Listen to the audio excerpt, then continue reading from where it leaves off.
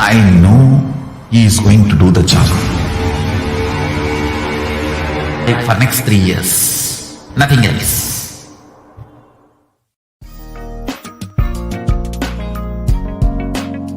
We get you health. We get you ability to build beautiful relationships in your life. We get you direct spiritual support, and we make sure you become wealthy.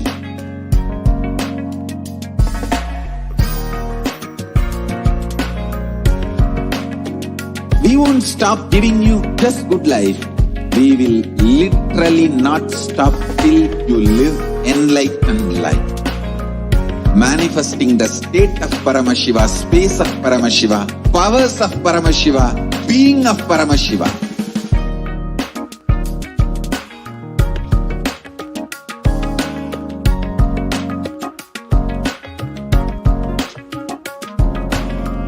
Whole world should become Kailashians. I want the whole world to know Hindus have something great to contribute to the world.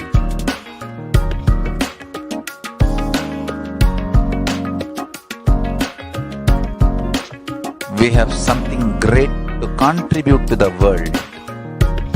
Let us do that.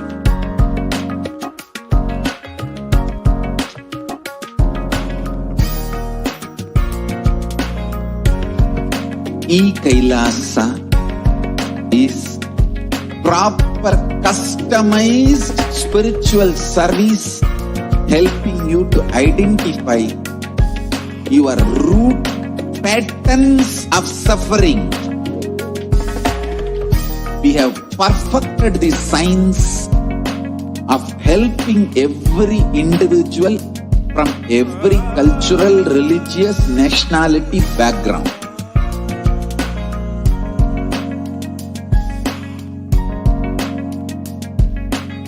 You will have lowest reactionary assumptions, highest awakened response, alive response for life continuously.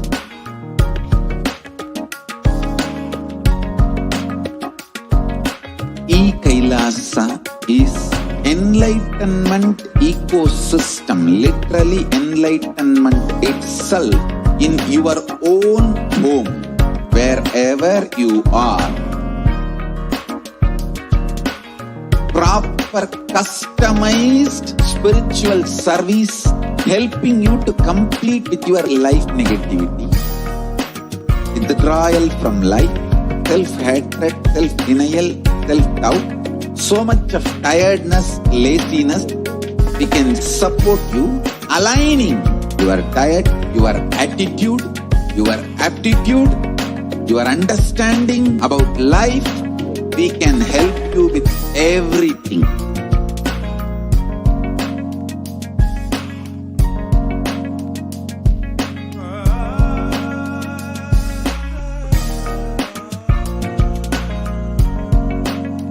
If you are interested in enlightenment, we will immediately bring this to you. If you are not interested, we will explain the whole science, inspire you and make you interested in enlightenment time. We need to cater this enlightenment science to the whole world wherever they are, because enlightenment is the birthright. Kailasa is responsible to provide that to all human beings.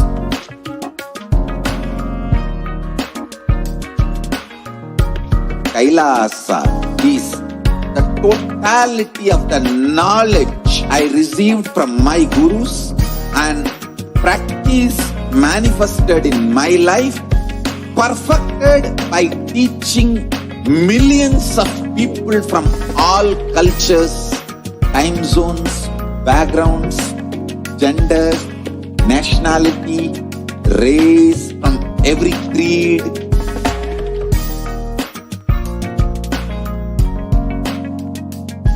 So this absolutely perfected knowledge served to you in your home, without even you moving out of your couch, free of cost.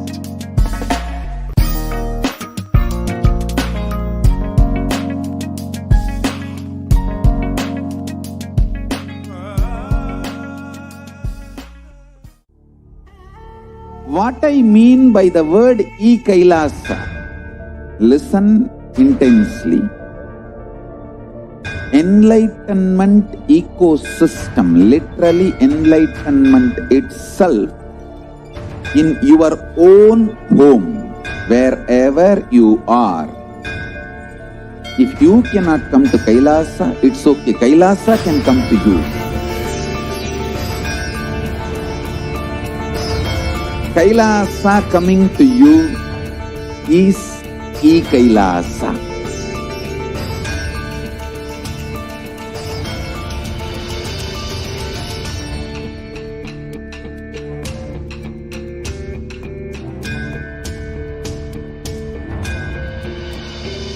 I will revive Hinduism. I am a Hindu revivalist, not by any revolution, but by evolution.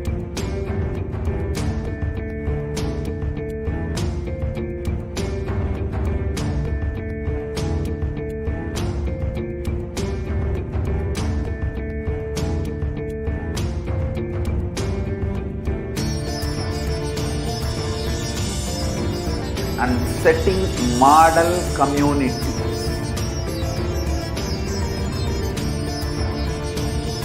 Kailasa, enlightenment ecosystems, Sarvanya Peethas all over the world.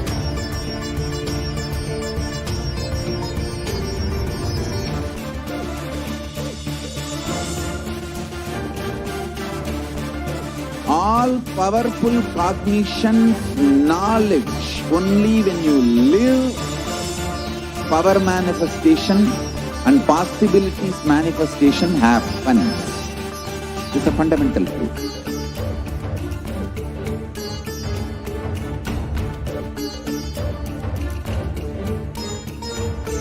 Hinduism cannot live exclusively as one sampradaya. No.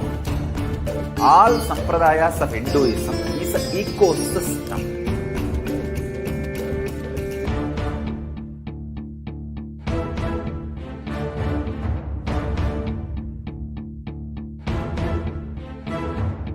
So don't keep quiet thinking that if one sampradaya is attacked, only that sampradaya is going to be affected. All of us are ecosystem.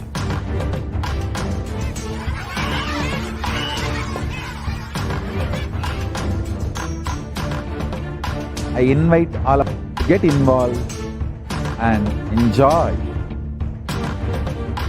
Hinduism by the principle of Dharmo Rakshati Rakshitaha. When you will make the whole planet flourish spiritually. The spiritual prosperity will happen to the whole planet. We all have to coexist together.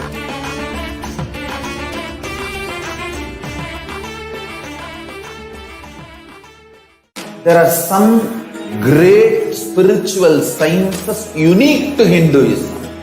Subtle, otherworldly, but definitive sign. Manifesting the cosmic beings in Archavatara, deities in Nijavatara, living incarnations is possible. Understand? Kriya Pada of Vedas and Agamas elaborately explain the whole science of making the cosmic beings manifest in Archavatara, deities and Nijavatara, living incarnations, both. During the Bhava Samadhi Darshan, literally those cosmic beings manifest through his body. Just like how they manifest in Archavatara, deity, they manifest in Nijavatara, Pratyakshavatara, and give you all the boons you ask, bless you. You see, each god is an independent intelligence to lead you to enlightenment. Each God is a bridge for you to achieve the Shivatva, the ultimate Shiva consciousness. Krishna is the bridge for you to achieve the Krishna consciousness. But Shiva consciousness, Krishna consciousness, all consciousness is one and the same. Ultimate consciousness only. So that energy itself completely expresses. Just like Radhika, when I see my own sweetness in the mirror, I become eager to taste it. I find that the only way to relish this sweetness is through the constitution of Sri Radhika. Bhava Samadhi Darshan is a window to the infinite expanse of consciousness, allowing us to glimpse the formless in a way that we can understand. It cleanses the karmas of lifetimes. It awakens our biomemory to the space of Paramashiva, the ultimate consciousness, and creates a deep and lasting transformation in us.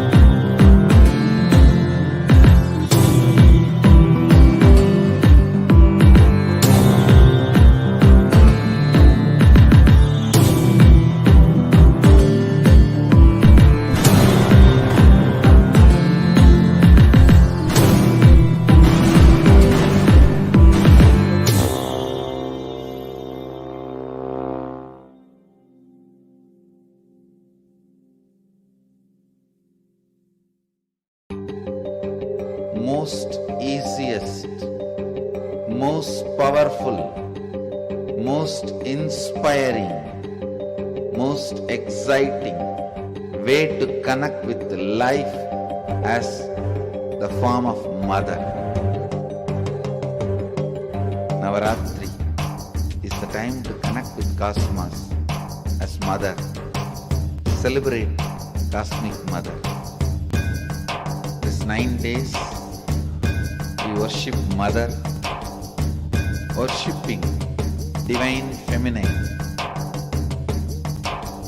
यादुमादिनिन्द्राय काले ओम काली ओम शक्ति ओम काली ओम शक्ति ओम शक्ति ओम शक्ति ओम शक्ति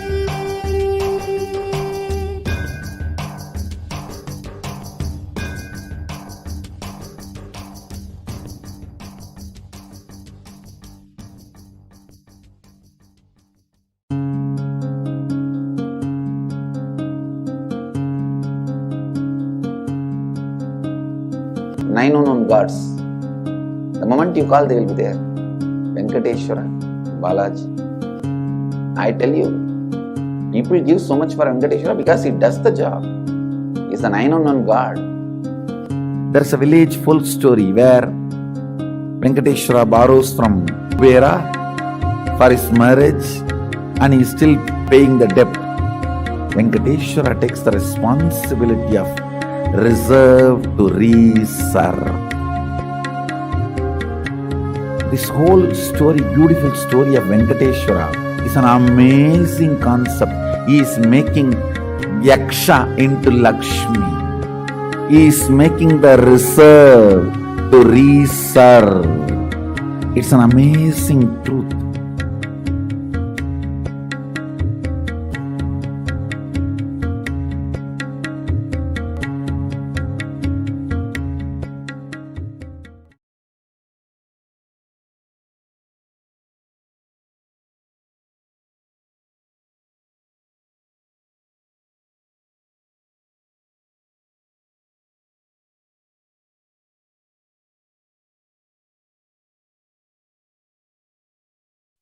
Nithyanandam Paramasukadam Kevalam Jnanamurtim Dvandvadhitam Gagana Sadusham Tattvamasyadilaksham Ekam Nityam Vimadamachalam Sarvadi Sakshi Bhutam Bhavatitam Trigunarahitam Sadgurum Tam Namami. Nithyananda. Welcome all the viewers who are joining us today for this Parashakti Akashic reading. I hope all of you had the opportunity to witness and experience the Paramashiva Sayuja Samadhi darshan of Bhagavan Sundareshwara and enjoy and experience all of the energy and the leelas of Bhagavan Sundareshwara. Now, let us enter into the Parashakti Akashic reading program, where we will understand who is Devi Parashakti, how she is manifesting through the supreme concept of Hinduism, and what all Devi Parashakti has revealed for all of humanity over the last several months as she has been manifesting continuously. We'll understand how we can ask our questions to Devi Parashakti and receive the direct blessings and guidance of Devi manifesting through the Nijavatara of the Supreme Concept of Hinduism. So now let us get started and understand who is Devi Parashakti. Devi is the divine cosmic mother. It is from her Brahmanda Yoni which universes come out and go in. She is the source Shakti. It is her cosmic womb in which all of us reside, in which all of us are coming from, and which all of us will go back into. She is the divine cosmic mother, and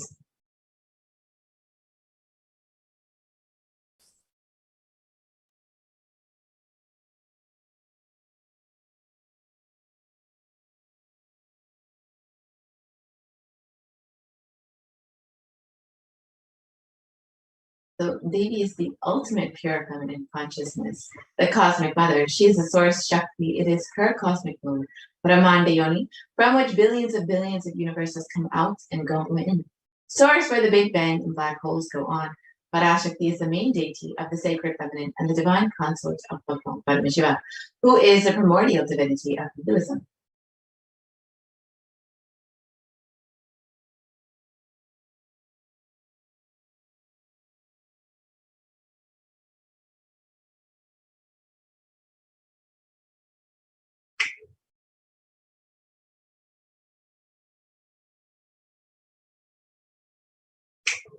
Today, out of his extreme compassion and love, the supreme concept of Hinduism is manifesting Devi Parashakti herself and gracing us, answering all of our questions, attending to our prayers, giving boons, healing us, revealing our past, present, and future, delivering profound spiritual truths, and ultimately giving us the experience of Paramashivoham itself.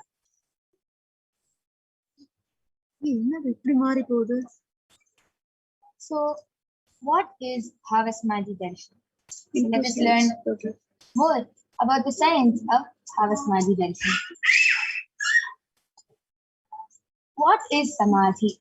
Sama is oneness and Adi means source. So Samadhi means one with the source. Bhava means attitude or aspects. So Bhavasamadhi means being in one with the source through this aspect. So darshan means to have a glimpse up. In the Vedic tradition, it is used to describe the moment we behold an deity, an avatar, a saint, or an enlightened being, as just seeing such a being can cleanse the karmas of lifetimes and create a deep, lasting transformation in the receiver. Darshan is the powerful, superconscious vibration that is present around an avatar at all times. He simply radiates darshan just as the sun continuously radiates light. The auspicious moment when the receiver is able to catch it becomes the moment of darshan, you to the next level of superconscious breakthrough. It's like hitting the reset button on your being. So, the science of Bhavasamadhi Darshan. All these divine cosmic beings are there. They manifest from Kailasa, the enlightened time-space, through deities and incarnations. And the divine cosmic beings manifest through Archavatara, deities in temples, and through Bhava Samadhi Darshans in Nijavatara incarnations. So the Bhava Samadhi Darshan is the science of the Nijavatara manifesting Paramashiva, the consciousness. It is where formless, the being, expresses through the Divya Sharira, the light body, and manifests as the Nijavatara, the physical form, the embodied form, for us to experience Paramashivoham.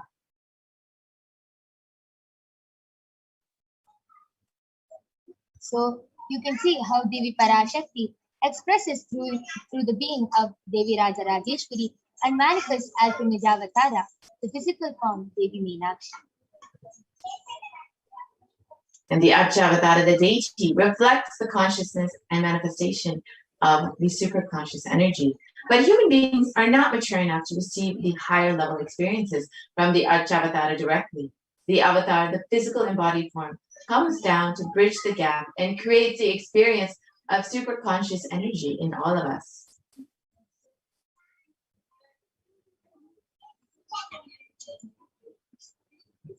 And during the Bhava Samadhi Darshan,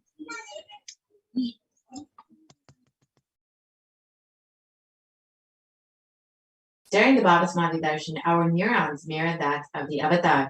The mirror neurons activate and process all the observed movements or information of the avatar just by seeing.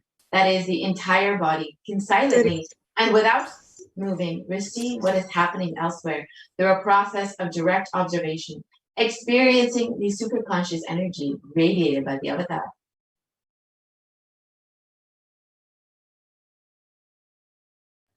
Akashic readings is not a prediction, it is a reading from the cosmic patterns.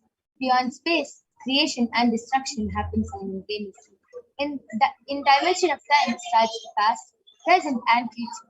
Because Akashic readings are stored in Akasha, the space dimension, there is no past, present and future. That is why what you call as happening, yet to happen, and clearly already recorded. Let's understand who is the Supreme Concept of Hinduism who has been manifesting Devi Parashakti, manifesting Bhagavan Sundareshwara for each and every one of us to enjoy.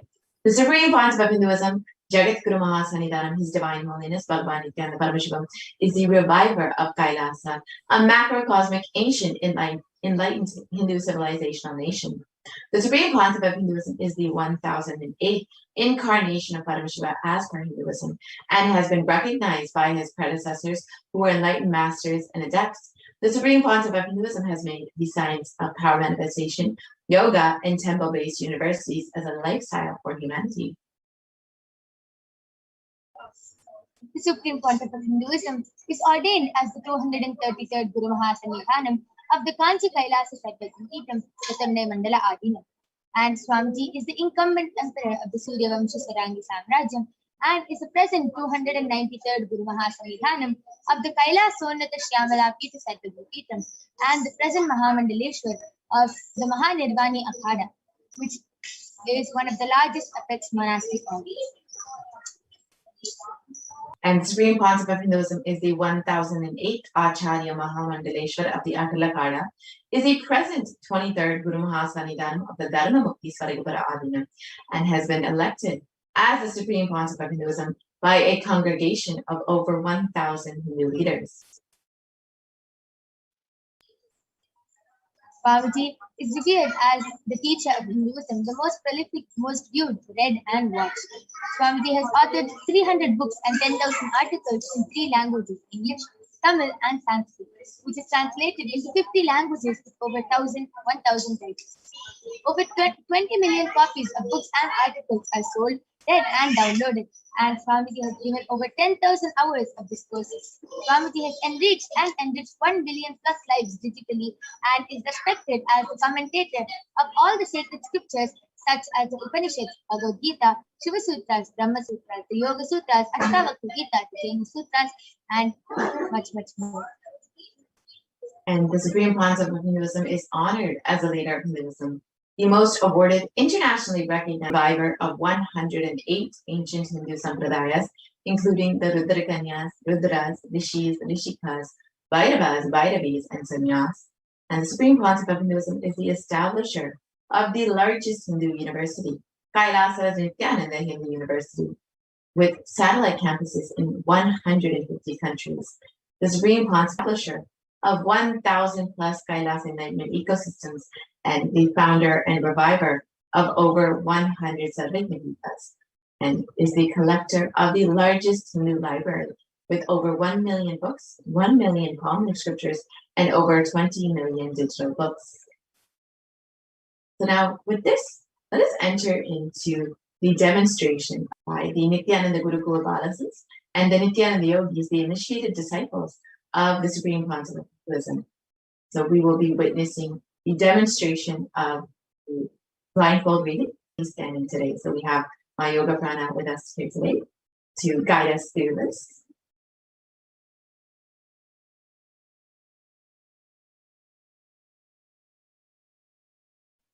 Yes. And thank you, Maniti Punapyananda, for that beautiful introduction. So let us now move on to the next segment, which is the power manifestation segment, where all of you will be learning about the 463 powers of Paramashiva, how we can awaken these divine Shaktis in us, and so much more. So let us first learn about where these Shaktis come from. So in the Vedas, the source scriptures of Hinduism, Paramashiva reveals in elaborate detail that every human being is hardwired to be able to manifest these 463 plus extraordinary Shaktis. And Swamiji beautifully says that just with the cognition that you are divine and that you need to manifest the divine, you can manifest these extraordinary Shaktis, and not with the cognition that you are a man and that you need to reach the divine. So let us see the fundamental difference between Shaktis and Siddhis. Shaktis are the powers which express from the space of enlightenment as a side effect of feeling connection with the divine and high integrity with the Guru. Shaktis are the source of enlightenment. Siddhis are the powers. Yes, Siddhis are powers that manifest from tapas or penance for enlightenment. And Siddhis are only on the path to enlightenment. Shaktis are the powers which manifest through ordinary human beings in extraordinary ways, just with the initiation from the avatar, and Shaktis are permanent. Siddhis, however, are not permanent, and Siddhis may divert you from enlightenment. So who is the source of all these Shaktis? Paramashiva. Paramashiva is the primordial divinity in Hinduism, the ultimate reality and cause, which is self-effulgent, Swayam Prakasha, all-pervading, unchanging beyond time, space, form, and causality.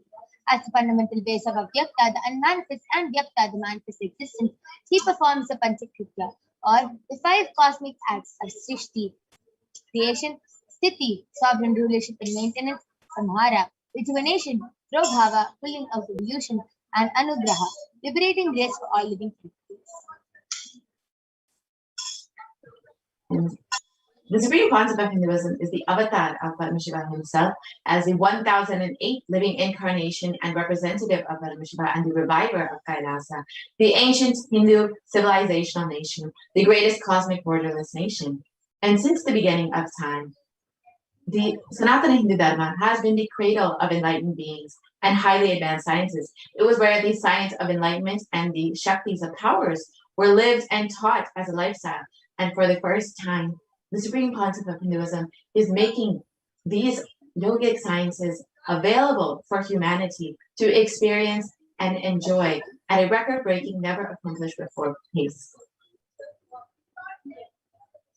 And Swamiji was recognized as an avatar at a very young age and was trained and taught to revive these sciences, and so that millions of people can enjoy and experience the science of power manifestation from the disciplines of Vedanta, Tantra, Sri Vidya, Yoga, Yogic powers, Mantra Shastra, Siddha Vidya, the science of Aushadha, Advaita, Bhakti Yoga, Paramashiva Jnana, and Paramashiva Vijnana. So all of you can see all the Guru Shishya Parampara, all the enlightened masters, the enlightened gurus who have initiated Swamiji, who has recognized Swamiji as an avatar, like Yogi Raj Yogananda Puri, Mata Vibudananda Puri, Pundi Swamigal, Iseki Swamigal, Annamale Swamigal, Kanchi Paramacharya, Visiri Swamigal, all these enlightened gurus and enlightened masters who have recognized Swamiji and initiated Swamiji so that he can revive these sciences for all of us to enjoy. So all of you might be wondering, how do we awaken these divine Shaktis?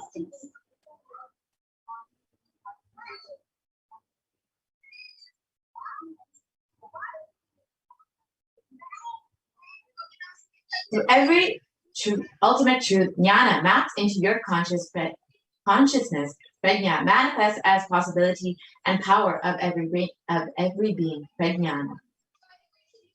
So let us now watch a small video which explains the science of initiation, the power of initiation, and how the avatar, the living incarnation, just with one touch, look, or word, how Swamiji can initiate us into all these powers.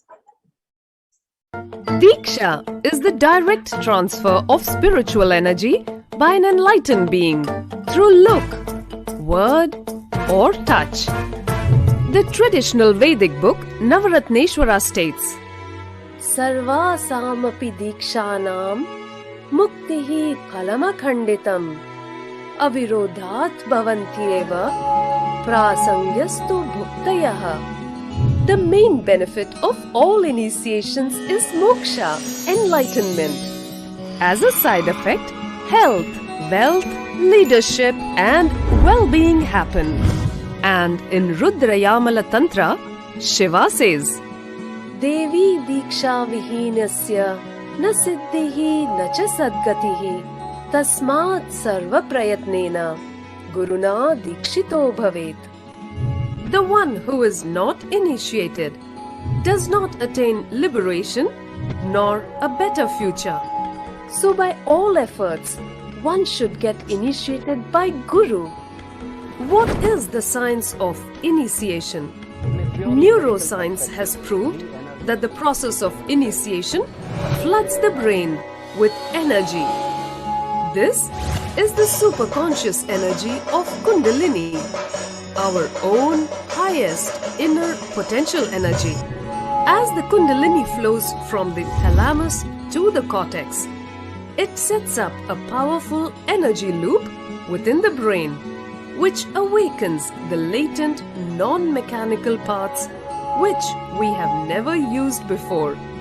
With increasing levels of coherence, the whole brain comes alive, turning into a superconductor of conscious energies that heal, empower, transform our lives, bliss and fulfillment. Initiation creates high awareness, visualization, creativity. It also slows the aging process and improves the immune system. Kundalini awakening, healing experience, levitation, teleportation, materialization. Experience the power of initiation through a range of exclusive programs conducted at the ashram. Nithyananda Dhyanapitham, Nithyananda Nagar, Birdi, Bengaluru. Yes, with that beautiful video, it explained how just with the initiation from the avatar, we can experience so much change in our life and how we can get initiated into all these powers. Let us now understand how the science of power manifestation is authenticated through the 4 aspects of evidences or pramanas. The first is the Shastra Pramana, which are the eternal unchangeable truths that are revealed in the source scriptures. The next is the Apta Pramana, which are the experiences and results of Aptas, or the authorities of Hinduism, the Vedic rishis and scientists who have experienced and time-tested this science. Next is the Atma Pramana, which is the account of the Supreme Pontiff of Hinduism, Jagat Guru Mahasanidhanam, His Divine Holiness Bhagavan Nithyananda Paramashivam. This millennium's avatar's personal experience of power manifestation. And last is the Pratyaksha Pramana, or the empirical evidence from observation and scientific experimentation. So, where do all these Shastra Pramanas come from? So the Veda Agamas is a living up the ultimate superior authorities for Hindus, and they are the pure science where the ultimate truths are explained. Agamas are the scriptures where the applied technology, the applied science is expanded. Vedas and Agamas, the Vedagamas, are given the status of Shruti, as they are directly revealed by Paramashivoham. They are the eternal unchangeable truths, and a reference cited from these Shastras or source scriptures is called a Shastra Pramana. So let us now get ready to witness a very exciting and unique demonstration of the power of third eye. So let us now see the Shastra Pramana for the power of third eye, which comes from the Vijnana Bhairava Tantra. कपालान्तर्मनोन्यसा तिष्ठन्मीलितलोचनः दार्ढ्यात् लक्ष्ये लक्ष्यमुत्तमम्. Translation goes, by fixing the mind on the inner space within the crown center and sitting stably without any movement, having the eyes closed in succession, by that stability of the mind and inner space, through the power of the third eye, one directly sees the ultimate goal Lakshyam. By having the vision beyond the sight that reveals any object or place, attaining the space of oneness with the source Paramashiva. The next is the Apsa Pramana, where Bhagavan Shri Krishna initiates Arjuna into the power of prayer. Bhagavan Krishna initiates Arjuna during the Mahabharata war.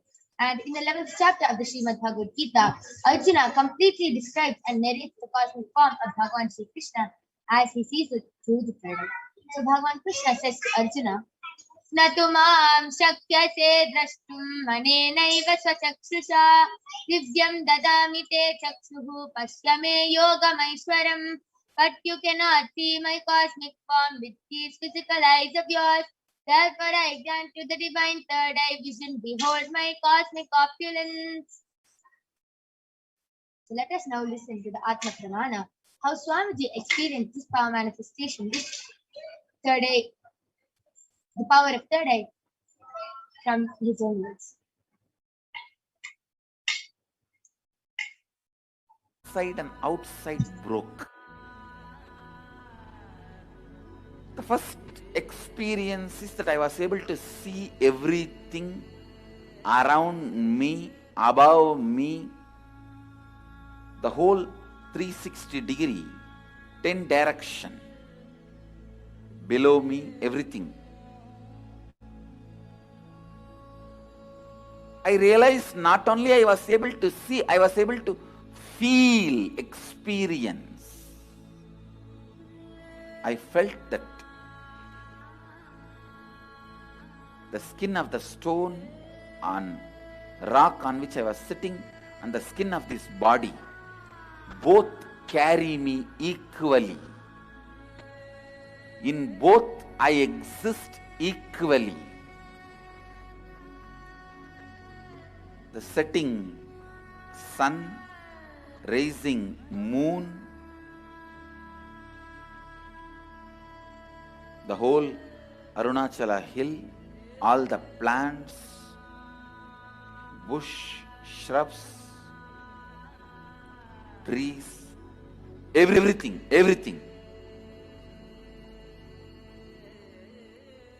just became so alive. The idea, something is inside,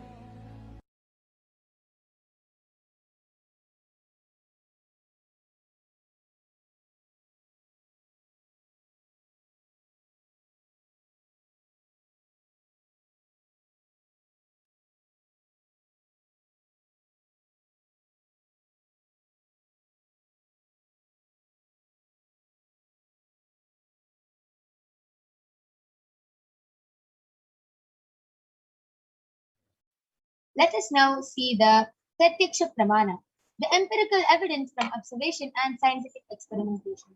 So all of you can see, the study measures which compare the metabolic cell activity of the brain in the conscious and meditative states of the third eye, using the PET, which is the positron emission potential.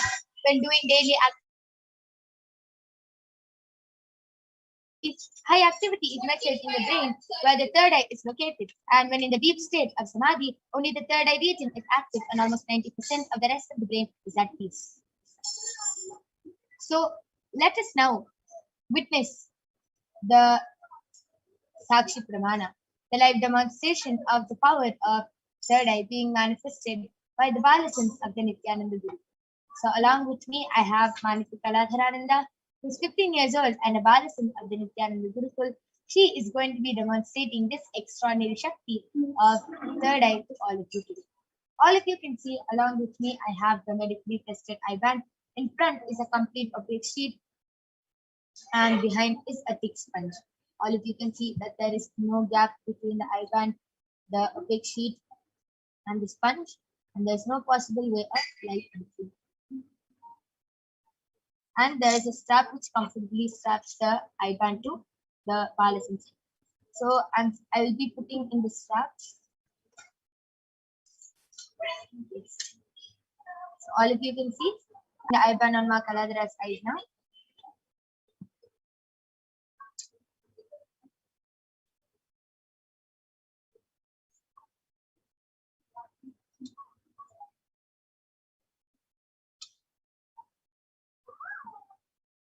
Ma Kaladra, are you comfortable?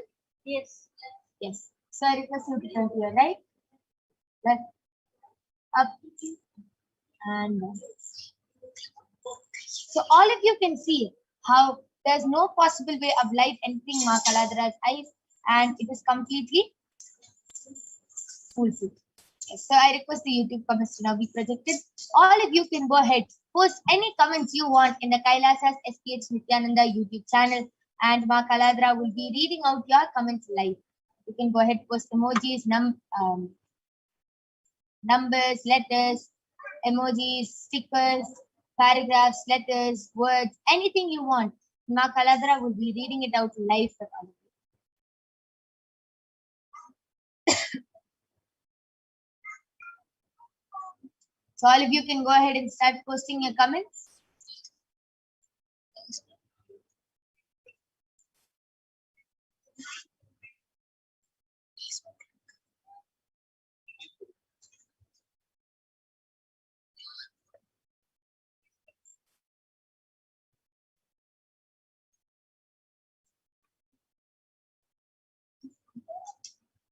Ma Kaladra, you can go ahead and start reading.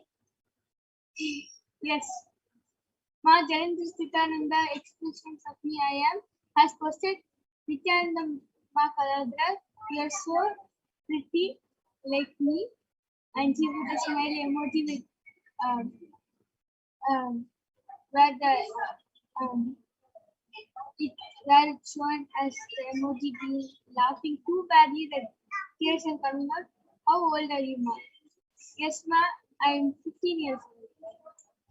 Beautiful, that is amazing. All of you saw Mama Kaladra has read out the comment. Now, Mahajalandhar Nithyananda, why don't you go ahead and throw a challenge with Ma Kaladra? You can go ahead and post a random series of emojis, and Ma Kaladra will be reading it out through her third eye. Or you can also go ahead and post random numbers, and Ma Kaladra will be reading it out through her third eye. So why don't you go ahead and throw any challenge you want at Ma Kaladra?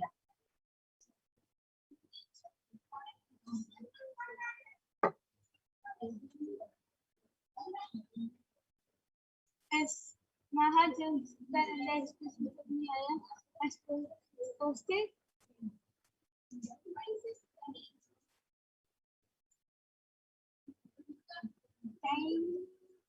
CINYTINY for 16. Okay, Mahajalandhar Nithyananda, I'm 15 years old, not 16 years old. And the next comment is from PIOTRWAJDA has posted Nithyananda with the Namaste emoji. Amazing. Even Fighter Vajda here, you can also go ahead, post, you can throw any challenges with Ma Kaladra, you can post any series of emojis, numbers, letters, and Ma Kaladra would be reading it out. Yes, Mahajalandhar Nithyananda Ma has posted emoji showing up. It's in a blue color box, and it's written top, and that next box is in orange color, and one arrow going this way, one going to the right, one going to the left, and then the third emoji is in like dark blue, light slightly purple, and dark blue. It's like a circle with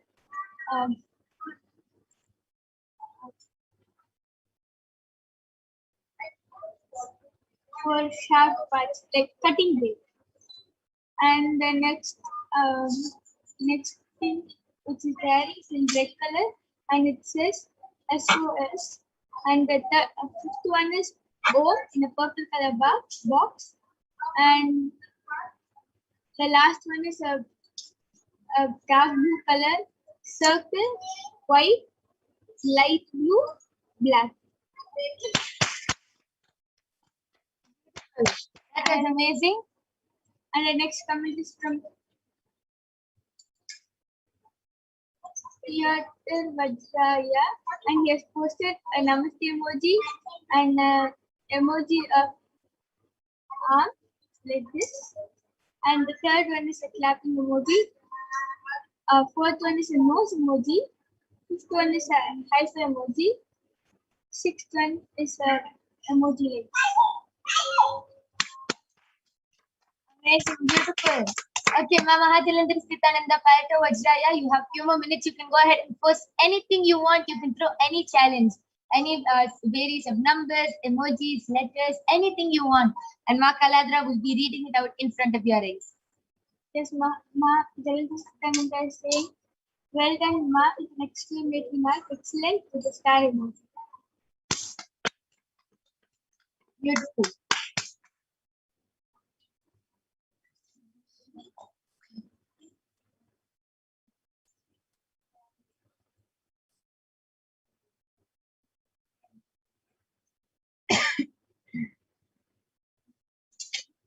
Yes, here Vajraya has posted wow and house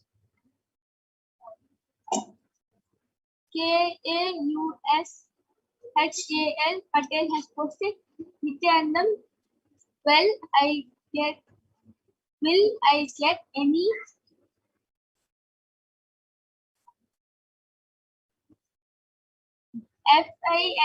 FINANCIAL help now?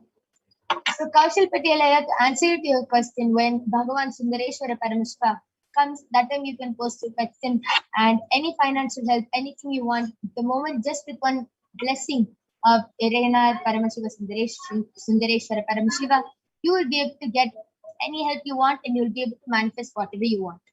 So you can go ahead and post when Swamiji comes live manifesting Irena Sundareshwara Paramashiva.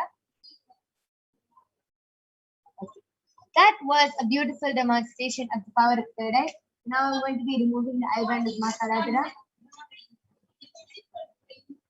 All of you can see that the eyeband is completely intact. There is no difference. Yes, beautiful. That was a beautiful demonstration of the power of third eye. And let us now move on to the next exciting Shaktis, which is the power of body scanning and remote vision, which will be manifested by the Balasons of the Nithyananda Guru. So let us now enter into the Pramanas for the power of body scanning and remote vision. Till then, all of you can go ahead, post any requests and comments in the Kailasa's HDH Nithyananda YouTube channel. Any of you want a remote vision or a body scan, you can go ahead and post your comment in the YouTube chat. So let us now see the Shastra Pramana for the power of body scan, which comes from the Vijnana Bhairava Tantra.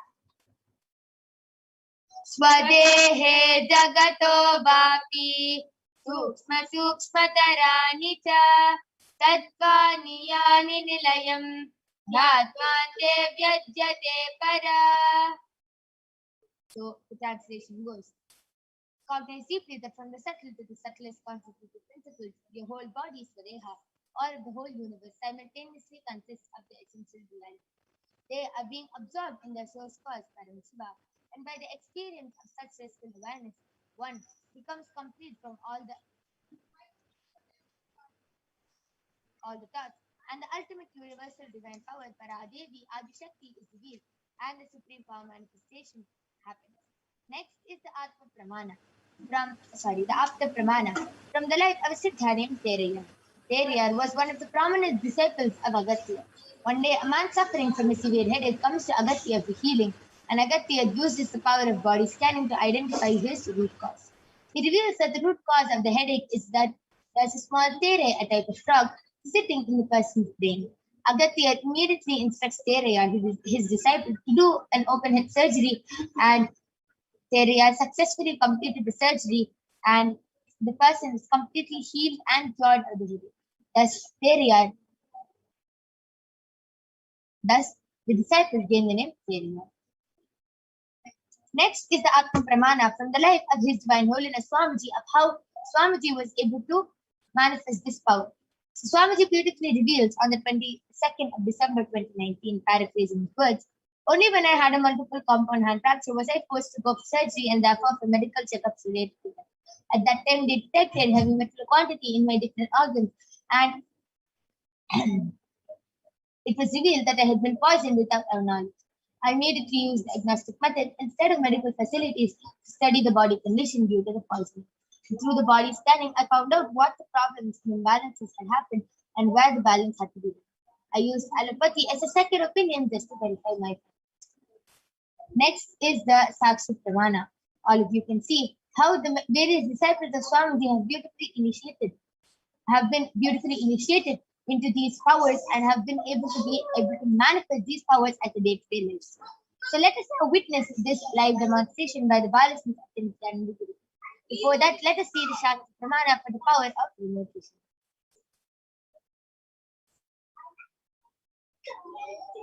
व्योमाकारं स्वमात्मानं ध्यायेधिक्भिरनावृतं निराशया चिक्लिशक्तिः स्वरूपं दर्शये तदा.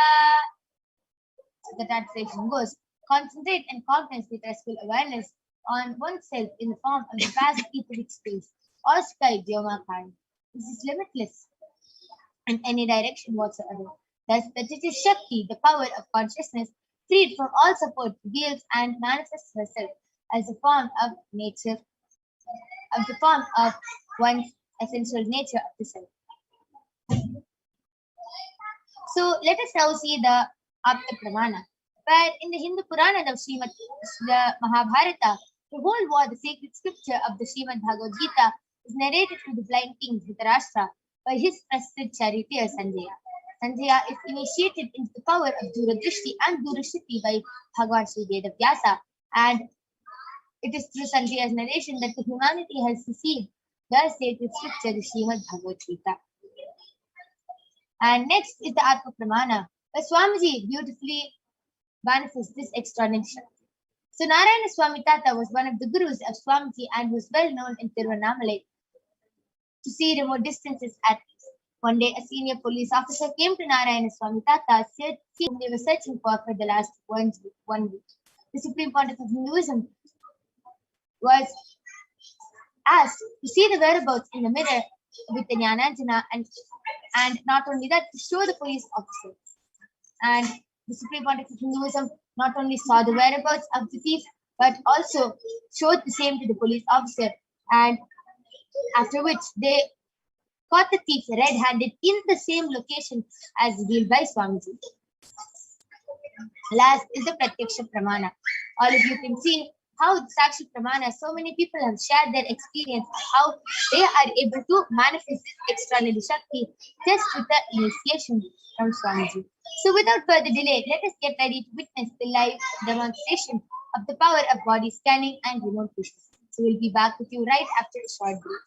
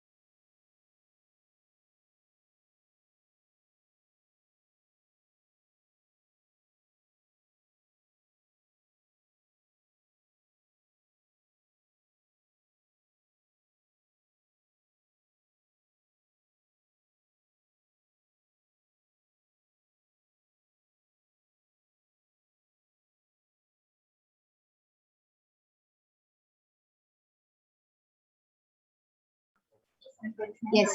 So let us now witness the extraordinary Shakti of the power of body scanning and remote vision by the Balasans of the Nithyananda Gurukul. Along with me, I have Manita Brahmayogananda, who is a Balasant of the Nithyananda Gurukul, and she is going to be demonstrating this extraordinary Shakti of the power of body scanning to all of you today. And I will be demonstrating the extraordinary Shakti of remote vision to all of you today.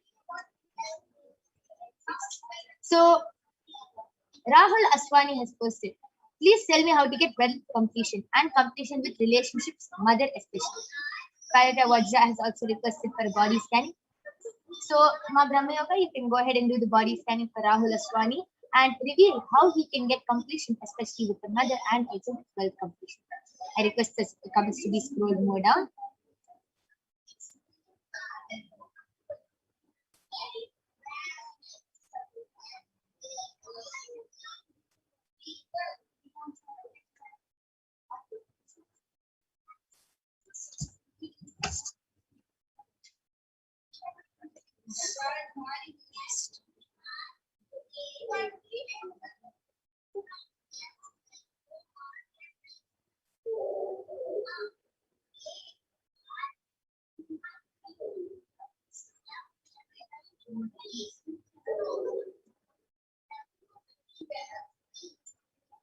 Okay.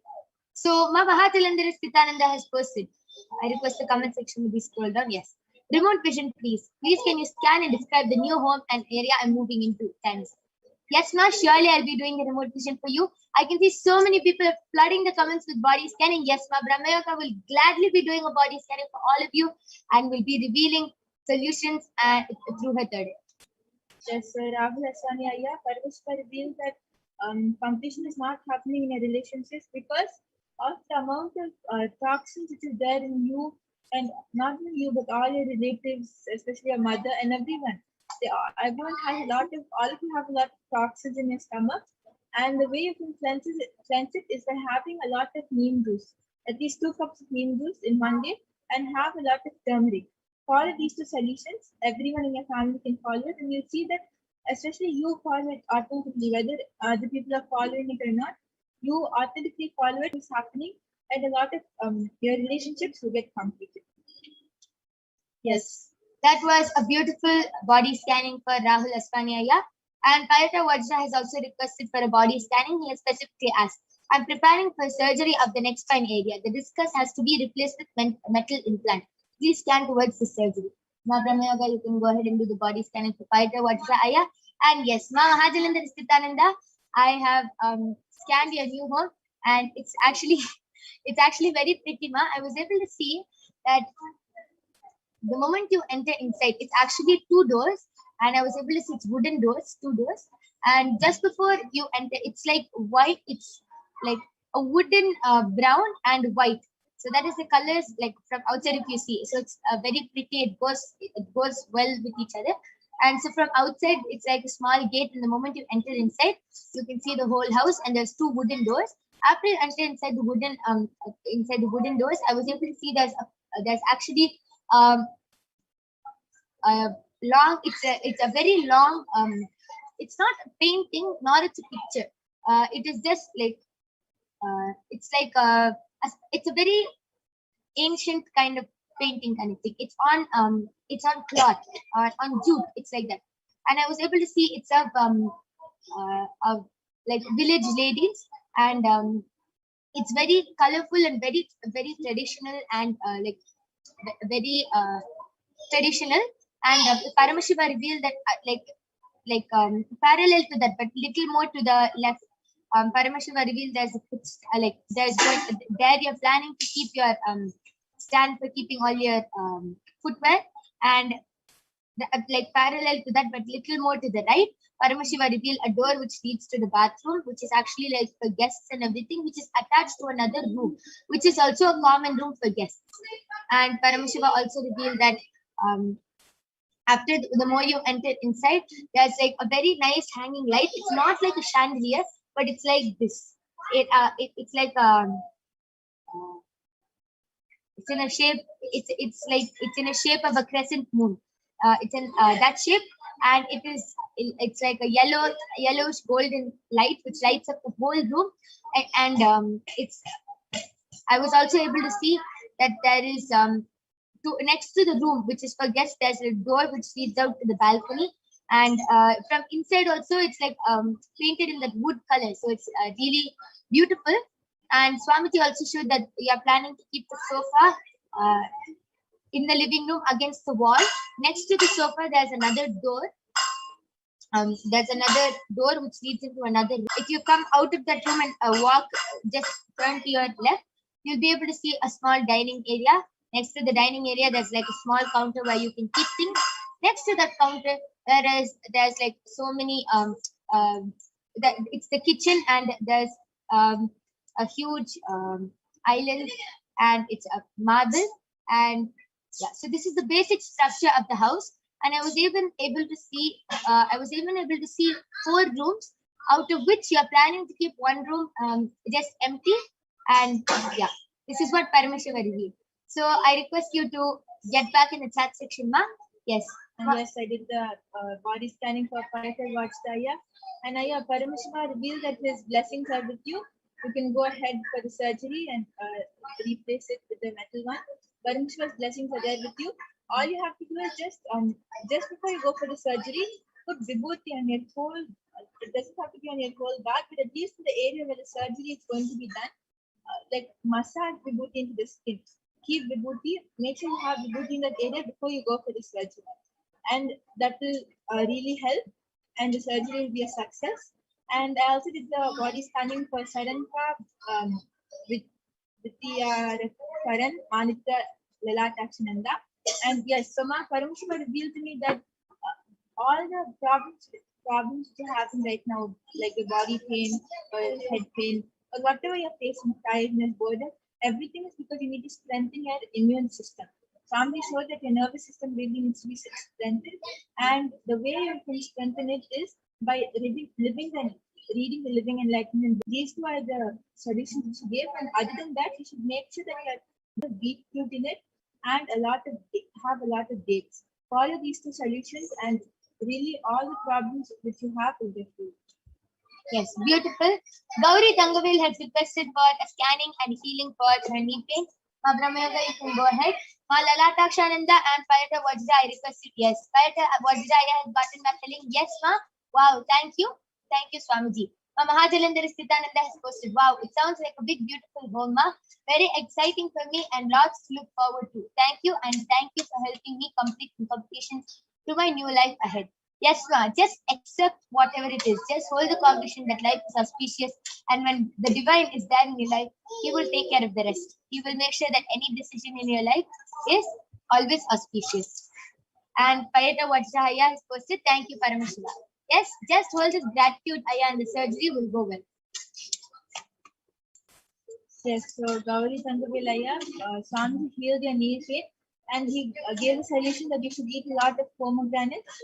That will really help you in your knee pain. That's beautiful. So this is from Gauri Tangavel, and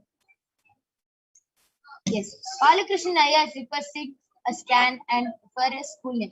Yes, Aya, this manifestation will be manifested. Swamiji has initiated all of us into so many powers, and right now we are demonstrating the power of body scanning and remote vision. So if you have any requests for the power of body scanning and remote vision, please do go ahead and request in the Kailasa HDH Nithyananda YouTube channel. We'll gladly be attending to your requests. Lalatakshananda has posted a request for a body scanning. Yes, Ma Brahmayoga actually did the body scanning for you and revealed a solution. So Ma Brahmayoga, I request you to repeat the scan.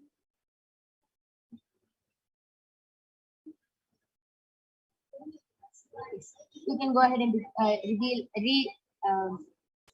the scan. So Manitya Lalatakshananda, Paramashiva revealed to me that all the body problems that you're having, whether it's a head pain or the tiredness or the boredom, whatever you're facing, is because you need to strengthen your immune system. And the solution which he revealed is you should have a lot of dates, a lot of beetroot, and you should start reading the Living Enlightenment book every day and watch Swamiji sessions. Follow these 4 solutions, and your whole immune system will really become really strong, and also all the side effects, all the body problems which is having will also be. Yes. So this is a body scanning from Ma Lalatakshananda. I request you to get back, Ma. Ma Maheshwara Mayananda has posted, there is a lump in my throat. Can you tell me what it is and how to heal it? Melissa Cook has posted, I also requested for a body scanning and healing for my eyesight and skin condition and where they originate. Brahmayoga, you can go ahead and do the body scanning for Melissa Cook. Yes, Ma Maheshwara Mayananda, I did the body scanning for you. Paramashiva revealed that the lump in your throat is because of dehydration and toxins in your body. So Swamiji revealed that you should do the mucus-free diet and eat the palay suri. So you can put white rice in the and soak it in water. You can soak it in water for 24 hours and then add a little salt, pepper, and eat it every morning with green chili. And this will really help you, and it will heal your the lump in your throat, and it will help you remove the other toxins in your body. And yes, you can go. Yes, so Melissa Cook, Paramashiva revealed to me that for your eyesight and your skin condition, they are originated from the food you're eating. The food you're eating, whether it's knowingly or unknowingly, you're having non-vegetarian in the food which you're eating, and you have to immediately change it. Like if it's unknowingly, then you have to just find out about the food and change the diet you're having, change the place where you're getting your food. And if it's consciously, please make a decision and change it, because that is affecting you a lot. Not only is it you are able to see it affecting your eyesight in your skin, but inside your body also it's affecting your body a lot. So immediately change your diet and also to detox yourself from what you have already eaten. Paramashiva revealed that you have to have castor oil and neem leaves. Have 1 spoon of castor oil and at least 3 to 4 neem leaves at the same time. Every day without miss. The first thing in the morning on an empty stomach, you should have this, and you'll become like your stomach will completely detoxified. Wow, that is a beautiful body scanning for Ma Melissa Cook. And yes, Ma Melissa Cook, I requested to get back. Celine G has requested for a body scanning. So Ma Brahmayoga, you can go ahead and do the body scanning. Balakrishnan Ayya has requested for a remote vision for his grandmother's house. And yes, Ayya, Paramashiva revealed that your grandmother's house has 6 rooms and 2 bathrooms. There's actually another bathroom, but which is actually outside the house, and it's a very old style bathroom, and it's a Indian style bathroom, and it's pretty old. Paramashiva is revealing that that the moment you enter inside the house, there's a big shelf where your grandmother keeps a lot of pictures and everything. And the moment after you go a little more inside, there's a big living room, and straight across to that, there's another room where which guests can stay in. Next to that, parallel to that room, there's a bathroom, and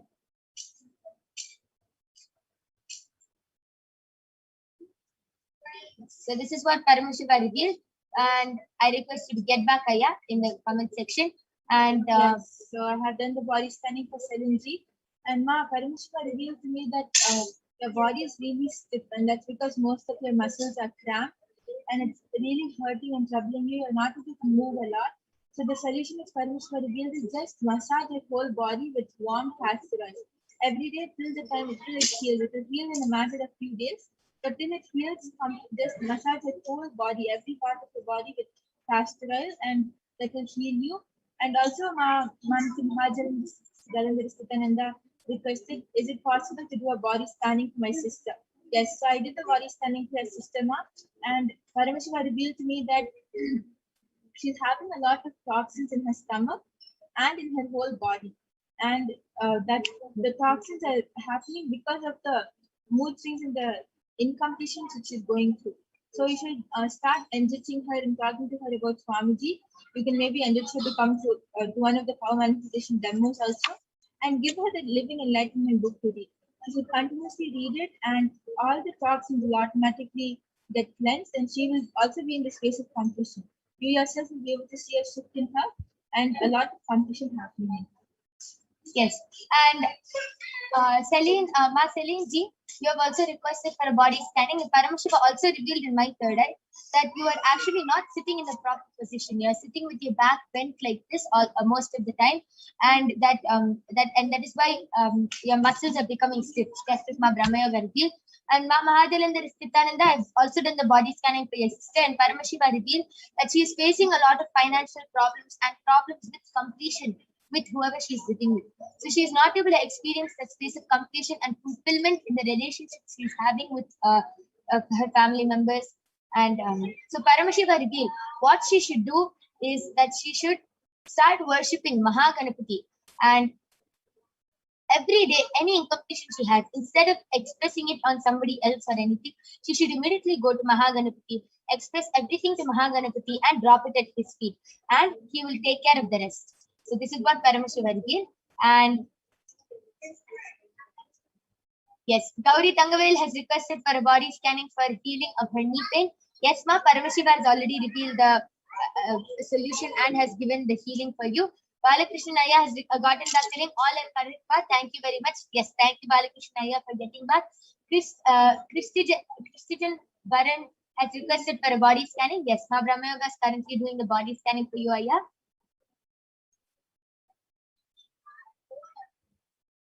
Melissa. Yes, Christian Baran Ayya.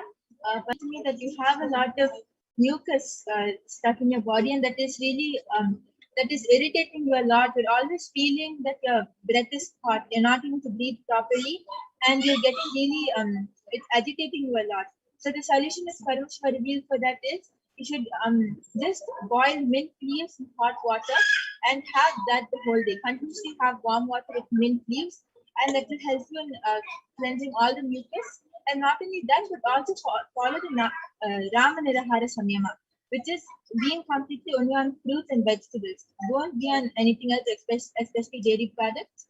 And that will also really help you in healing the mucus in your heart. Beautiful scanning for Christian Ayya. I request you to get back. Melissa Cook has gotten back telling, thank you so much. I really needed some guidance and I appreciate Paramashiva's guidance. Thank you. Yes, Ma, thank you for getting back. And Ma Mahadelandra Nithyananda has gotten back telling, yes, Ma, true. I will share with her accordingly. And she has also gotten back telling, both reading for my sister are correct. Thank you. Yes, Ma, thank you so much for getting back. And Ma Celine G has posted, okay, thank you, Ma. Yes, thank you, Ma, for getting back. And with this, we would like to conclude this power manifestation segment. We thank all of you for joining us in this extraordinary segment. I can see so many of you were watching today, and we thank all of you for joining us. Please do call your family members and friends and come back tomorrow at 4 p.m. IST to witness this extraordinary demonstration of the power of third eye, remote vision, and body scanning, and much, much more interesting activities. So we thank all of you for joining us in this power manifestation segment. Please stay tuned for the upcoming segments, where you will be learning so much more about who is Devi Parashakti, what are the Akashic readings, and so much more. So we thank all of you for joining us. Thank you, Nithyananda.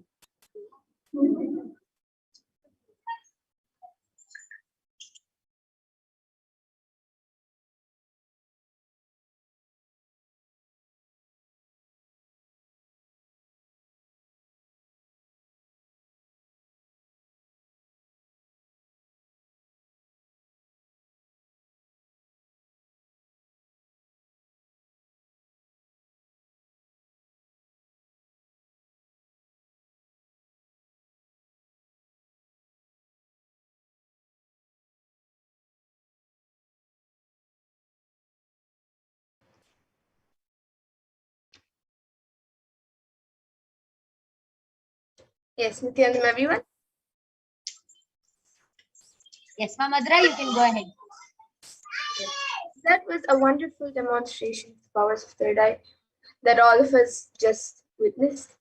So now let us go and let us get into the next segment of this program, where all of us will be learning who is the divine feminine consciousness, the cosmic mother, Devi Parashakti. So we will now be first looking at a Dhyana Shloka of Devi Parashakti, which comes from the Lalita Sahasranama Dhyana Shloka. Sindhuraruna vigraham trinayana manikya mauli spurat तारानायकशेखरां स्मितमुखीं मापीनवक्षोरुहाम् पाणिभ्यामलिपूर्णरत्नचषकं रक्तोत्पलं बिभ्रतीम् सौम्यां रत्नघटस्थरक्तचरणां ध्यायेत् परामम्बिकाम्. And the translation for this verse says, the Divine Mother is to be meditated upon, as shining in a vermilion red body, with a triple eye sporting a crown of rubies, studded with a crescent moon, a face all smiles, a splendid bust, one hand holding a jewel cup brimming with mead, and the other twirling a red lotus. And another Dhyana shloka of Devi Parashakti, which comes from the Lalita Sahasranama Dhyana shloka, usually says, Arunam Karunatarangatakshiim Dhritapaşankuşapuşpavanachapam Animadibhiravritam Ayukaihi Rahamityeva Vibhavaye Bhavani. And the translation for this verse is, I meditate on the great Empress. She is red in color and her eyes are full of compassion. She holds the nose, the bow, and the flowery arrow in her hands. She is surrounded on all sides by powers such as anima for rays, and she is the self within her. And Devi Parashakti is the ultimate pure feminine consciousness. Parashakti is the cosmic mother. It is her cosmic womb from which billions and billions of universes come out and go in, and the source where the Big Bang and black holes go onward. And Parashakti is the source Shakti, the source energy, the source power, from which all of us came, in which all of us are in even now, and in which all of us are going to finally merge into. And out of her extreme love and compassion, Devi Parashakti herself is manifesting through the embodied form as the Nijavatar, Jagat Guru Mahasannidhanam, His Divine Holiness Bhagavan Shri Nithyananda Paramashivam, gracing us, answering all of our questions, attending to our prayers, giving wounds, healing us, revealing our past, present, and future, delivering profound spiritual truths, and ultimately giving us the experience of Paramashivoham itself. And Devi Parashakti beautifully reveals how she is manifesting as the Nijavatar of the spirit form.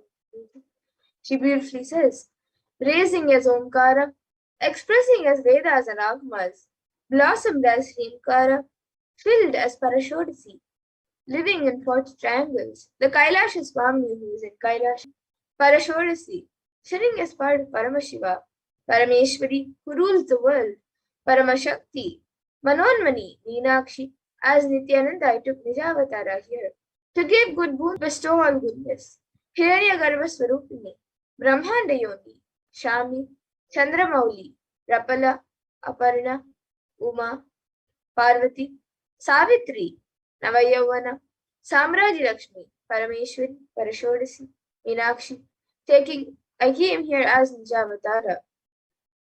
Taking the form of Nithyananda, I came here as Nijavatara. With great compassion and blessing, listen people, to do good to all of you, I took the form of Nithyananda, I came down as Nijavatara. And she continues the review.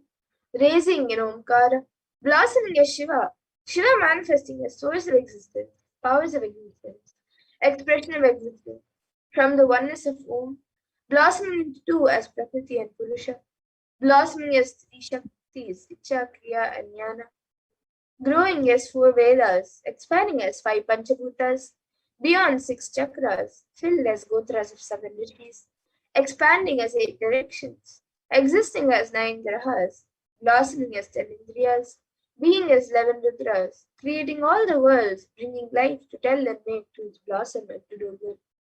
Parashodasi, Meenakshi. In the form of Nithyananda, I came to bless every one of you.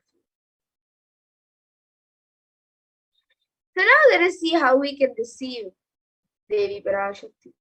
So literally we're seeing Paramashiva and Parashakti at that moment. She is there on your screen. So you can receive her in a very traditional way. You can keep 2 beet leaves, 1 banana, 1 betel nut, a coin in front of the screen as you watch Devi Parashakti.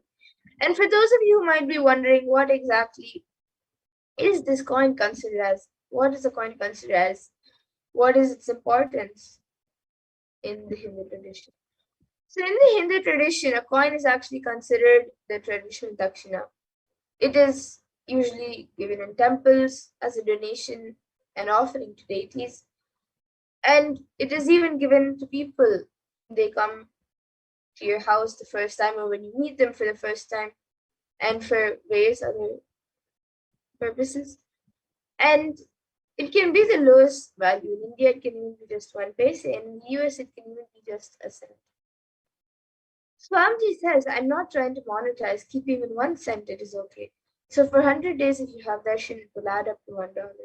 In India, even 1 paise is okay. And you can offer that to Devi Parashakti. And once the darshan is over, you can do namaskar and eat the banana, the betel leaf, and the betel nut, taking it as prasadam immediately. And the coins that you collect, you can send it to the Los Angeles temple. And some of you might be wondering, what exactly does this betel leaf and betel nut do? How will it benefit you, whether it's physically, emotionally, or mentally? How will it benefit you? So this betel leaf and betel nut may look too small, but in a few days you will see how much it adds to your sentiment that really Devi Parashakti is there. Rituals will break your monotonous and conscious mentality and lifestyle and remind you and raise you to the path of cognition. It will break your unconscious behavior. And here now you can see how you can set up your tambulam. Leave the betel nut, the banana, and the coin on a plate and keep it in front of the screen. You can also keep a few additional items such as a few fresh flowers, some kumkum, some turmeric, glass bangles, and a coconut. But the 4 basic items are betel leaf, the betel nut, the banana, and the coin. So whatever items you would like, you can arrange it in a plate. Keep it in front of the screen as you watch Devi Parashakti. So the next time when you are getting ready to receive Devi Parashakti when she comes for the darshan, you can set up your own set of tambulam to receive Devi Parashakti in a very traditional way.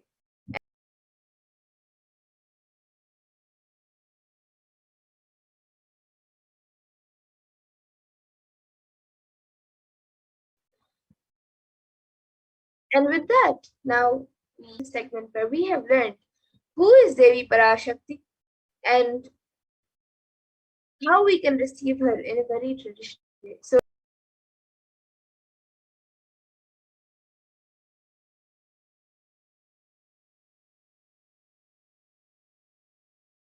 for all the very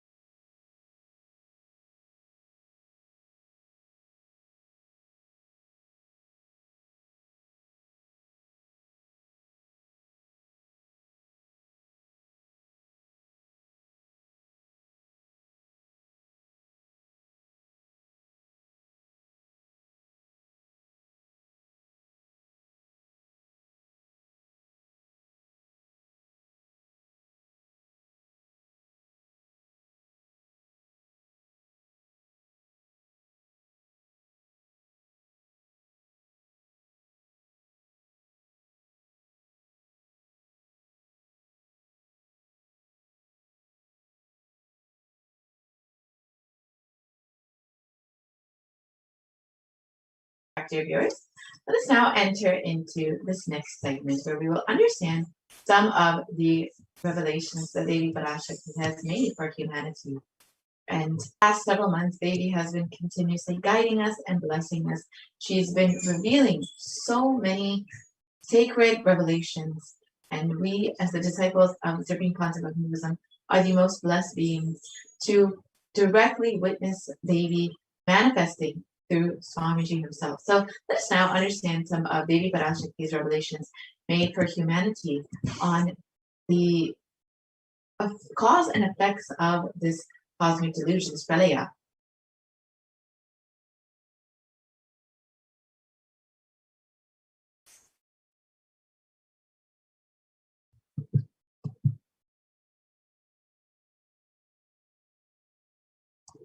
So, as we know, humanity is still undergoing the after effects of this cosmic deluge, this pralaya.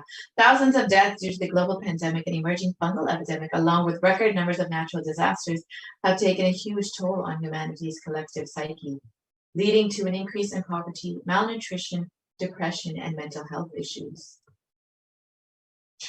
So, what has caused this? Who is behind this? How could we have prevented this? How could we have avoided this? What is the solution? In this segment, let us understand some of Devi Parashakti's revelations and go through a statistical and scientific understanding of the cause and effect of this pralaya. As we know, over 4 million people have already died due to this global pandemic, and over 221 million people since the time of this live.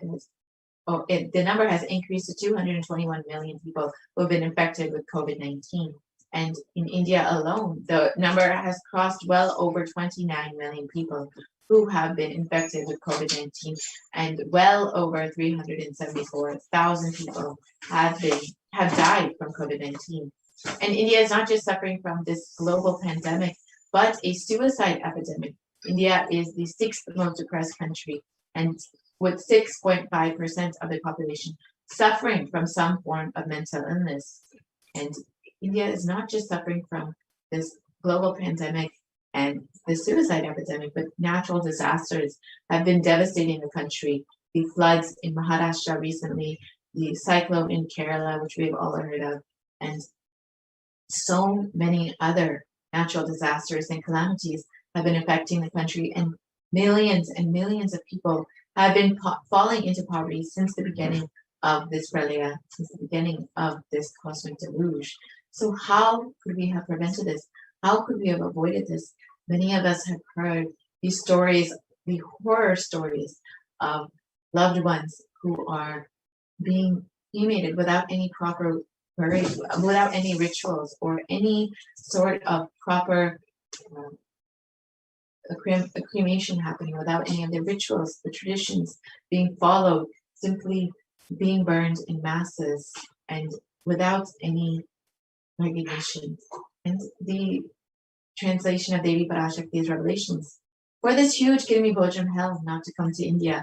In 2020 itself, I had planned to do the Padayatra throughout India and the 12 Jyotirlingas through my son Swamiji. They chased the captain out of the ship. See what is going to happen now. Let us now go back to 2017 and see the vision of this Padayatra that Devi Parashakti had, that Swamiji himself had revealed for all of humanity, that was supposed to be conducted in 2020. Let's understand what the vision of Swamiji.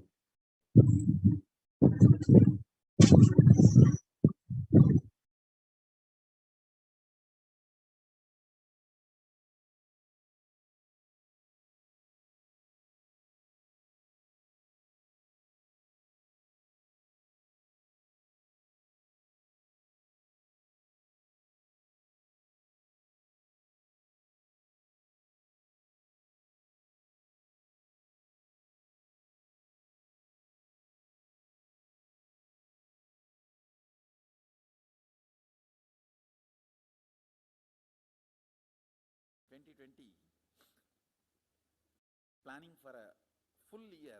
I'm going to walk from Rameshwaram to Amarnath. 1 year with 10,000 people, just walking all over India to spend time with people. 2020 there will not be any program other than Padayatra and just spending time with people. Just walking. Of course, 10,000 people will be walking with me. Maybe 200 vehicles to carry our food and all the other items, transportation. Enjoying the river banks, forests, and time with nature. 10,000 people manifesting powers, walking from village to village. What do you think will happen? The scene of Buddhism spreading will be repeated now. How the Buddhism spread? 10,000 monks walking from village to village. What will happen? That's only monks. Here, power manifesting 10,000 people. The whole village will be manifesting powers. Just want to enjoy India and let India enjoy me. So planning for next year Kumbh Mela 2019, next year January Kumbh Mela. Before that, all the Balalayam, everything. Balalayam is going to be like the same structure outside with one stone tower, gold coated. It will be something like a 40 to 50 feet tall stone tower and 5 Rajagopurams, which will be something like 120 feet. This will be the Balalayam. And after the Mulalayam is built, this Balalayam will serve as a Utsava Murti Sannidhi, where the Utsava Murtis will be worshipped and where the Archanas. See, in the main temple, there will not be any Archana or anything, because just for Darshan itself, there will not be time. Like Tirupati, you can only have Darshan and Arati, the camp for Arati. No other worship is allowed in the main temple. 12 Kala Abhishekams. So continuously the rituals will be going on. People can have only darshan. They will not be able to involve themselves in any ritual. Other than darshan, nothing else will be allowed. So all the archana, all the other offerings, like people will offer the archanas and other, everything will be done to the Utsava Murti, which will be kept in the Balalayam, the present Balalayam, present structure. So people can spend time here. That will be more like a main darshan. This will be like energy darshan, where you can give letter, get response. So by next year, the Balalayam will be ready. So 2019 full year, I will be conducting the programs and everything. 2020 will be the one full year Padayatra, walking. From next year, Jayanti, means 2019's Jayanti to 2020's Jayanti. Full year, Jayanti to Jayanti will be Padayatra. Before that, we will make 10,000 people power manifestors. It will be sannyasi, brahmachari, grihastha, all put together. 10,000 people will be walking. What a scene it will be. I think that is the only way the revival of Sanatana Hindu Dharma can be done. I need to get into the ground where people can see me, where they are living. I can't be waiting for people to come where I am living. Now I am sitting in one place to prepare these 10,000 people and make this science completely user-friendly. For that only I am sitting and working. So I have given 2 years for me now, 2018 and 2019. So 2020,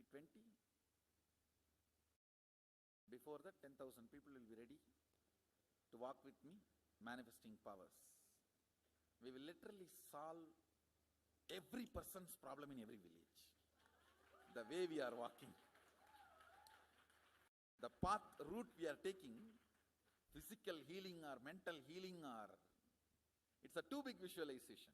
How will you visualize? What will happen if 10,000 power manifestors enter into a village and ask people, tell me your problem now, come on, let's sort it out. And understand 1200 years before in Tiruvannamalai temple carvings, how the baby will be in the womb in second month, third month, all that is detailed way carved. It is there. Which scanning machine was there in those days other than the third eye? Very detailed carvings are there. Even Srirangam temple, the whole carving is there. Srirangam temple gives a week by week the whole picture of male baby and female baby.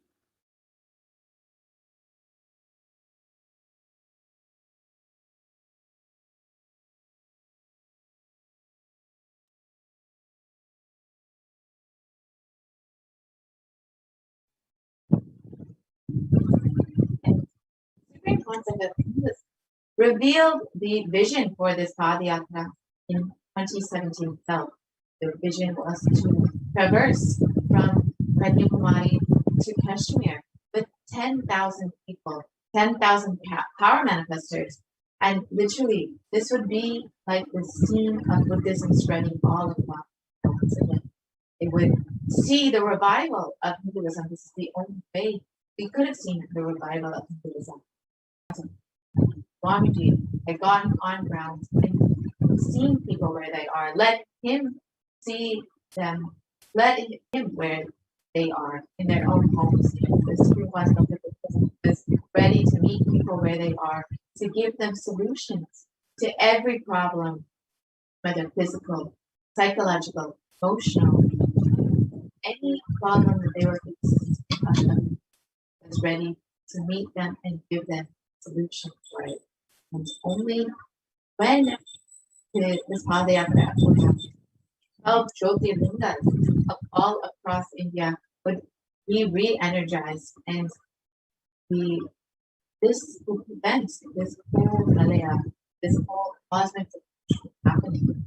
Unfortunately, the Supreme Concept of Hinduism was not allowed to do this Padayatra, was driven out of the before this Padayatra happened. However, the Supreme Concept of Hinduism continuously working and to ensure that humanity is still protected, to ensure that they are still staying safe during this time, during this Palaya. And the Supreme Concept of Hinduism has from the beginning, from the time of descent as in his avatar mode, has known of this Palaya, this cosmic deluge that was coming once again, and was preparing humanity from the beginning to ensure that they are prepared for this Padayatra, to ensure that they are prepared for this cosmic deluge that would be the Supreme Concept, to initiating and blessing people, conducting Padayatras, preparing them for various Padayatras, continuously guiding people into the science of enlightenment, despite the Supreme Concept not being allowed to conduct this Padayatra, not being allowed to prevent this cosmic deluge from happening, from not being allowed to re-energize the 12 Jyotirlingas. The Supreme Concept of Hinduism has been continuously working during this pandemic to ensure that humanity is protected by offering various programs like the Paramashivoham online program, the Bhava Samadhi Darshans, to ensure that people are staying safe, people are protected, people are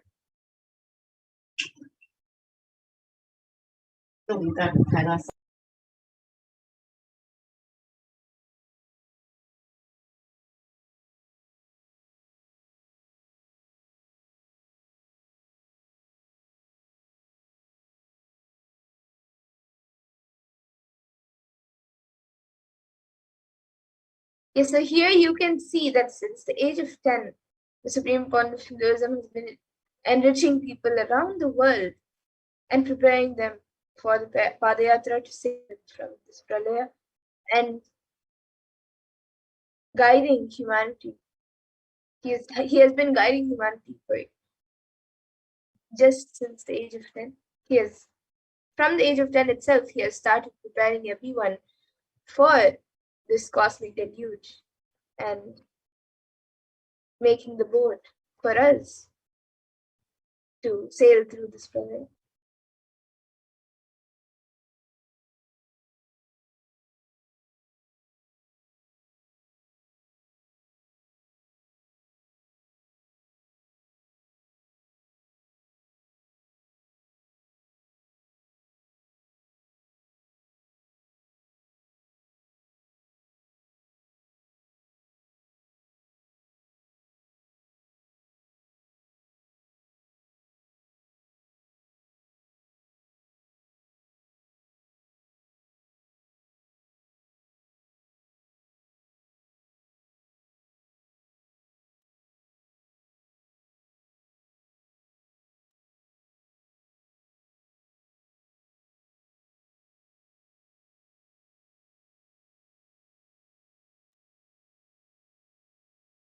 And here you can see that from that age, we just saw that since the age of 10 itself, the Supreme Point of Hinduism has been enriching many. So the Supreme Point of Hinduism has been enriching and initiating masses into enlightenment through his powerful discourses, initiations, and darshans. So here you can see a picture of 16th and 7th November in 2005 in Chennai, Tamil Nadu, where he conducted the program Bliss Attracts. Yes. And you can see the mass darshans, the mass satsangs, the mass programs in the next several slides that the Supreme Council of Hinduism has been conducting over the last 2 decades here in Rasipuram, Tamil Nadu in 2005. You can see how many people in each of these photos are in attendance. Each of these people are getting initiated into the science of enlightenment, getting blessed by the Supreme Council of Hinduism directly. And of course, he is preparing them for the pandemic, for the pralaya, and to ultimately break through this super conscious breakthrough. And here in Salem, Tamil Nadu in 2005, the Nithyananda program. And so you can see the Supreme Council of Hinduism blessing people, initiating people, literally even feeding people, performing homas, performing pujas, doing everything in order to prepare every single being for this pralaya. The Nithyananda program, here you can see the birth star celebrations in Tirunelveli, Tamil Nadu, celebration of the day of Advent of the Supreme Concept, according to the Hindu calendar. And you can see in all of these photos how many different people from different backgrounds, different walks of life, ages, and every culture, nationality, so many various backgrounds were in attendance for all of these programs here. You can see the Jayanti celebrations in the last photo and this photo. In 2006, this is conducted in a school where the Supreme Council of Hinduism was initiating the youth into the science of it. Here you can see the Nithyananda program in Tamil Nadu 2006. So even here you can see how many people, thousands of people have attended this program to get enriched by Swamiji, and he has initiated everyone to these sciences. And here you can also see the Adi Kailas Nithyananda Sarvagya, the Guru Purnima celebrations there. And you can see the Bhakti Spurna program here. Each of these programs was designed to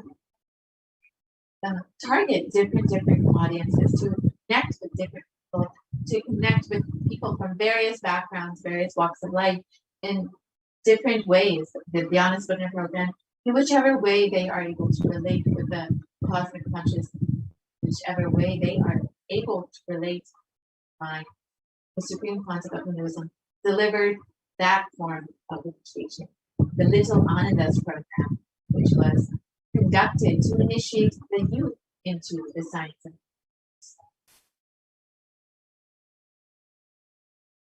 each of these programs. This is Satyayana. This was a very grand program. This was 7 homas, a series of homas, where the Supreme Concept of Hinduism not only performed the homas himself, but guided 1,008 other people into the same homas. You can see photos of people performing the homas guided by the Supreme Concept himself. And this was a huge offering to humanity, bringing so much peace, harmony, and auspiciousness to the world. Here you can see the Supreme Concept of Hinduism himself conducting the homa, making the offerings, guiding the various participants into rituals, and of course the Supreme Concept of Hinduism himself performing these various rituals, cultural performances.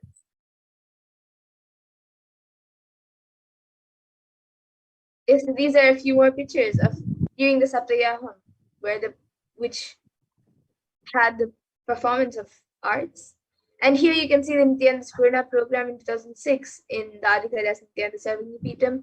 And even here you can see thousands of people who were the Supreme Point of Hinduism is initiating into these sciences. And the Nithyananda Spurna program in Salem, Tamil Nadu. Each of these photos, you can see how many people were in attendance and how many people were being blessed. And this was continuously going on.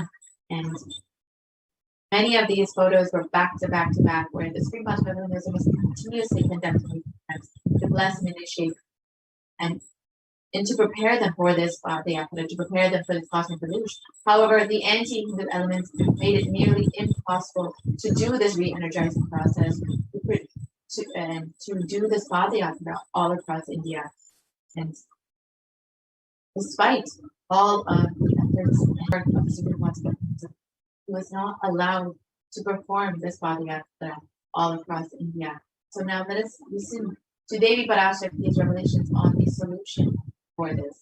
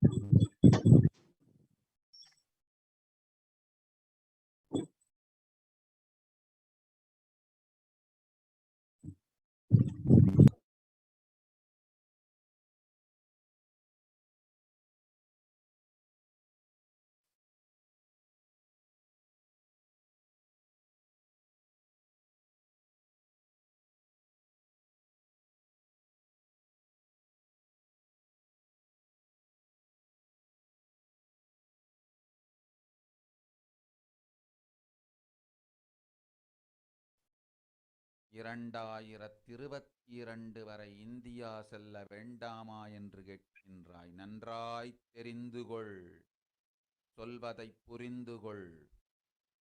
இந்த பெருநரகமான கிருமி போஜனம்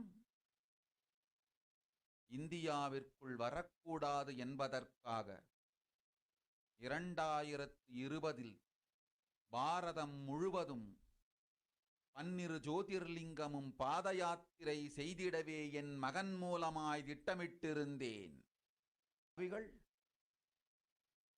ஓடத்தின் மாலுமியை ஊர்விட்டு துரத்தினார்கள். என்ன நடக்கிறதென்று பார். முறையாக கைலாய நாட்டின் தலைவனாக நிறை மரியாதையொடு நல் மதிப்பொடு என் நிஜாவதாரம் நித்யானந்தன் திருவடி மீண்டும் பாரதத்தில் பட்டு பாத யாத்திரை செய்த பிறகு மட்டுமே நீ அங்கு செல்ல வேண்டும். அதுவரை உன்னை காத்து செல்லாதே. ஓம் ஓம் ஓம்.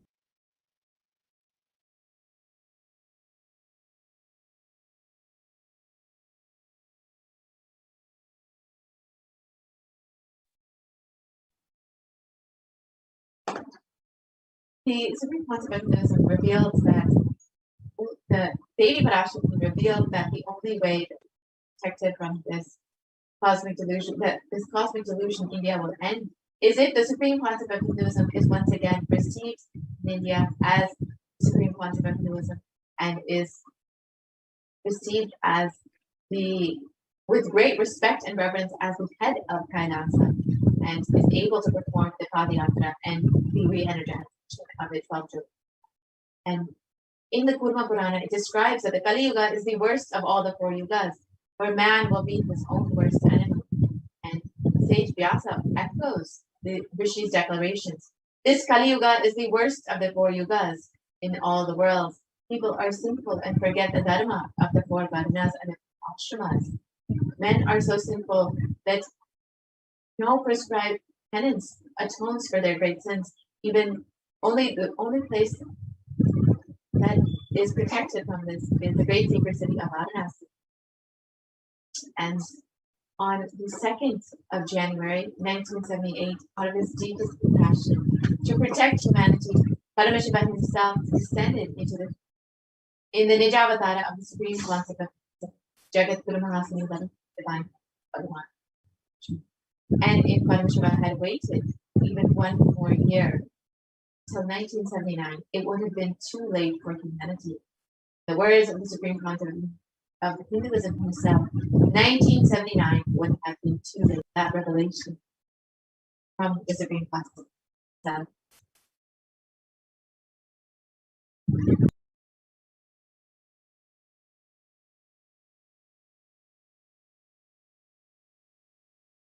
And I tell you, O Hindus, don't be afraid. I am back with the same science. We are going to be rich.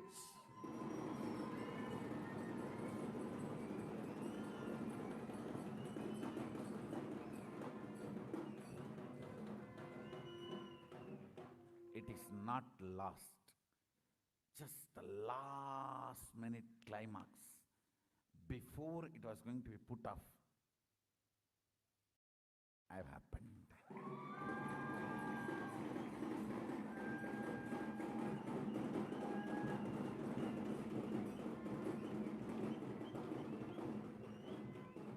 "1979 would have been late. 1979 would have been late. If I had time, I would have sent only ambassadors.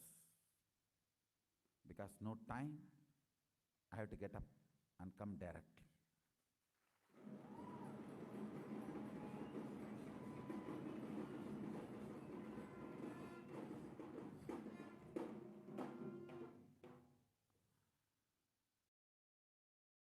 O Hindus, feel blessed. Science is not dead. It is available. I have everything needed to bring that science back to life and establish its legitimacy.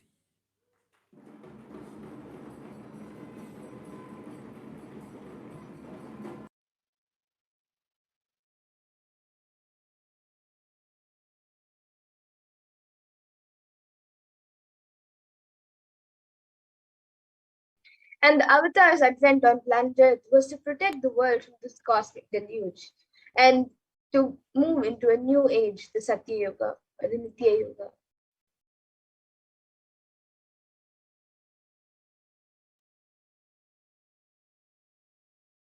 So now let us watch a video on Parashakti's revelations on the 30th of April. கேளுங்கள். கலி முற்றி கலி கழிந்து புதுயுகம் சத்தியயுகம் புறப்பட வேண்டிய காலம் வந்ததனால் வந்திருக்கின்றது இந்த பெரும் பிரளயம்.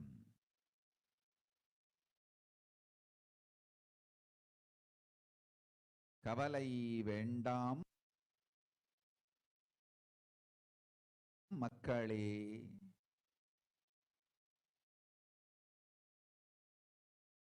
நித்யானந்தன் வடிவம் தாங்கி நாமே இங்கு வந்திருக்கின்றோம். நித்யயுகம் செய்வோம், நித்யயுகம் சத்யயுகமாய் மலரும் இங்கு. ஆனந்தமாக இருங்கள்.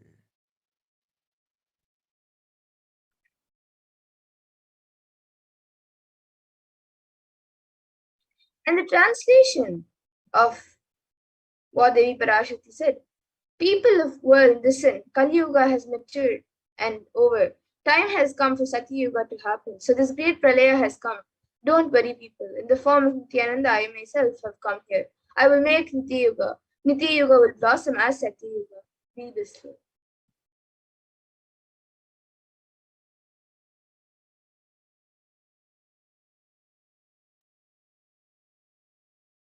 For this huge help, Kirmi Bhojanam, not to come to India. 2020, I had planned to do Padayatra throughout India in 12 Jyotirlingas through my son Swamiji. And in order to prepare for this, the avatar began Padayatra at the mere age of 10. So here you can see Supreme Point of Hinduism at the age of 10.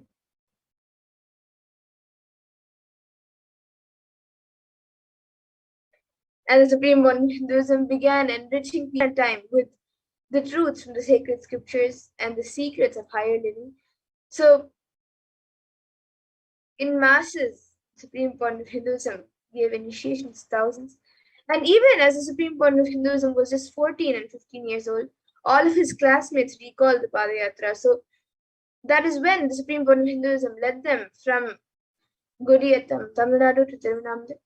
And when the Supreme Point of Hinduism was around 19 years of age, his fellow monks at the Ramakrishna Mutt also recalled the Yatra where the Supreme Point of Hinduism led them from Chennai, Tamil Nadu to Tirunamala, his birthplace, and gave them an unforgettable pilgrimage trip experience.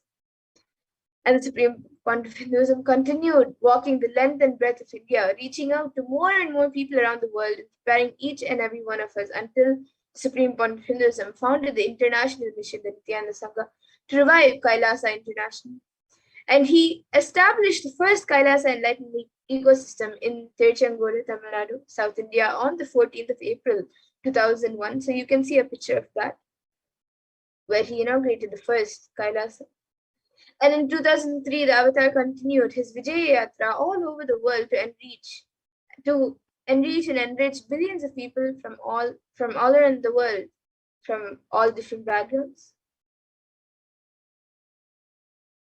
The Supreme Point of Hinduism's intensity and dedication for the people, even among crowds of thousands who don't even know English. The Supreme Point of Hinduism resonated deeply, and his presence moved each and every one to tears. So you can see, even around the world in different countries, without understanding language, everyone were initiated. And in 2004, this Avatar also led his disciples on the first Himalayan Yatra, visiting temples, delivering satsangs, and initiated them into a superconscious breakthrough. And subsequently, the Avatar also personally organized and led yatras yearly and guided individual souls, not just to physical spiritual sites, but even to supernal spiritual realms. And in 2006, the Padayatras were taken to the next level. So here you can see a picture of the Korekan Yatra, which tours of people participated, and it was impacted by the Nithyanandeshwara and Nithyanandeshwari deities traveling from city to city. So let us now watch a video of the Korekan Ratha Yatra.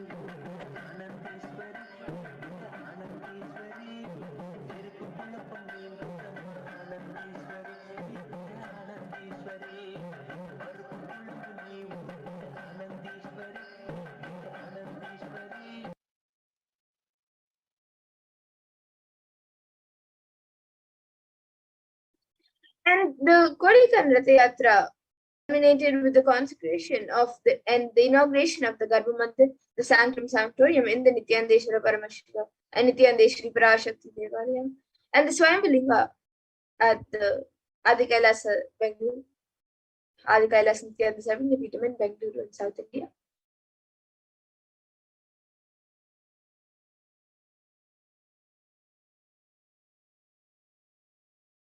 So here you can see the inauguration and the consecration of all the deities in the Garbha Mandir. And the deities were energized as Archavataras to radiate the energy of Paramashiva and Parashakti to create the Adi Kailas Sarvagiriyatam as a ship to save humanity from the upcoming Pralaya. So even years ago, the Supreme Point of Hinduism established the deities as Archavataras to heal and protect everyone from the Pralaya. And the Supreme Point of Hinduism created innumerable spiritual energy centers in India as safe havens during this great deluge. So you can see Kailas and Tiruchengodu, then the Adi Kailas Sarvagiriyatam and Bangalore and much more. And in 2008, the Avatar also created and energized the Vaidya Sarovar, the Antalinga, which would protect anyone who bathes in its waters from the deadly COVID-19. So let us watch a small video on Abhishekam done to the Nithyananda Vaidya Sarovar Anandalinga. जनमस्तहस्राक्षाय च चतुर्धन्वने जनमो गिरिशाय विष्टाय जनमो मीढुष्टमाय चेषुमते जनमो स्रस्वाय च वामनाय जनमो बृहते च वर्षीयते जनमो वृद्धाय च संवृद्धने जनमो अग्र्याय च प्रथमाय जनम आशवे च जिराय जनम शीघ्रियाय च शीघ्राय च नम ऊर्म्याय च वस्वन्याय च नम स्रोतस्याय च दीप्याय च नमो ज्येष्ठाय च कनिष्ठाय च नम पूर्वजाय च परजाय च नमो मध्यमाय च पगल्भाय च नमो च घन्याय च बुद्ध्याय च नमस्तोभ्याय च प्रतिसर्याय च नमो याम्याय च क्षेम्याय च नम उर्वर्याय च खल्याय च नम श्रोप्याय च वसान्याय च नमो वन्याय च कक्ष्याय च नम श्रवाय च प्रतिश्रवाय च नम आशुषेणाय च आशुरथाय च नम शूराय च वभिन्दते च नमो वर्मिणे च वरुथिने च नमो बिल्मिने च कवचिने च नम श्रुताय च श्रुतसेनाय च नमो दुन्दुभ्याय च हनन्याय च नमो धृष्णवे च प्रवृषाय च नमो दूताय च प्रहिताय च नमो निषङ्गिने च शुधिमते च नमस्तीक्ष्णे च वेचाय धिने च नमस्वायुधाय च सुधन्वने च नमस्त्याय च पथ्याय च नमः काट्याय च नीप्याय च नमः सूप्याय च सरस्याय च नमो नाद्याय च वैशन्ताय च नमः कूप्याय च भट्याय च नमो वर्ष्याय च नमो मेघ्याय च विद्युत्याय च नमः ईर्ध्याय च तप्याय च नमो वात्याय च रेश्म्याय च नमो वास्तव्याय च वास्तुपाय च ओम नमः सोमाय च रुद्राय च नमः ताम्राय च अरुणाय च नमः शंगाय च वशुपतये च नमः उग्राय च भीमाय च नमो अग्रे वधाय च दूरे वधाय च नमो हन्त्रे च हन्यसे च नमो वृक्षेभ्यो हरिकेशेभ्यो नमस्ताराय नमः शम्भवे च मयोभवे च नमः शंकराय च मयस्कराय च नमः शिवाय च शिवधराय च नमः तीर्थ्याय च पूल्याय च नमः पार्याय च वार्याय च नमः प्रतरणाय चोत्तरणाय च नमः आतार्याय च लात्याय च नमः षष्ट्याय च फेन्याय च नमस्तिकत्याय च प्रवाह्याय च नमः ईरण्याय च प्रपथ्याय च नमः किगंशिलाय च क्षेणाय च नमः कपर्दिने च पुनस्तये च नमो गोष्ट्याय च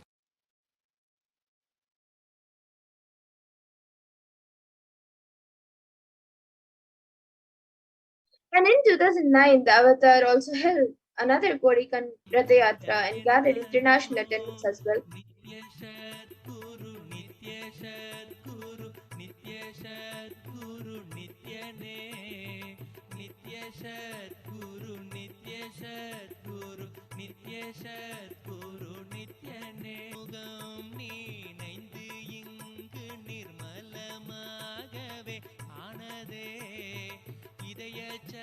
சக்கரம் அனகதமும் இனிமையோடு திறந்ததே நித்ய சத்குரு நித்ய சத்குரு நித்ய சத்குரு நித்யனே நித்ய சத்குரு நித்ய சத்குரு நித்ய சத்குரு நித்யனே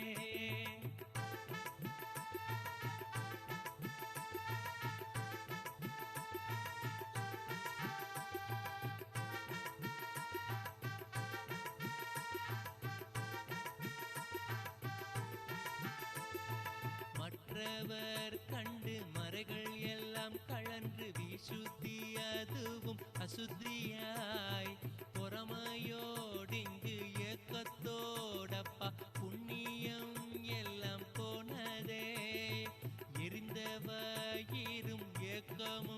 சேர்த்து விசுத்தி அசுத்தியானதே விசுத்தியை தீர்க்க விமலனின் பதம் விரைந்து இங்கு வரவேணுமே நித்ய சத்குரு நித்ய சத்குரு நித்ய சத்குரு நித்யனே நித்ய சத்குரு நித்ய சத்குரு நித்ய சத்குரு நித்யனே ஆமை பூகுந்த எண்ணகந்தினை பொறாமை பூகாது காக்கவே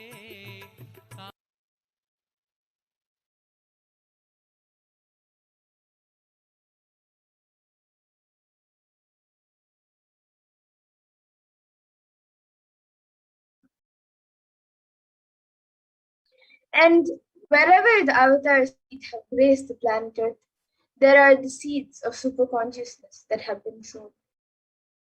So everywhere where the avatar has walked, the seeds of superconsciousness have been sown. So even in that, the Supreme Point of Hinduism is protecting and guiding humanity.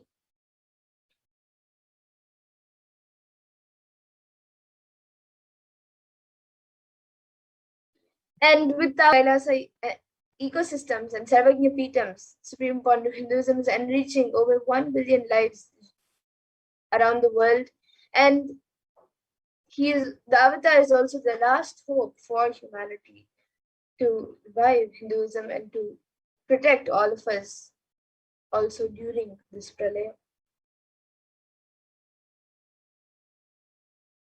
So here you can see a picture of the Kailasa and Erode, the Adi Nithyananda.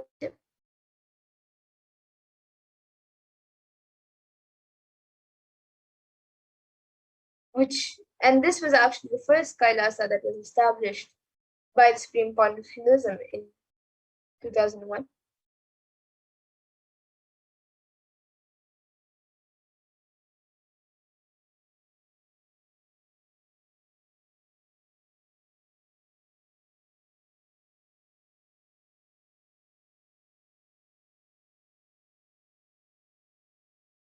And here you can see the Adi Kailasa Nithyananda Sarvagnya Peetam in Bengaluru.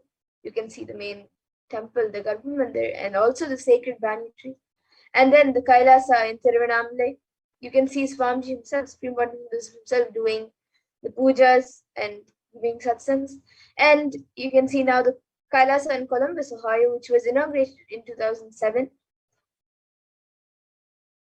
And the chief presiding deities of the temple are the Nithyanandeshwara and Nithyanandeshwari, which is Lord Shiva and Devi Parashakti. And the deities are 7 feet tall and are granite, and it weighs 6 tons. And their faces have been directly hand carved by the Supreme Point of Hinduism himself. So you can see how Supreme Point of Hinduism himself, for every temple and Kailasa, the Supreme Point of Hinduism has worked. And he has put his effort to protect all of us during this pralaya. And here are a few more pictures of the Kailasa in Columbus, Ohio, USA. And this temple was, yes, and now you can see the temple in Los Angeles, California, in US, which was established in 2007. And here are a few more pictures of the Kailasa in Los Angeles. And over 80 deities reside in this temple, embodying the diversity of Hindu sacred sentiments today. And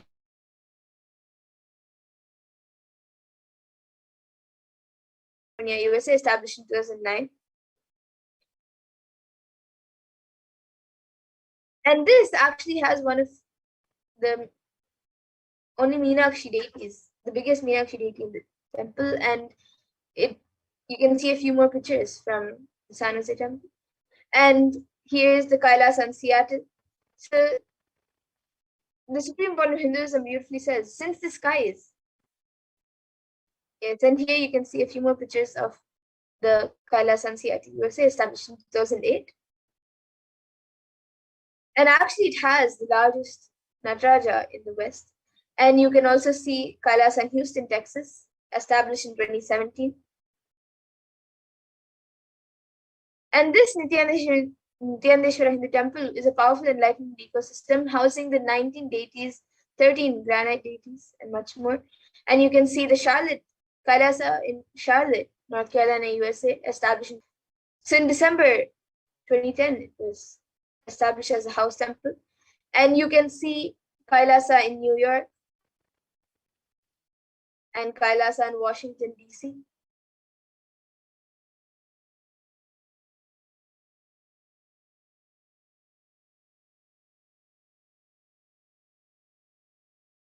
So around the world, in various places, Swamiji has established the Kailasa. So you can see the Kailasa in Toronto, Kailasa in Oklahoma City, which all of these Kailasas were built by Swamiji in order to protect people from this pralaya, in order to ensure that they are staying in this high space of enlightenment and continuously receiving his teachings. Here you can see the Kailasa in Phoenix and the Kailasa in St. Louis, Missouri.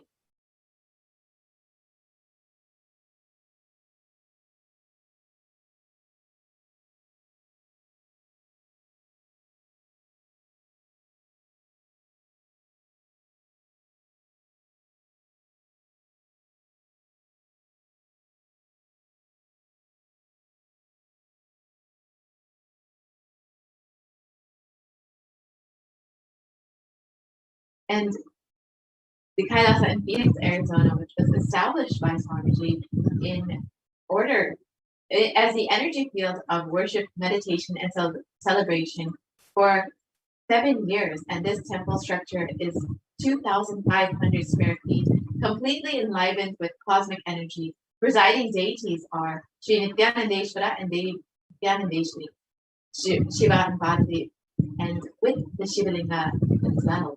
And over 21 deities reside in this temple. You can see Supreme Concept of Hinduism himself doing the inauguration and the consecration of these deities in 2007. And here you can see Kailasa in St. Louis, Missouri. The St. Louis Adina carries the energy of Tirumala Tirupati of South India and houses one of the tallest Venkateshwara deities in America, along with his consorts Sri Devi and Bhudevi. The beautiful Shivalinga and Nithyananda Ganesha also reside at this temple, and the St. Louis Alinam is located on the scenic route, just 30 minutes from the city. The beautiful landscape nestled among the woods and rolling hills of Missouri stretches for 20 acres. Upon entering, visitors can see the Paramahamsa Park around the Pushkarni Lake, and the construction of the Vedic community is planned around this Paramahamsa Park. You can see the temple, the deities, and the various activities that take place in the St. Louis. The Kailasa and Omen, and the Omen Adina serves as a pillar in nurturing Vedic culture. Activities include yoga and meditation, plus bringing spiritual healing to the communities for peace and harmony. The Omen Adina, a home temple, is spiritually named Om and Shivagange. It fulfills the needs of the Hindus in the area and brings a powerful, energized deities to the region. Here you can see Kailasa in Dubai is another center in the Middle East, bringing the science of enlightenment to the whole of the Middle East. The Kailasa in London, one of the many Kailasas in the United Kingdom. See the deities beautifully decorated, beautifully jeweled, and blessing. And here, Kailasa in Scotland, another one of the Kailasas, UK. Again, Golgamurtis, beautifully having Alampan and blessing. The Kailasa in Netherlands, one of the main centers in Europe. See the devotees and disciples enjoying the various activities. Kailasa. The Kailasa in Slovakia, here you can see devotees receiving the Shivadiksha, Pachalinga, and the Kandamala from the Parathamu Murti of Swamiji. The Kailasa in Belgium. You can see the Bhogamurtis, the deities having Abhishekam and Alankar for them.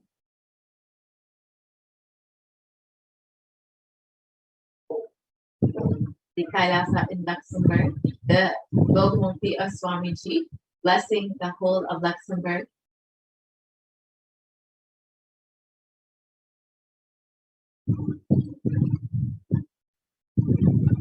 The Kailasa in Austria. You can see the Kailasa in Austria, the Bhogamurtis, and also the offerings by devotees. The Kailasa in Germany. You can see the various programs that were taking place in Kailasa in Germany, the regular weekend programs that were once conducted before the pandemic, and now the Parashakti programs, which is happening online. And you can see Kailasa in Italy, the Bhogamurti, and the Naivedyam offering to the deities. And again, this is one of the centers in Italy that is blessing and bringing the soul side to light. The Kailasa in France, the France Adinam, and the devotees, the disciples, and the sannyasis who reside at this Kailasa in France, enjoying this enlightenment ecosystem. You can see Kailasa in Switzerland, the Bhogamurtis, and the Parakamurti of Swamiji, the various other deities that were ones. The Kailasa in Mauritius, and you can see the Sangha, the devotees and disciples in Kailasa and Mauritius enjoying the Abhishekam, the Alankar, and all of the various activities happening in this continent. And here you can see Kailasa in South Africa, the devotees and disciples gathering to perform puja and enjoying the presence of the other God in Kailasa. Kailasa in Salem, and this was inaugurated in 2006, and the Supreme Council of Hinduism declared this as the enlightenment ecosystem headquarters of Tamil Nadu. In the words of the Supreme Council of Hinduism itself, Tamil Nadu will start giving the signs of enlightenment to the world from location. Here you can see the Supreme Council of Hinduism performing puja and the Maheshwara puja. The Kailasa and Hosur. The Hosur Abhinam was handed over to the Supreme Council of Hinduism and officially inaugurated in 2015. And the Adinam was founded by J. Krishnamurti, a speaker, writer, and philosopher, and it was given to his secretary, Kailasa in Patna, one of the centers in Tamil Nadu, one of Kailasa enlightenment ecosystems in Tamil Nadu. You can see the Supreme Council of Hinduism himself directly blessing and guiding thousands of people into the sun. The Kailasa in Varanasi, one of the Kailasas in North America, in North India, and the sannyasis offering the various naivedyams to the deities. The Kailasa in Rajapalayam, which is a Shakti Sthana and is considered a Hindu heritage site. This significance of this land as for Hindus is little known, that Devi Meenakshi stayed in this area after her coronation. You can see the various programs that have been conducted in this Kailasa and Rajavadi, and of course the Supreme Council itself conducting these programs. This is one of the important energy centers of Kailasa. The Kailasa in Hyderabad, which is a beautiful Rajarajeshwari temple and holds the energy of Devi Parashakti as the form of Rajarajeshwari itself. The deities.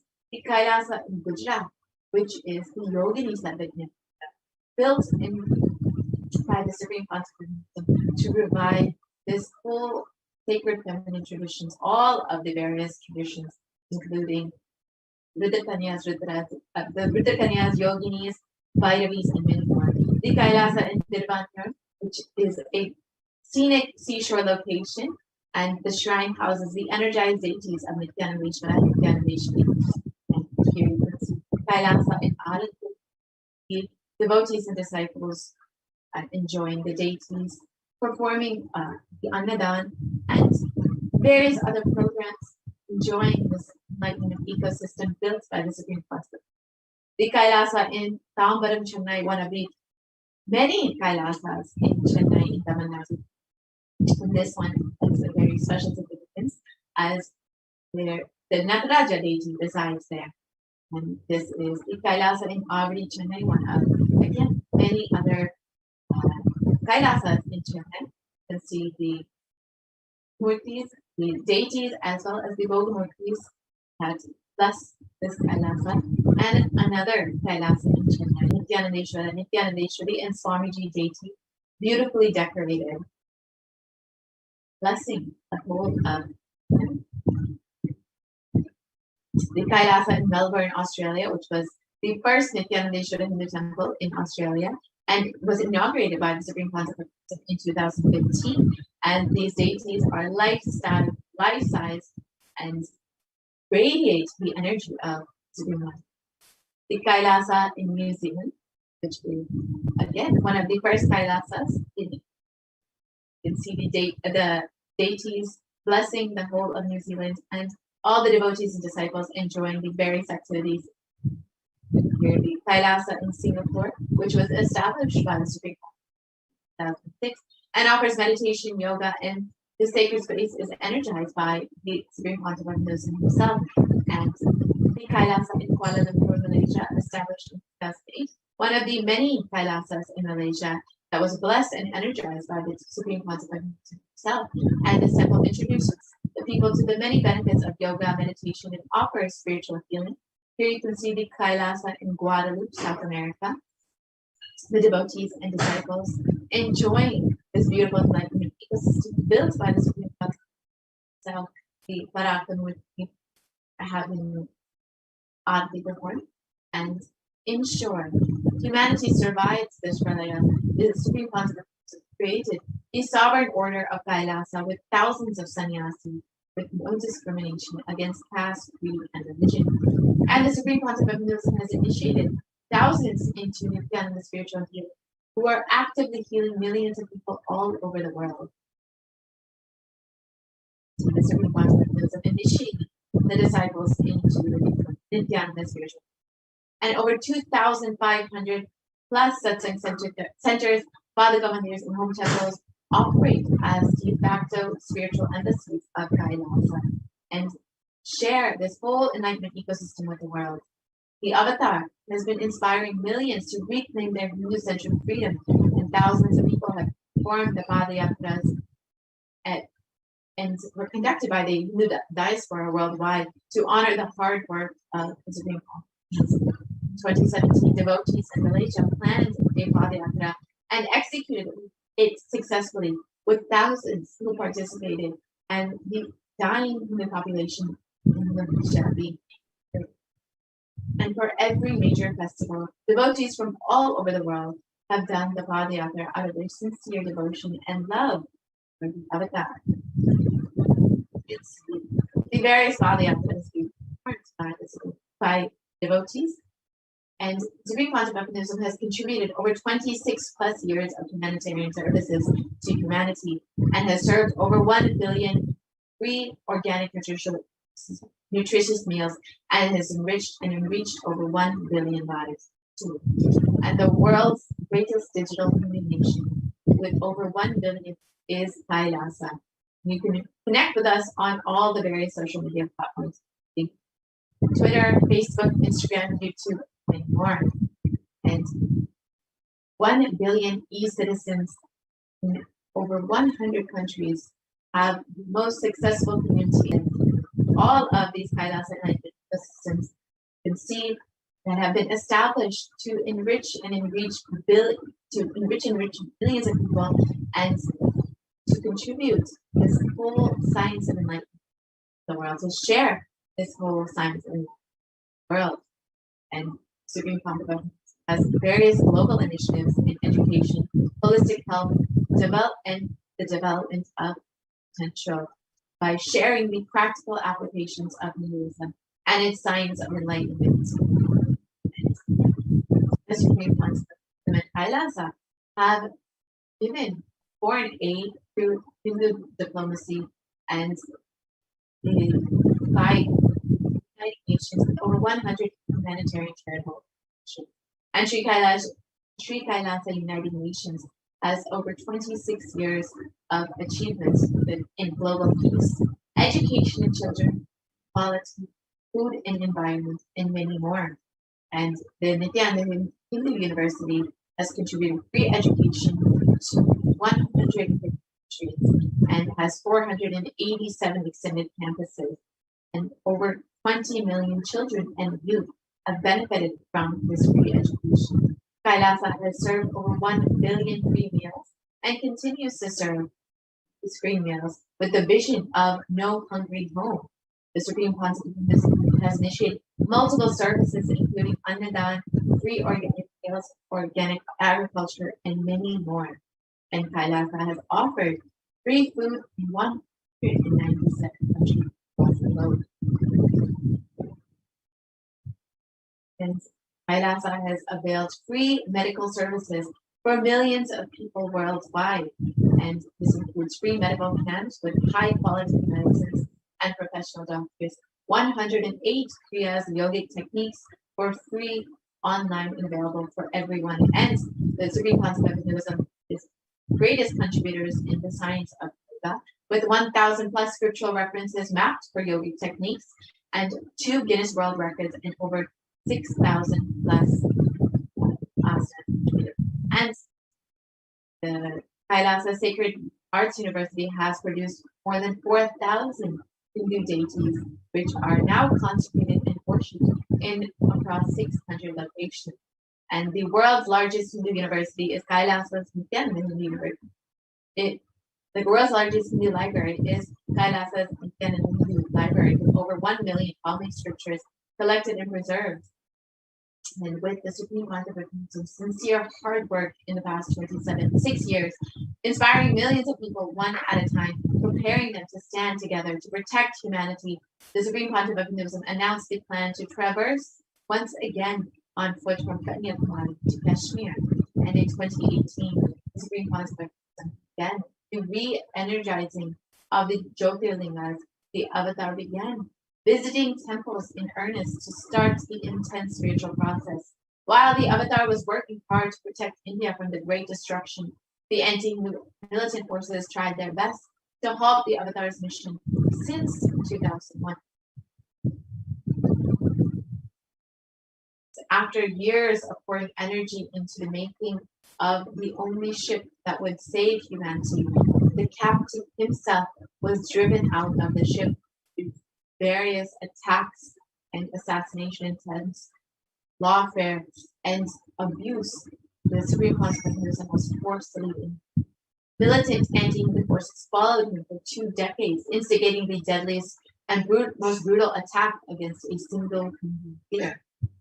Since 2009, the Supreme Pontificate has survived over 70 assassination attempts, incessant lawfare, and repeated attacks against him and his disciples. So you can see the home of the Supreme Pontificate is being burned in 2000. And with the media entirely owned by the anti-Hindu nexus, the truth never had a chance to come out. The attacks, the abuse against the Supreme Pontificate have never surfaced to common knowledge. And over 14,000 hours of hate speech have flooded the internet and broadcasted on media to incite hatred and character assassinate the Supreme Pontificate. And fabricated false cases were filed against the Supreme Pontificate to meekly justify this illegal arrest and to execute and to eliminate the Supreme Pontificate. Here you can see the various character assassinations by the Supreme Pontificate. And in 2018, the avatar was forced to leave India after a nearly fatal assassination attempt.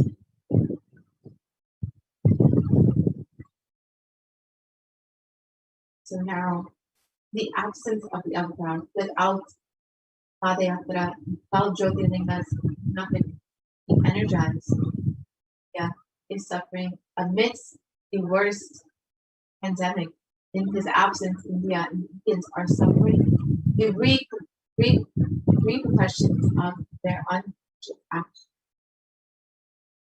Now, India is unfortunately the worst affected countries in this pandemic.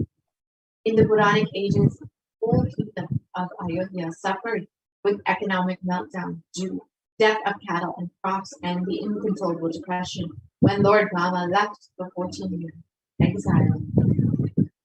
And in the economy began falling immediately 2 months after the Avatar left India, and today India faces the brutal effects of the pandemic.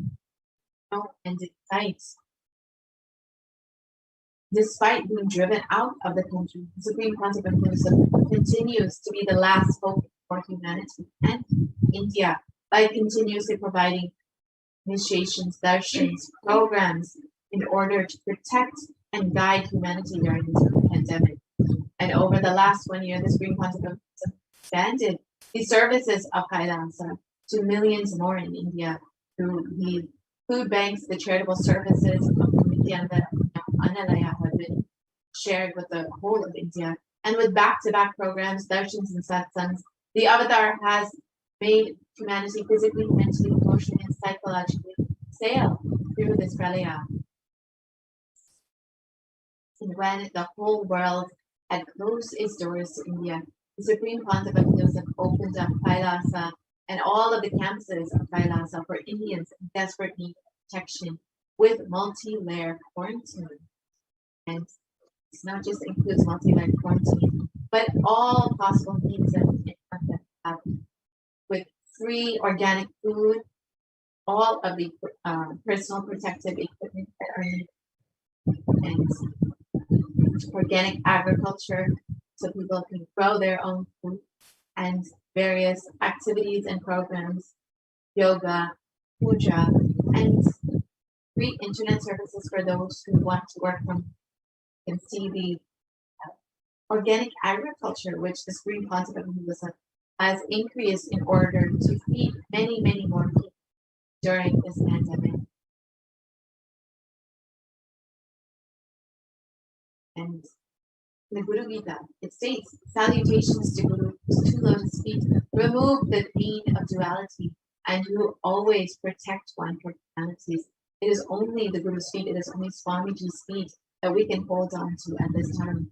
If remembered, this Padaka provides protection against great diseases, great disturbances, great evils, great fears, great calamities, and great sin. So it is only the divine lotus feet of the Guru that can protect us. There comes death in forsaking a mantra, poverty in forsaking the Guru, and Vaurava hell in forsaking both the Guru and the mantra.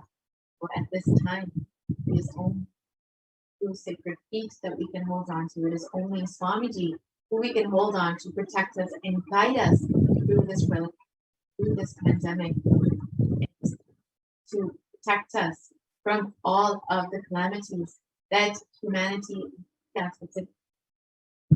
So we must realize that the pralaya will only end when the divine feet of the Supreme Concept of Buddhism once again walk on its soil.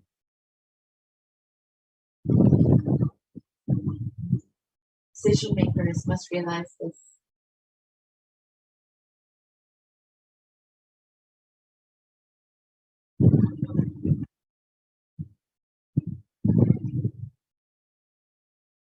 We must realize this will only end when once again the Supreme Concept of Buddhism walks on.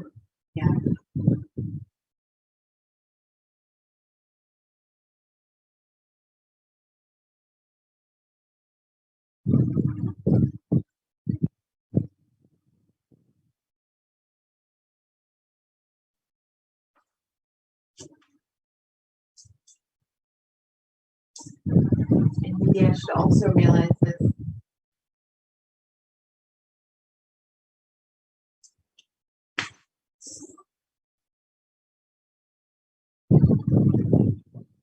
Every citizen should realize this.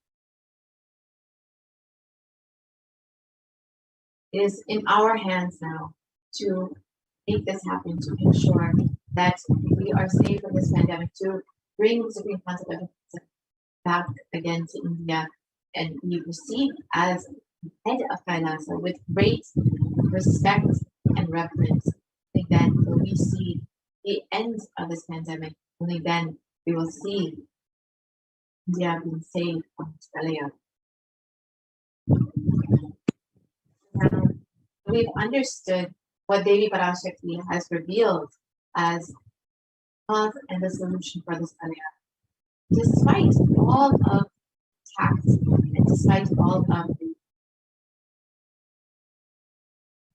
against Supreme Master, assassination, the lawfare against the Supreme Master does not give enough, not give up on humanity, and continues to continuously bless humanity, continues to guide humanity, continues to protect humanity during this Pralaya with the various programs, with making the Adi Kailasha Sampit and all of the Kailasas of India available for humanity, and are just overflowing with gratitude for the Supreme Concept, for Swamiji happening in your life, for protecting you during this time, and for guiding you during this time.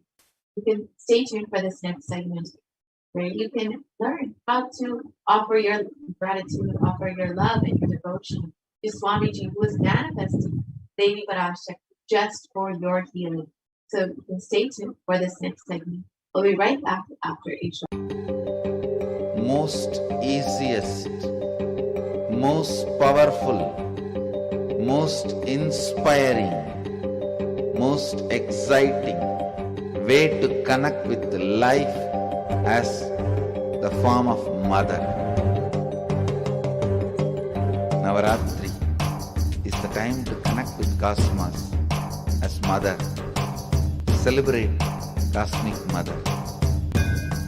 This 9 days we worship Mother, worshipping Divine Feminine.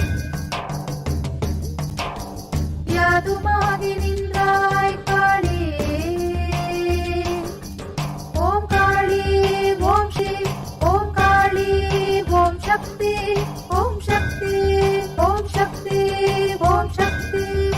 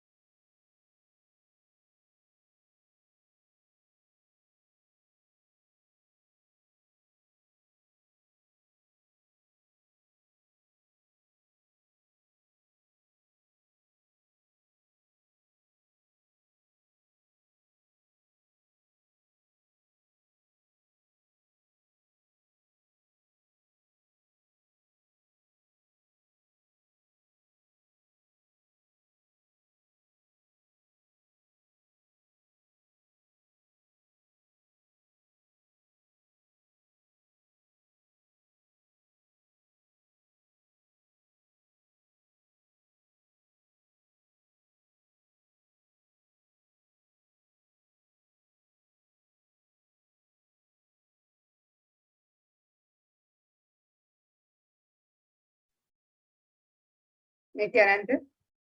And let's now see the various offerings that we can make to Devi Parashakti as we get ready to receive Devi's darshan today.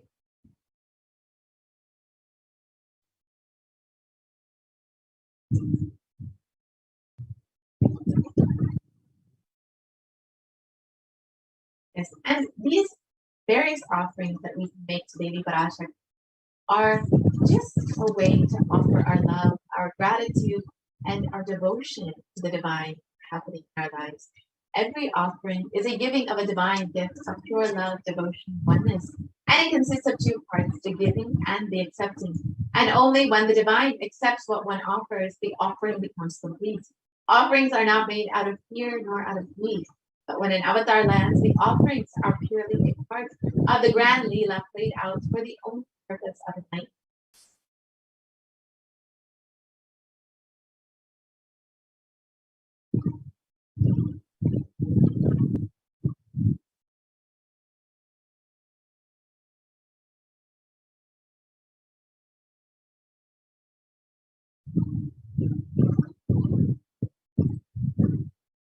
And as we get ready to receive Devi Parashakti and offer our gifts of devotion to Devi, let us look at this Dhyana Shloka which describes the great Parashakti.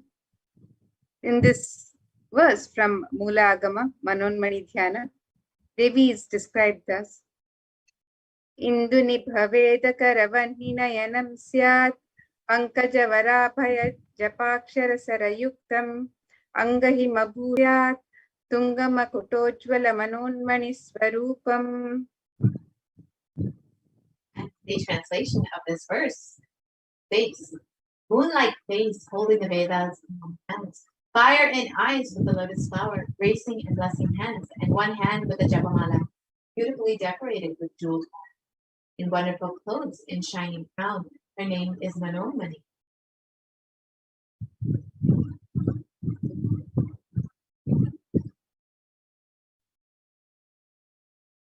And another verse from Mulagama Manonmani Dhyana.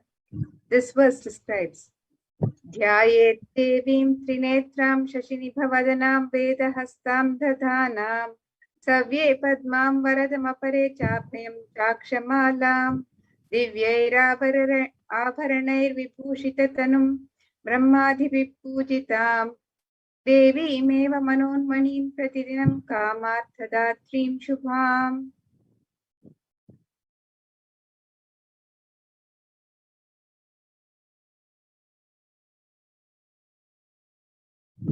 The translation continues, I meditate on Devi with 3 eyes glowing like a moon, and holding the Vedas, lotus, and gracing with blessing and grace in hands. She is wearing beautiful ornaments. She is worshipped by Brahma and other gods, and showers auspicious fruits for all actions every day. This is the Dhyana mantra which we can use to invoke Devi Parashakti to receive all of the blessings and her grace. Let us now, with great gratitude and love, enter into this segment and understand how we can connect with Devi Parashakti. And you'll see that many of these offerings are made in gold, and there is great significance of gold in Hinduism. It is a very divine element, and the verse from the Atharva Veda. And this verse from the Atharva Veda describes the significance of the divine element of gold. It says, Treda jatam janmanedam hiranyam agnirekam priyatama bhabuva somasyaikyam insitasya parapatata apamekam vedasam reta ahutatte hiranyam trividastva vaivishe. And the translation, triply born by birth is this gold, from the atoms of Agni is one. It becomes dearest to Agni, one fell away from the Soma when it was heard. One they call the seed of virtuous and powerful Apa, the watery molecules. Let that triple gold be for your long life. And it is a divine element in the Hindu tradition. It purifies anything it touches. It is an element of great spiritual significance and spiritual power of healing and enlightening. The vibration of gold has the power to infuse sattva energy and positive thought currents in anyone who wears and in anyone who sees or operates in the vicinity of the gold.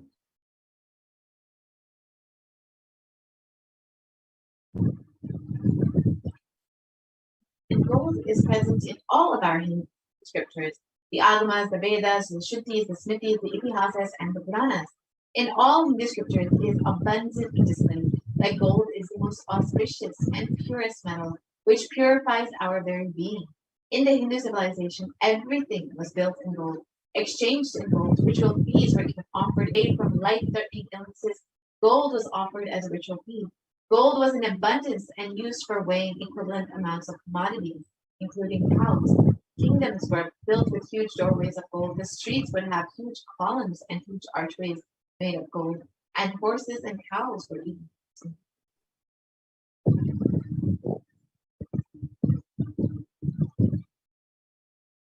And the Hindu civilization thrived on the banks of rivers of gold. The Indus River was called Hiranmaya, the river of gold in the Rig Veda. The river Saraswati was called Hiranyavartini in the Atharva Veda. Gold is the supreme element for offering gifts to the ones you love and revere. Temples are constructed and paved in gold. Deities are made in gold and decked and adorned in gold because it preserves the enlightenment energy for thousands of years and it lasts forever.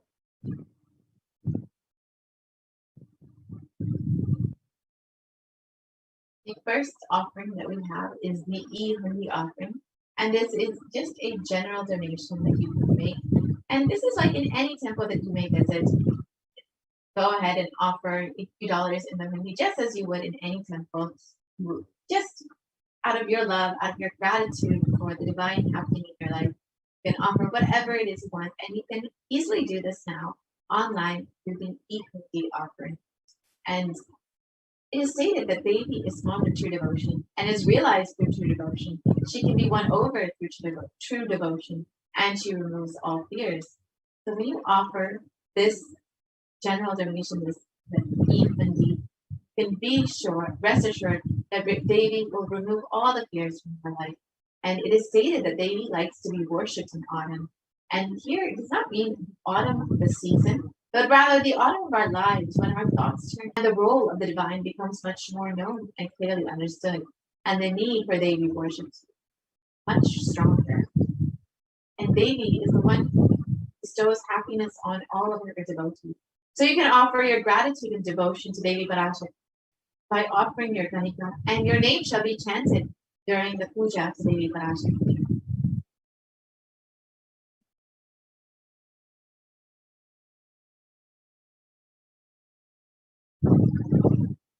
And the next offering is the offering of the Sankalpa chanting, the conscious resolution that we make as an offering to Devi Parashakti. And in the Devi Mahatmyam, verse 34, from chapter 12, the verse describes the power of the Sankalpa. And it says, the goddess enchants the universe and she herself gives birth to this universe.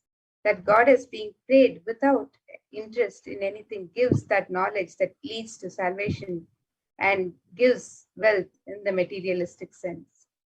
And when we make the conscious resolution, Devi answers the prayers, all prayers asked and unasked, because the conscious resolution has the power to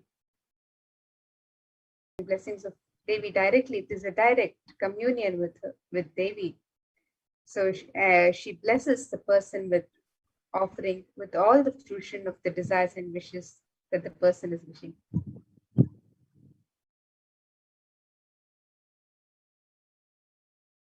The next offering is the Sahasranama Sarnapasana. This is the gold coin with the various inscriptions of Devi's various saints. And Devi is described as Nama Parayana Diva, the one who likes the repetition of her various names. And these various names of Devi Parashakti are not just names, but they are the various divine qualities of Devi Parashakti, whether it is her overflowing compassion or her infinite knowledge, whatever aspect of Devi that you can offer that name in the inscription on this gold coin and offer it to Devi Parashakti. This is a very special and unique offering made to the Mahameru of Devi Parashakti. And when you offer this gold coin, the inscription of various names of Devi on it, you can offer as many as you would like, and you will receive the blessings of having all the Ananta Kalyana Gunas, the various divine auspicious qualities of Devi Parashakti manifesting in you.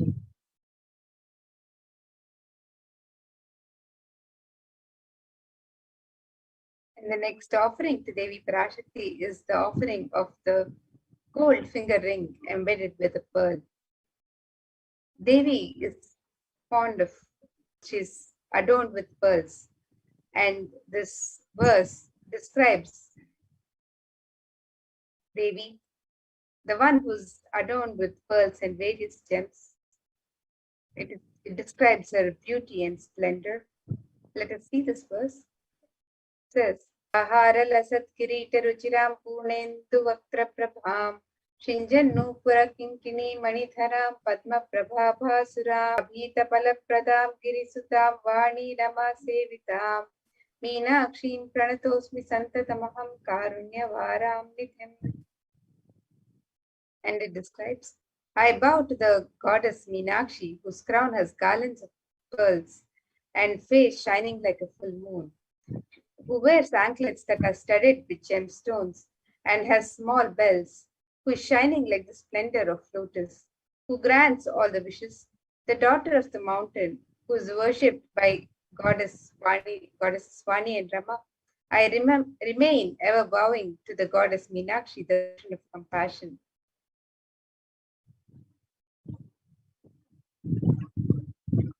And you can offer this gold finger ring with a pearl embedded and receive the blessings of Devi Parashakti showered by her compassion and pure love for all your business endeavors. And you can make this offering on the website www.kailasamailer.com. This and all other offerings are made available for you to gift to Devi Parashakti as your personal gift today. So you can visit the website www.kailasamailer.com/sevas and offer any of these offerings.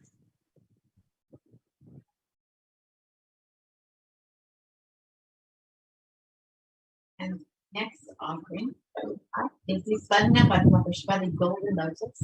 And in the Kavika, it describes the significance of this golden lotus. It states that all the kalashas should be wound around with suitable thread and covered with new cloth. They should be adorned with a lotus flower made of gold. And you can see is that the golden lotus is used in many, many rituals, and it has great significance as it is used to decorate and adorn the kalashas, which are used in various abhishekams, pujas, rituals, and homas. And you can see actually the lotus has hundreds of scriptural references for using the lotus in the worship of Parashakti. Almost everything in the worship of the ultimate involves the consecration of deities of worship or meditating on or the deity as the lotus flower, the lotus leaf, the lotus pericarp, the lotus petals. Lotus is a divine flower. The Shakti of Paramashiva is called the lotus. The base of the Paramashiva Linga is the lotus, and the disciple of Paramashiva is also considered to be lotus, ready to bloom. So when you offer the golden lotus in any size and dish, you will be blessed to have the state, space, powers, and being of Devi Parashakti and Paramashiva in your inner space amidst any and every adverse situation in your life. Just as a lotus blooms in murky waters, you too shall bloom in any murky adverse situation in your life.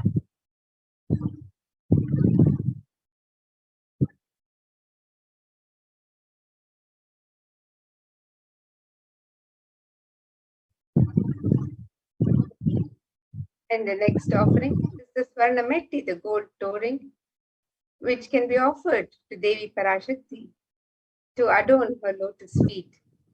The beauty of Devi's lotus feet is described in this verse, which says, Nakadiditi Sanchanna Namajjanatamo Guna Padatvaya Prabhajala Parakrita Saroruha.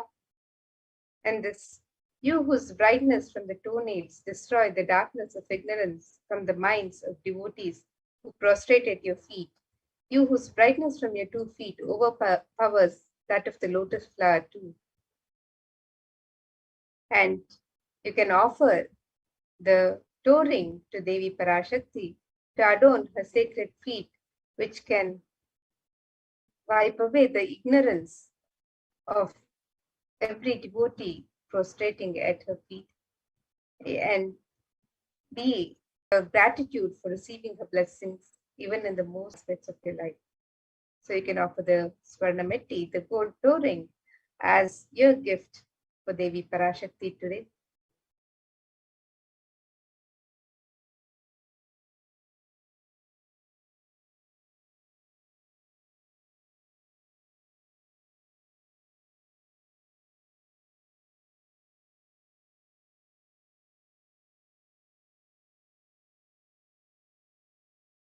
And the next offering is the offering of the Swarna Mangtika, the gold hairline jewelry.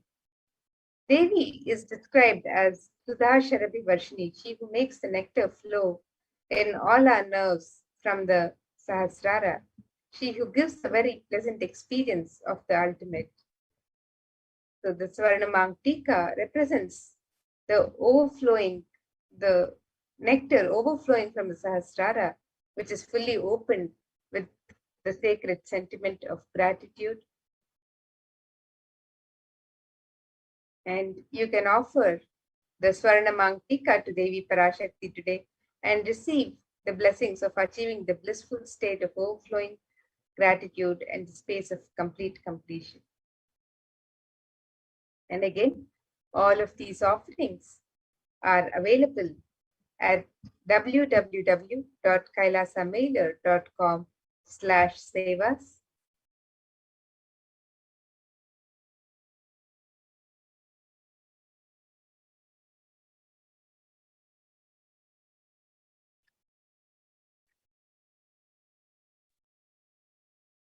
Yes. And the next offering is the Pratikshapada Puja, the offering of the worship of the divine lotus feet of Swamiji, of your very own feet. And you can offer this Pratikshapada Puja to Swamiji, who is manifesting the Parashakti just for you, just to bring the healing energy of the Cosmic Mother. And in the Saundarya Lahari, it states that the nails have been sharpened by constantly being touched by the crowns of the celestial beings, who always prostrate before Devi. Tamal Guna is darkness, and in this stotram, tamas is indicative of ignorance in the minds of the devotees. By constantly prostrating before Devi, their ignorance is removed and they attain knowledge. So you can offer this Pratikshapada Puja and be blessed with attaining ultimate supreme knowledge on your path to enlightenment. The blessings of Swamiji and Devi Parashakti.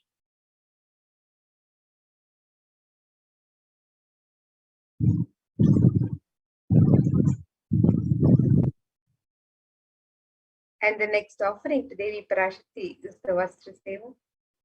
Vastra Seva is traditionally offered to the divine as a prayer for the protection of the divine at all times, in all conditions.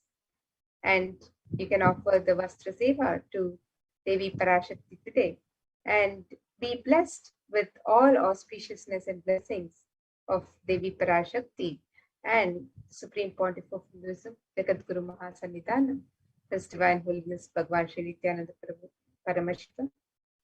And Devi Parashakti is manifesting through the Supreme Pontiff of Hinduism during the Bhava Samadhi Darshan. And you can make this offering during the darshan as your expression of sacred sentiments for the Devi Parashakti.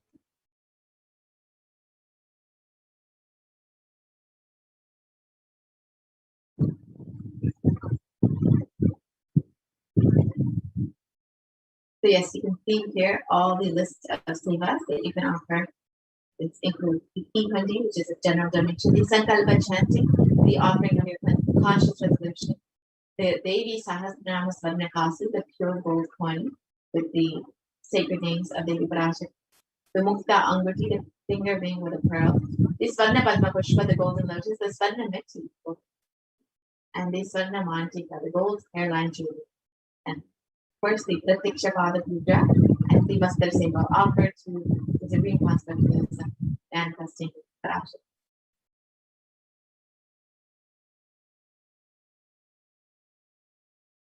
Yes, and here you can see the website where the offerings can be made. www.kailasamailer.com/savas. You can scroll down and make all of the offerings to Devi Parashakti, the offerings of the e-hundi, where you can offer any amount of your choice and in multiple currencies. And you can also offer the various jewelry or any other seva that you would like to offer on this website on Sept. So the e-hundi offering is available in multiple currencies for your convenience.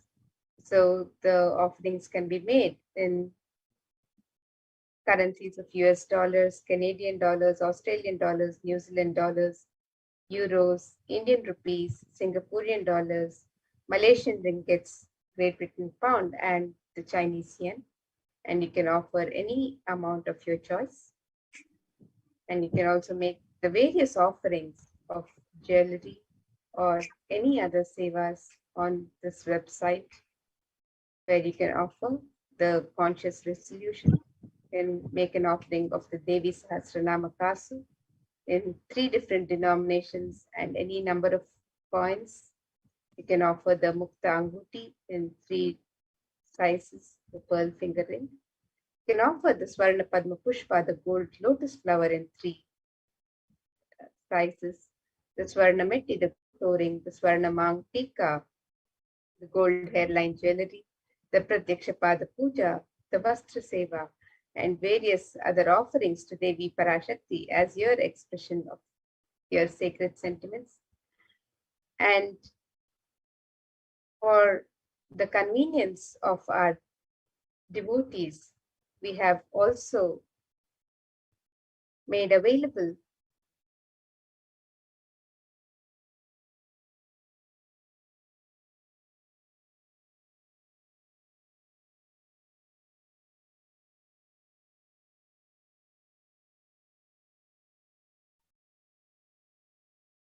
the various offerings on the membership options in YouTube.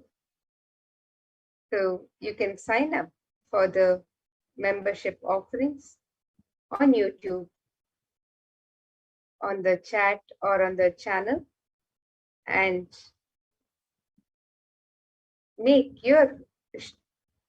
show your support for Kailasa.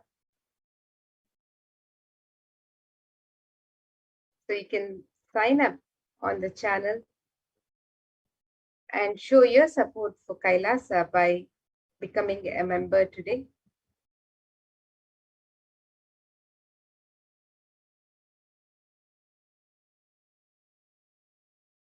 And with this, now we'll come to the conclusion of this segment, where we'll next move into the next segment, where we'll see the various facilities being made available for humanity through the various spiritual embassies of Kailasa.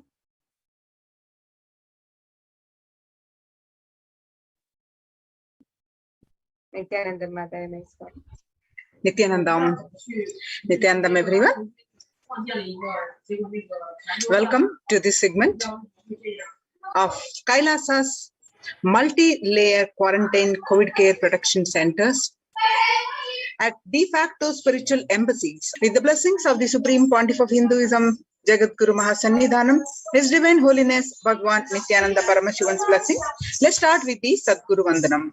Nithyanandam Paramasugadam Kevalam Jnanamurtim Sandvatitam Gagana Sadusham Tattvamasyaadilaksham Ekam Nityam Vimalamachalam Sarvadi Sakshi Bhutam Bhavatitam Triguna Rahitam Sadgurum Tam Namami.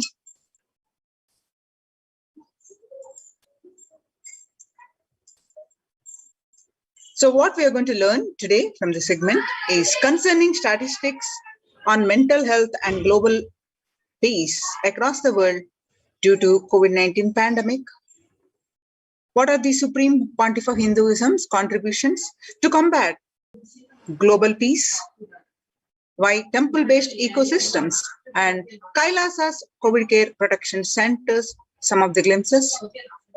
UN recognizes Kailasa's contributions. Join Kailasa's COVID care protection centers. Now we see some of the statistics that World Health Organization makes a big statement about Delta variant of COVID-19. The World Health Organization on Tuesday said the Delta variant of coronavirus has elbowed out all the 3 other COVID-19 variants of concern that now represent a tiny fraction of the samples, which are being sequenced. Less than 1% of alpha, beta, and gamma are currently circulating. It's really predominantly Delta around the world, said the World Health Organization's technical lead on COVID-19, Maria Vanker-Kove. Delta variant, which was first detected in India last year, has become more fit, it is more transmittable, and is out competing. It is replacing the other viruses that are circulating.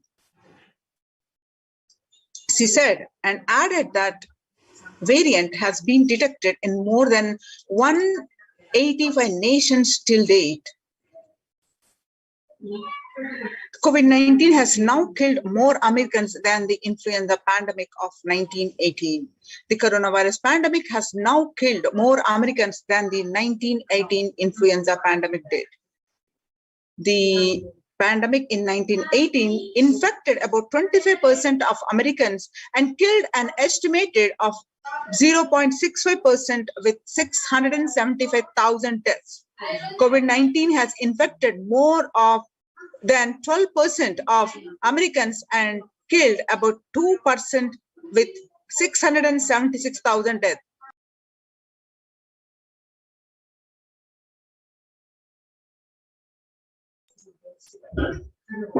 Now that US death toll from COVID-19 has surpassed 676,000, the coronavirus pandemic has killed more Americans than the 1918 influenza pandemic. Axios and Associated Press both reported grim milestone on Monday. COVID-19 now officially US deadliest pandemic as death toll crosses that of 1918 and 1919 influenza. People infected with alpha variant exhales 100 times more virus into the air than original COVID strain, says a study. And 6 feet distance may not be enough to prevent viral transmission indoors. According to a study, Washington physically distancing of 2 meters, about 6.5 feet may not be enough to sufficiently prevent transmission of virus carrying airborne aerosols indoors. According to a study, the results published in the journal Sustainable Cities and Society suggest that the physical distance alone is not enough to prevent human exposure to exhaled aerosols and should be implemented with other control strategies such as masking and adequate ventilation. The researchers examined 3 factors: the amount and rate of the air ventilated through the space, indoors airflow pattern associated with the different ventilation strategies, and aerosol emission mode of breathing versus talking. COVID-19 Delta variant and still most concerning, says the World Health Organization experts. Even with the emergence of the new more COVID-19 variant, the Delta strain remains the top concern globally, appearing to outcompete others. The senior officials with the World Health Organization said recently. I think the Delta variant for me is the one that's most concerning because of the increased transmittability, said Dr. Maria Vanker-Kove, the agency's technical lead for COVID-19, speaking during an online question and answer session. In US, COVID-19 pandemic is nowhere under control in the United States, says the chief medical advisor, Anthony Fauci. He said, right now, we are still in pandemic mode because we have 160,000 new infections a day. That's not even modestly good. In an interview with Axios, the US has reported 40 million cases of COVID-19 since the outbreak of the virus, with over 4 million infections adding up in the past few weeks. The increase in COVID cases comes as the US administration earlier this month announced that it is planning to provide booster shots of the vaccine as the Delta variant has become dominant in the nation and is wreaking havoc. The surge in Delta variant is driven by the low vaccination coverage in many communities across US, according to the US Center for Disease Control and Prevention. In a country of our size, you cannot be hanging around and having 100,000 infections a day. You've got to get well before 10,000 before you start feeling comfortable. And COVID-19 made the world less peaceful.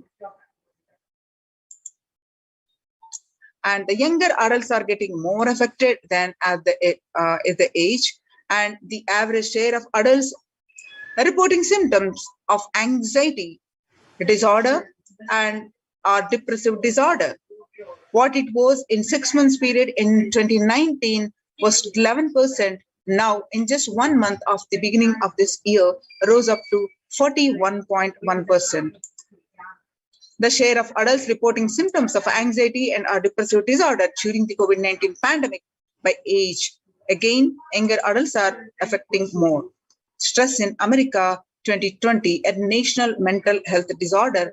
COVID-19 is a significant stressor for most Americans. Nearly 8 in 10, about 78% say the coronavirus pandemic is a significant source of stress in their life. Nearly 7 in 10, which is 67%, say they have experienced increased stress over the course of the pandemic.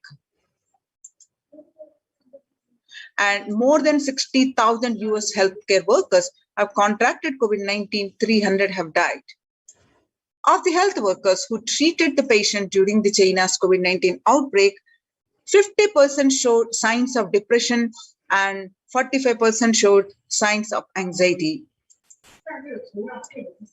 The self-reported mental health among pregnant women and new mothers before COVID-19 pandemic, depression was 15%, and during the COVID-19 pandemic, is increased to 40.7%. And before COVID-19 pandemic, anxiety percent, now it rose up to 72%. Living in stay-at-home orders, 8 in 10 students are struggling with focus on school or work and avoiding distractions. 55% of students do not know where to go for help for their mental health. Nearly 82% of women surveyed said their lives have been negatively disrupted by the pandemic.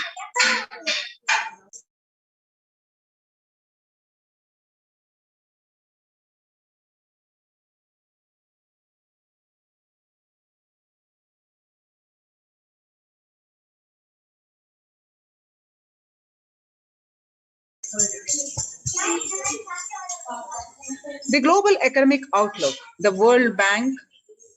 During the COVID-19 pandemic, it changed the world. The pandemic is expected to plunge most countries into recession in 2020, with per capita income contracting the largest fraction of countries globally since 1870. International Labour Organization, COVID-19 is a threat to peace building in conflict-affected nations. The COVID-19 crisis has worsened already fragile situations. The ILO, the International Labour Organization, is more aware than ever of its responsibility to promote peace and resilience in the time of this global pandemic. Coming to India, the city mayor has said that the third wave of COVID is already upon Mumbai, pointing to a sudden spike in cases. The third wave of COVID-19 is not coming, it's here, said Kishori Patnekar, adding that an announcement regarding the matter had already been made in Nagpur. Speaking of the coming festive season in Maharashtra, the mayor urged people to remain in their homes. Mandals have been asked to allow only 10 people and have them work in shifts. Breakthrough infections found in 25% of health staff. A little over 25% of healthcare workers were infected with coronavirus despite getting fully vaccinated. A recent study has revealed that giving an insight on the breakthrough infections due to the Delta variant. The study jointly conducted by the Institute of Genomics and Integrative Biology and Maximum Hospitals in Delhi NCR found that the vaccination breakthroughs were far more common during the Delta outbreak in Delhi than previously reported.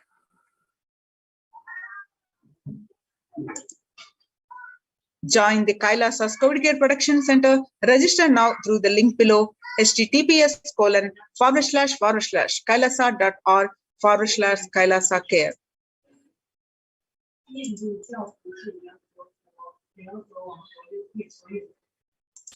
Making peace with the nature is possible for sustainable developmental goals. If we start now, making peace with nature is possible if we start now. Amid a pandemic,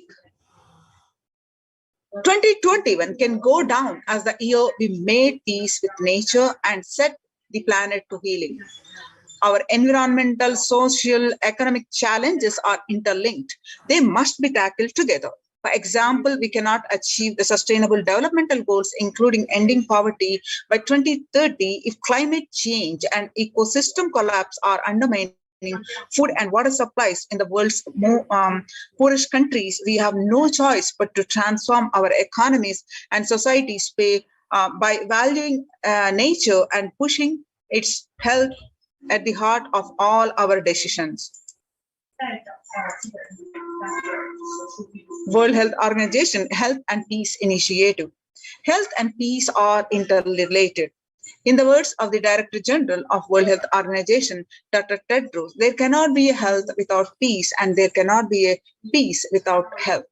If individuals and groups enjoy equitable access to health services, fulfilling their rights to physical and mental health, and health actors design neutral health interventions that promote trust and dialogue, and communities are empowered to cope with violent conflict, then health coverage is more universal. Grievances can be heard and addressed to generate trust around the health emergency. Concerns affected communities are more likely to make meaningful contributions to peace and reconciliation and to resist incitement to violence. United Nations Institute of Peace. Amid COVID, we need enhanced international coordination to pandemic, and building resilience in fragile states require concerted international action at local, national, and global levels. As the humanitarian and economic toll of the COVID-19 pandemic continues to grow, so does the risk that this crisis will fuel new conflict around the world while stripping prospects for resolving ongoing ones. Stronger health systems and universal health coverage must be a priority. Remarks of the General Assembly special session in response to the COVID-19 pandemic. For the first time since 1945, the entire world is confronted by a common threat, regardless of nationality, ethnicity, or faith. A new social contract between people, governments, and private sector, civil society, and more can tackle the roots of inequality with taxation on income and wealth and universal benefits and opportunities for all. On Day of International Yoga, 21st June, United Nations declared Yoga for Well-being. The day will be marked at a time when COVID-19 pandemic continues to upend lives and livelihoods of people globally. The message of yoga promoting both the physical and mental well-being of humanity has never been more relevant. A growing trend of people around the world embracing yoga to stay healthy and rejuvenated, to fight social isolation, depression, has been witnessed during the pandemic. Yoga is also playing a significant role in the psycho-social care and rehabilitation of COVID-19 patients in quarantine and isolation. It is particularly helpful in allaying their fears and anxiety. UN spotlights health benefits of yoga, ancient practice that can ease stress of our modern laptop lives. Yoga is a practice that can be relevant to all ages, relevant to all cultures, irrespective of what socio-economic startup status people represent. It can be used to unite our complex and difficult world, to promote not only healthy lifestyles, but to promote peace and security in the world, said Dr. Nata Manapte, Executive Director of the New York office of the World Health Organization, at an event entitled Conversation Yoga for Health, International Peace and Security. Our contemporary world is showing no signs of a decline in the intensity of violent conflicts, crime and displacement, and the prevalence of a continued state of tension in many regions of the world.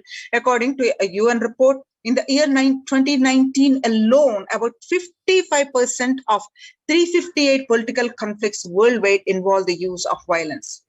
Geopolitical tensions, which have been on the rise even before the COVID-19 pandemic, have only prolonged violent conflict, making it difficult for policymakers to come together and resolve their differences peacefully and amicably. The last decade witnessed the highest number of people internally displaced by conflict and violence.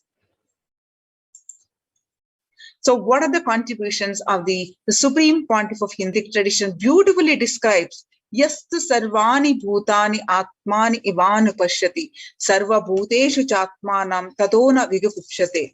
Isha Upanishad verse 6. Global peace is the byproduct of individual bliss. Whenever an individual goes through a spiritual bliss, he manifests a beautiful, peaceful life for him and everyone around him. If he is powerful enough, he moves the whole city and manifests peace. And not only he is more powerful, he moves whole village and whole country. Whatever level it may be, global peace is the byproduct of individual bliss.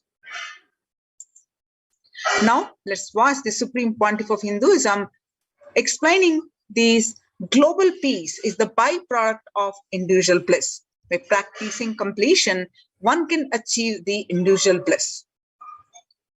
Let's understand in the of Hinduism explaining.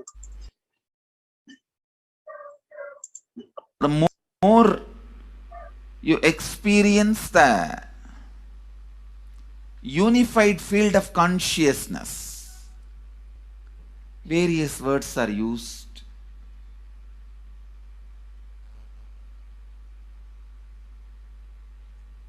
Some of the Hindu traditions uses the word Atma, Brahman. Some of the Hindu traditions use the word Nirvana. Whatever word you may use, Atman, Brahman, Nirvana, unified field of consciousness, whatever. But one thing I want to tell you, the deeper and deeper you go in your inner space, you experience the vast oneness. The more superficial you are, the more incompletions you carry with others, even with yourself. The more superficial you become, even your own right hand and left hand fights with each other. Different parts of you fights with you. Different thoughts of you fights with you.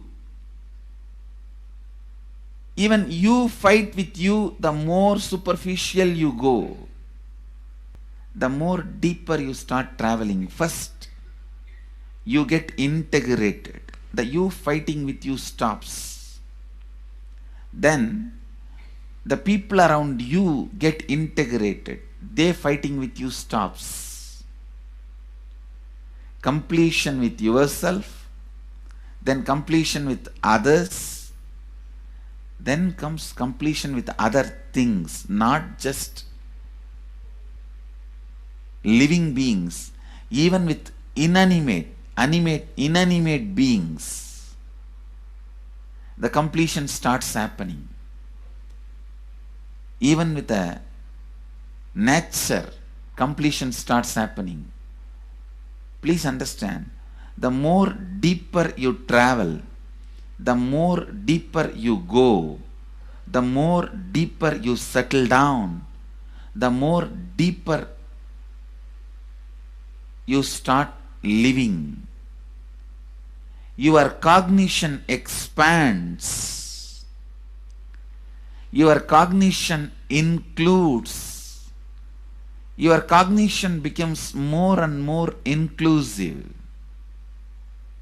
More joy, more bliss, more knowledge, more enlightenment.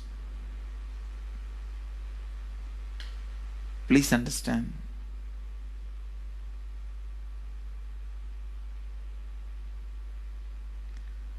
The more and more completion happens in you, you will see everyone around you feels complete with you.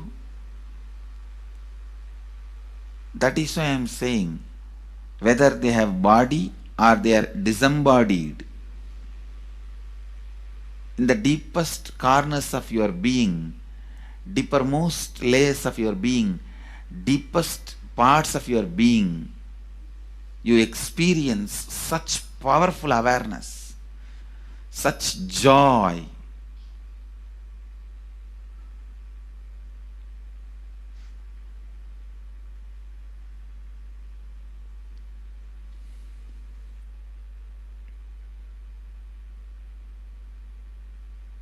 Going into the deepermost corners of your being not only is a joy, it's a power. Because suddenly you will see everybody around you, everything around you listens to you. It really becomes a vibrant power where the tendency to exploit is not there. Listen, that's a very important thing. Power without the tendency to exploit. Because as long as you feel the other person is separate from you, when you get the power, it will always be used for exploiting. Because the other person is separate from you, then naturally what you will feel? Let me suck all the possible energy, intelligence, time, talent, treasure.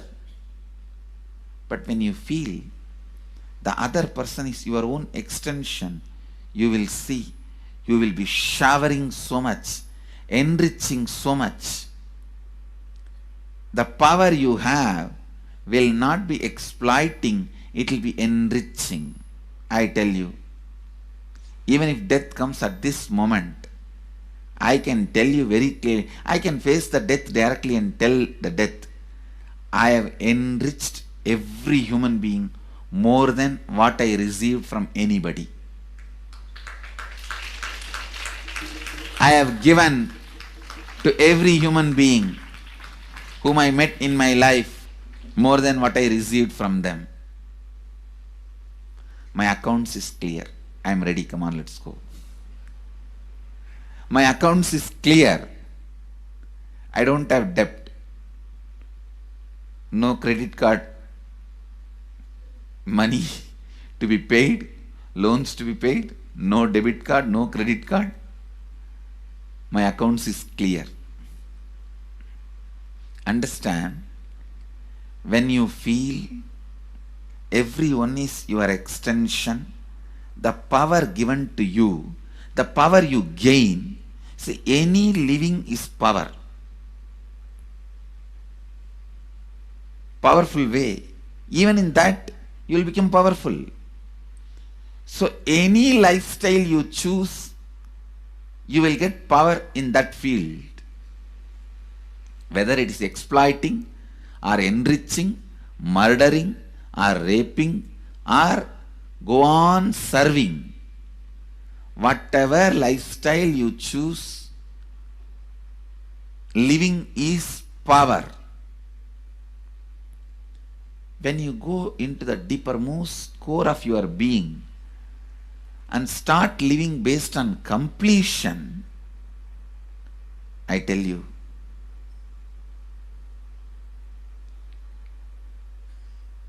the first power you will experience is everything around you listens to you. That power will simply make you enrich everyone. The best power you can have through living is power of enriching. Whatever you do, as I said, whether you live the life of enriching or exploiting, you will become powerful. I tell you, the power of exploiting brings more and more conflict within and without, and those conflicts naturally bring suffering. And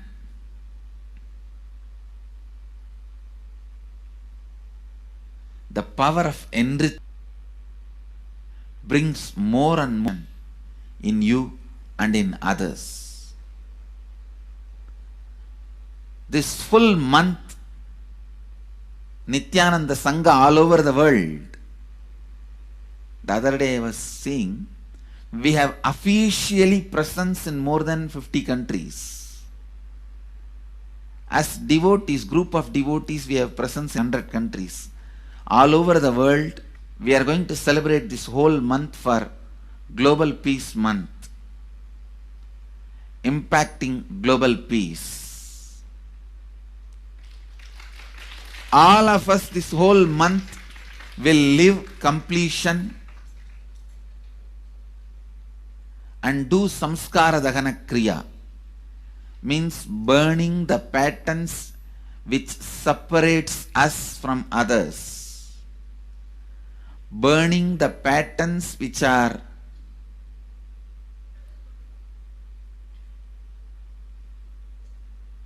constantly keeping us in a superficial level.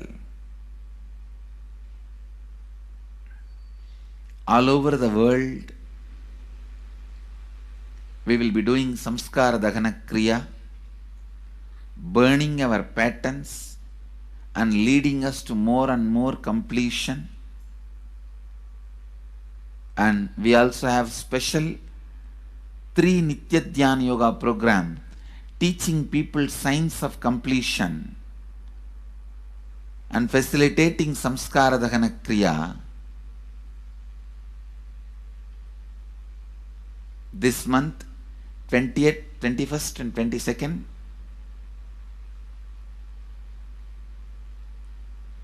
this whole month, all over the world, all our temples, ashrams, centers, yoga centers, schools, colleges, universities should do samskara dahana kriya, should do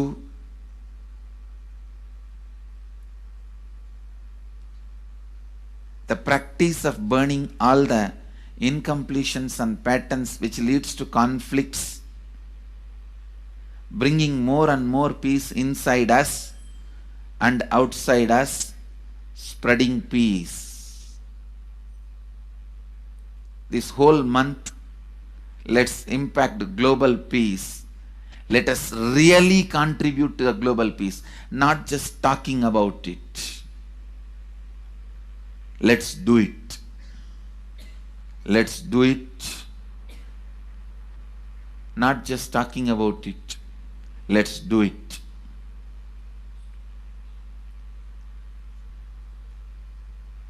Even if you teach the samskara dahana kriya to 50 people in each area, each place where we have centers, ashrams, temples, two-way centers, yoga centers, even 50 people, each Tanidar teaches, enriches them with this science. The amount of suffering and negative waves, negative vibes reduction can contribute so much to the world. Please understand. One positive person can burn millions people negativity. Experientially, with evidence we proved, one positive person has already burnt at least 20 million people's negativity in last 10 years and brought peace. So each one of you, if you stand up as one positive being, one authentic, responsible, enriching being,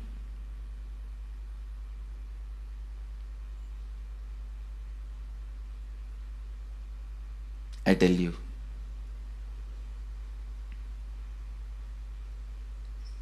we can do so much to the world. It will be a better place than the time we entered.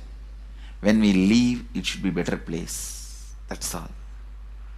When we leave the earth, it should be a better place.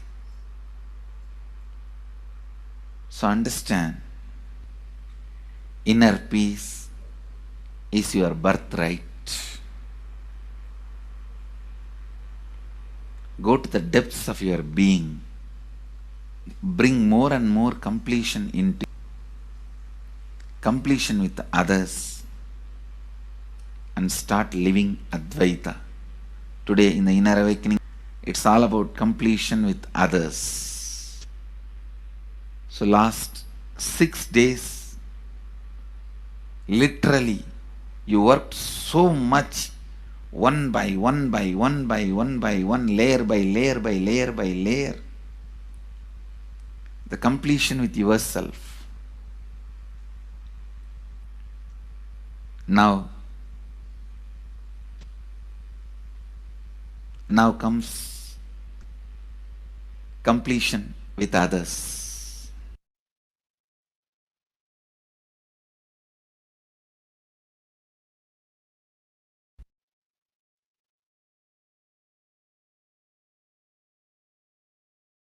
Now, Supreme Pontiff of Hinduism explained the self-transformation is a secret to achieve global peace. Social answer means I'll tell, oh, you should all work for global peace. You should all work for turning the world. You should work for revolution. You should work for all these, that things. You should vote only the party which says that it will stop the war and all these things. This is the social answer. Nonsense. If you want the honest answer, I tell you, simply transform yourself. You can't do anything. If at all you can do, you would have done it. Be honest. If you can do, you would have done it. You are raising this question because you are not able to do. Am I right? So let us be very clear. Let us be honest. We are not able to do. Socially. That's the truth. That's the reason you are sitting here and raising the question. I tell you, understand few important things. There are a lot more attached to this question. There are many things which is attached to this question. We always feel the present is the world is totally spoiled. It is not going according to the rules or how it is supposed to be. It was wonderful once upon a time. In ancient time, things were going properly. Everything was well and great. And I tell you, 10,000 years ago, they found some writings on stone in Harappa Mohenjo-daro culture. Some stone writings have been discovered. The other day I read a beautiful book about that stone writings. That writings, it says, oh, nowadays the society is not as it should be. So much of war. There is no peace. In the early times, there was so much of peace. Society was really great. Things were as it should be. And it almost looks like a today newspaper editorial. 10,000 years ago, the same thing carved on a stone. Then understand, there was no such time as only good prevailed. It is just a fantasy. Hinduism, they call it Satya Yuga, the age of truth.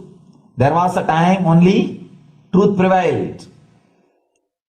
And every religion, Christianity, they say the Garden of Adam and Eve. There was a time everything was wonderful. Every religion has got the fantasy. The past was great. There was golden past. Always the idea of golden past exists only in the past. The more you go back, again you say the past was great. And I tell you one thing, it is a wonderful way of postponing the accepting the reality. Otherwise, I can be sure the world was same as it is today. Whether it is 5,000 years ago or 10,000 years ago. Maybe one thing, there was no CNN channel that time. So the news did not reach you so quickly. That's all. The news did not reach you so quickly. That may be the only difference. But otherwise, I can be sure the good and the bad was equal. Good and the bad was equal. The same amount of wars were there. All the other things were there. If you read the Puranas, the mythological stories of India, you see enough of things. Enough of dirty things. I think sometimes I find little more. And if you read completely the Puranas or the Hindu scriptures, there are a lot of things. Modern day, the criminal activity, the negative things, whatever you say, all this stuff. And never think only present day is corrupted or violent. In the ancient days also, all these things were there. Only one thing was not there, the CNN news or the internet. So the news did not reach you. But otherwise I can tell you, enough the good and bad was there. It always will exist. It will exist. All you can do is, if you awaken yourself, if you reach the enlightenment state, you can go beyond it. And I tell you, enlightenment is the only service you can do to the society. Just become enlightened so that you will reduce the negativity. Now, as of now, you are also the part of negative group. Naturally, we will be a negative group. As long as we are unenlightened, we will be the part of collective negative consciousness. So if you become enlightened, at least you will reduce your weight. That's the only thing we can do. Nothing else can be done. So all I request you to do is just become enlightened. Realize that you are a lion. That's the only way to help yourself and the society. Otherwise, all revolutions, you see, all revolution again end up as one more tradition. In last 2000 years, 3000 wars have happened in the humanity. In 2000 years, 3000 wars. Human beings have not done anything except doing wars, except fighting. Everybody claims he wants to do revolution. He wants to spread peace. You see, every country claims their army is a defensive army. Then who is offending? Tell me, every army. Then who is offending? These are all just, games. The idea of peace is a pure game. Everybody wants to spread the peace according to them, not according to the other person. They want peace according to them. The other day I was in one interreligious gathering. One guy is preaching, let all of you convert to my religion so that we will not have fight. He wants peace the way in which he wanted, not the way in which. And there is a beautiful saying, the sword of Muhammad, it is written, peace alone should survive, something like that. He has written some statement about the peace on the sword. We all take sword, the peace. So no revolution, is not going, no revolution is going to help. Because in the last 2000 years, 3000 revolutions have happened. But still world is same, I think much worse. So, no revolution is going to help. Only individual evolution is going to help. So be very clear. Instead of working in the outer world, start working in the inner world. That will help you and society some way.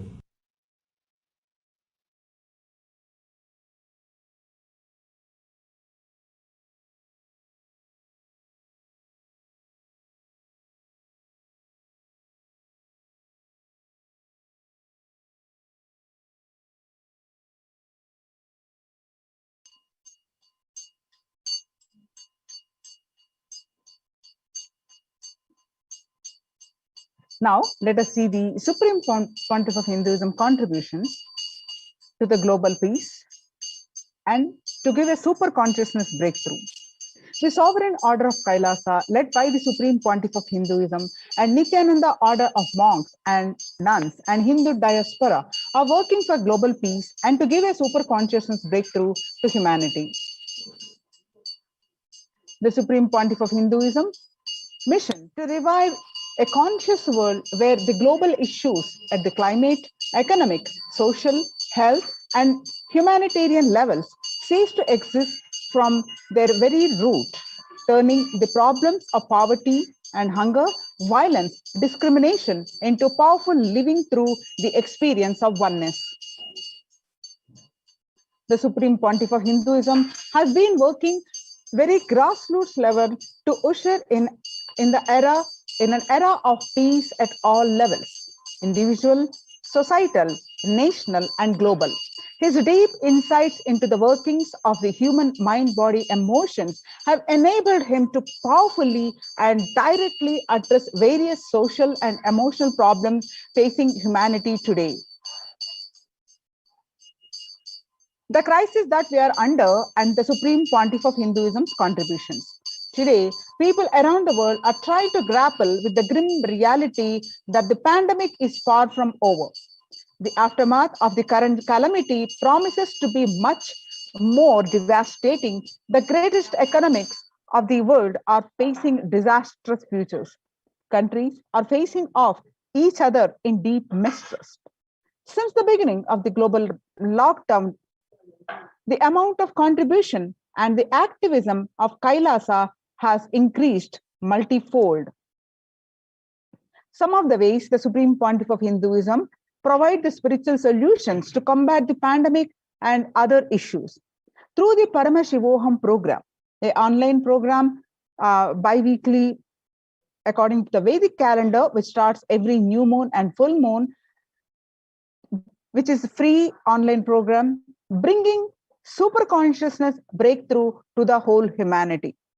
By starting the Akhanda Nirvikalpa Samadhi Jnana Yajna, that is a meditation technique, initiation and practice, controlling almost 3 million, contributing 5 million minutes so far. Paramashiva Sankalpa chanting, which is the sacred Sanskrit mantra chanting to heal 24/7 via Zoom sessions. The spiritual healing to one and all 24/7. Helping humanity cope up with insecurity, fear, disease by empowering individuals to heal themselves, learn to cope up emotions like depression and tough situations in relationships. Providing alternative solutions to worldly problems through power manifestation. Initiating thousands every day into manifesting innate superhuman class courtyard sessions. Providing healthy solutions like a technique to clear the stomach from the Ayurveda, which ultimately brings clarity out to spiritual truths. In the long term, establishing self-sufficient communities. Continuing and intensifying the service of Annadan, free food in Nithyananda Annalayas around the world, including Tiruvannamalai and Los Angeles. Paving way to the New World Order, starting the agriculture-based communities in Adi Kailas and several other locations. Peacekeepers of Kailasa offering various life solutions from the teaching of the Supreme Pontiff of Hinduism, offering Maheshwara Puja to the natural calamities hit victims, Bhava Samadhi Darshan to raise the individual consciousness breakthrough, Devi Parashakti, Akashic readings, which are cosmic revelations.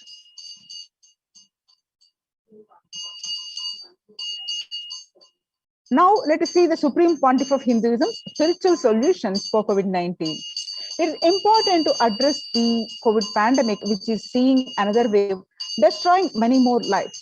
The Supreme Pontiff of Hinduism says the pandemic fatigue setting in as a result of continuous lockdown is resulting in delusional ignorance. Holding on to the delusion and supporting this phase of delusional decisions leads to delusional arrogance through bhava sankalpa. Continuous lockdown leads to delusional thoughts like, so what if I'm die, it's okay. I can't live forever in this lockdown. Going out and then exposing oneself, putting the risk of yourself and others with irresponsibility and insensitivity is a delusional arrogance. Society was created with the delusional ideas of too many human beings, blind spots, and the decisions made from these blind spots. If the visionary of a civilization or country or nation has blind spots when he develops a vision for it, the whole civilization suffers those blind spots forever. Now it's time that nature, Prakriti, resets itself. Many of the blind spots based visions, ideas become important components of the society.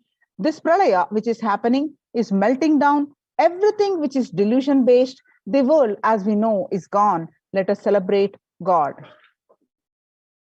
The isolation which is seemingly endless with an unknown future, which is compelling humanity to make 100% lifestyle change, is something to be deeply dwelled upon. All problems need to be addressed with only spiritual solutions and powerful cognitions. To stop people having mental breakdown, pandemic fatigue, collapsing, depression, destruction, and also give them super consciousness breakthrough and revive the enlightened civilization, Supreme Pontiff of Hinduism continuously giving spiritual solutions and powerful cognitions. Some of the powerful cognitions are spiritual solutions are unclutching, practicing completion, practicing oneness, practicing ajapa japa of Mahavakya, Om Nithyananda Paramashivoham, continuously building deep feeling connection, yoga, puja, and vegetarian diet, and nirahara samyama. It's time we all take the responsibility to save the humanity, to protect people from the pandemic fatigue and destruction. Let's try to enrich people for every one of these great spiritual truths.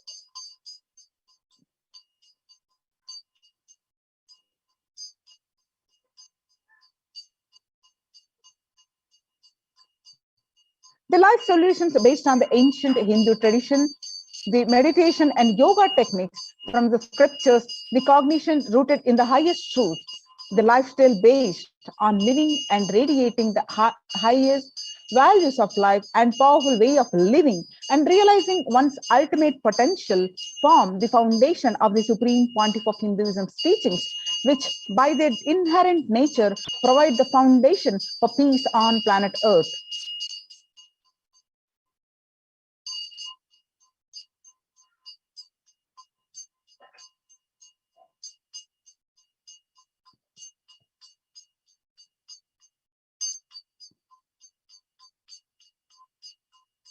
Supreme Pontiff of Hinduism recently, on the basis of humanitarian initiative, launched the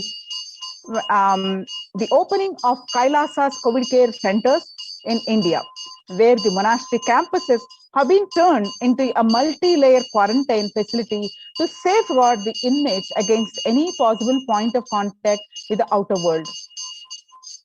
The Supreme Pontiff of Hinduism has opened this service free to all people, regardless of any differences in age, gender, caste, creed, ethnicity, color, or socio-economic status. Food, shelter, internet, and all basic facilities, including medical care, are provided at these COVID care centers, free of cost and for an indefinite time. The outcome has been splendid with zero infection rate so far among the participants, a feat not achieved anyone else in the world, let alone in India. This response model of handling the COVID-19 pandemic at a community level, along with the guidelines and recommendations for governments, has been recognized and accepted by the United Nations as well.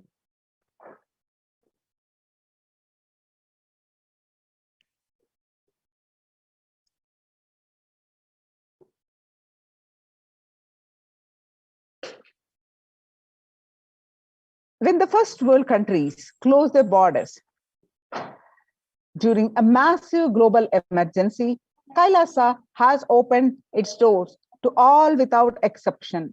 There are various centers, COVID care centers have opened across India, and Kailasa rushes to aid India as India finds itself on the verge of COVID-19 third wave.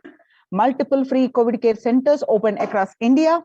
Various social services offered during the pandemic in Kailasa's de facto spiritual embassies across India. Also spiritual services, the cosmic revelations on global pandemic, the free social services offered during the pandemic in de facto spiritual embassies include, but not limited to, medical care, which include to allopathy, Ayurvedic, Siddha medicine, infrastructure to accommodate thousands, accommodation for multi-layered quarantine, emergency ambulances, ICU on wheels, personal protective medical equipment, food security management through food bank and organic farming. Now you can see some of the glimpses of Adi Kailasa COVID care center participants enjoy life. They're enjoying a healthy, blissful spiritual lifestyle in multi-layered production.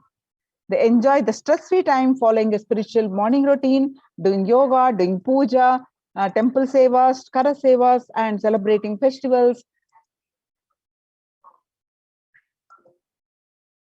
So join the COVID care production centers. Register now through the link below, https:/kailasa.org/Kailasa care. The Sovereign Order of Kailasa, worldwide, inspired and guided by the vision of the Supreme Pontiff of Hinduism to save lives. A one-of-a-kind humanitarian charitable service massively mobilized to provide protection and preventive COVID care in this testing time of global meltdown. Through this initiative, Kailasa has been consistently supporting people through free food banks, that is Annadan, free medical care, and many more services. The impact of mental disorders and lack of spiritual strength during a humanitarian crisis are often difficult to assess and inflict lasting damage. To assay this, Kailasa is offering spiritual programs, temple events, spiritual healing online.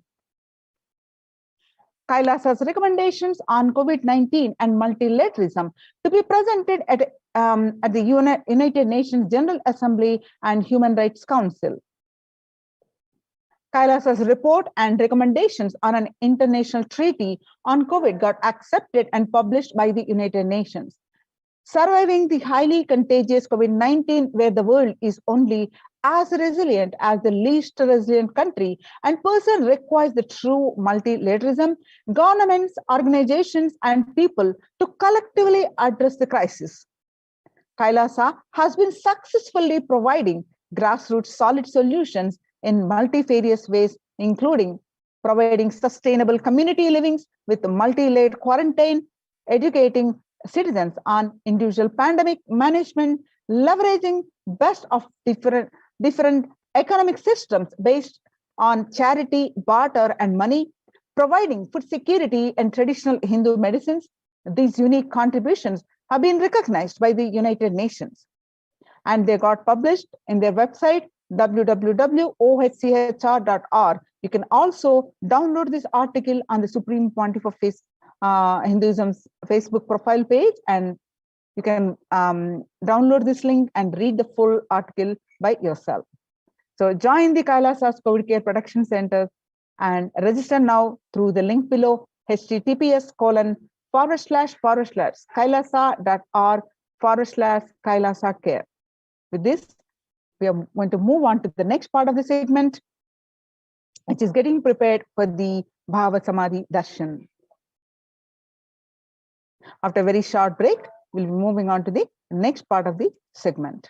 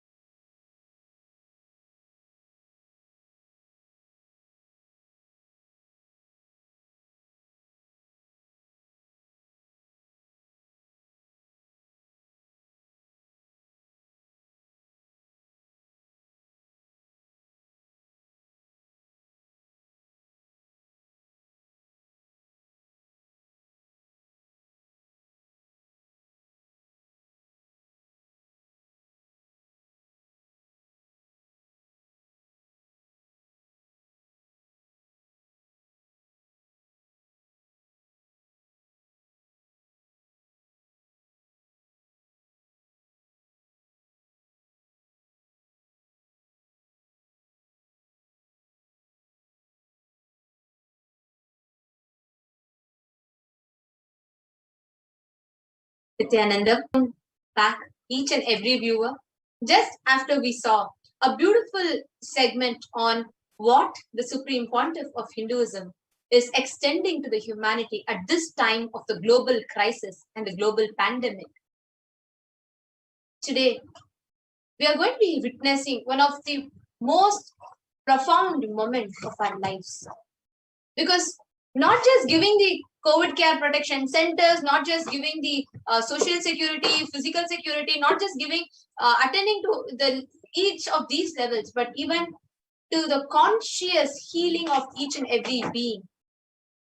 Not just physical, mental, psychological, social, economical, education, not just in these levels. Even in the conscious level, at the being level, attending to people and healing people. Every day, coming for the darshans, answering people's questions, attending to them, giving them boons, prayers, protecting them, manifesting miracles, spiritually healing them. There are so many happenings that the Supreme Pontiff continuously extends himself for. And today, yet another darshan of Bhagavan Sundareshwara Paramashiva, the Paramashiva Sayujya Samadhi darshan of Irayanar Sundareshwara Paramashivam Paramburu. Let us all get ready to witness the profound one. Now, before entering into the darshan itself, let us all understand what is Bhava Samadhi darshan.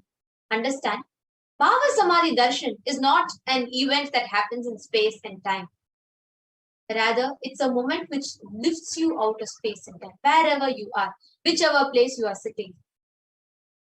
Please understand, Bhava Samadhi darshan is where the brain neurons mirror, activate and absorb all the movements or information just by seeing, without the physical act of imitation.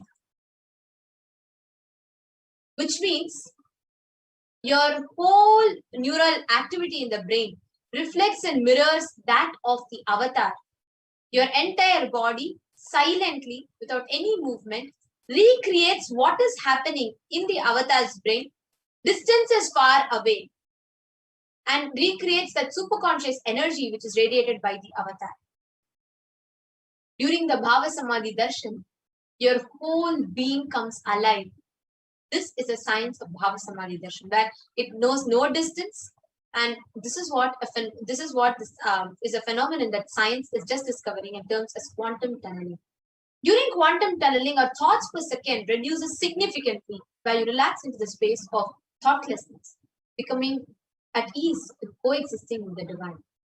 It is like this. The quantum tunneling is where an electron, in quantum physics, an electron can be both an energy and a wave. Where an electron can, if you see there's an energy barrier, a hill. An electron can't pass through the hill when it is acting as a particle. So what happens when an electron with a less kinetic energy is approaching a hill? Will the electron be able to cross over the potential energy or the peak of the hill? No. But the same thing as when the whole electron is approaching the hill as a wave, it can propagate itself through the hill and cross it. This is the exact same science that is applied during the Bhava Samadhi Darshan.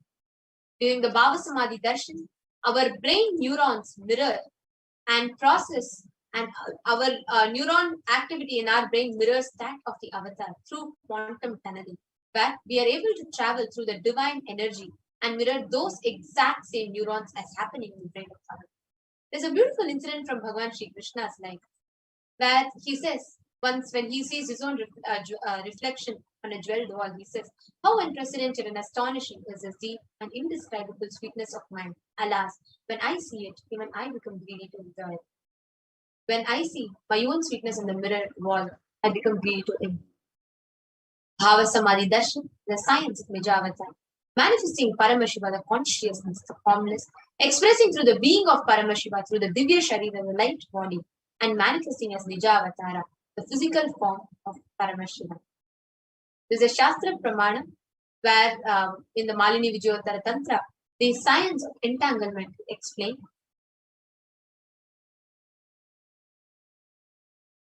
Now, if you see, this exact science is mirrored when we see, for example, when we have the darshan of Devi Parashakti, the consciousness of Devi Parashakti expresses to the being, the light body of Rajarajeshwari, and manifests as Meenakshi, the physical embodied form.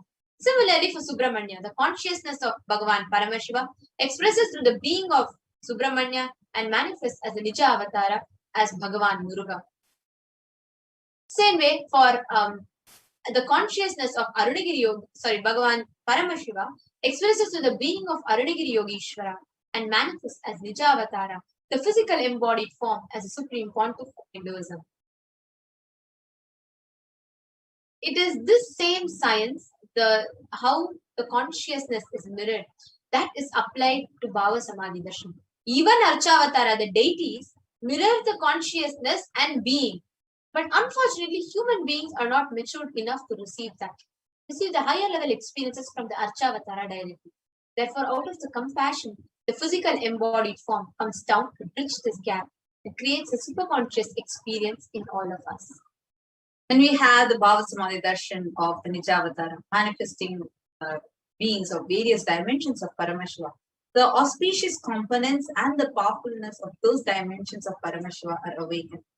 Understand, the dimension of Paramashiva manifesting in the Nijavatara first experience the same is Bhava Samadhi Darshan. It's an experience of costless bliss. During the Bhava Samadhi Darshan, our whole being comes alive, celebrates the energy wave of existence. Our very muscles learn to imbibe and radiate Paramashiva.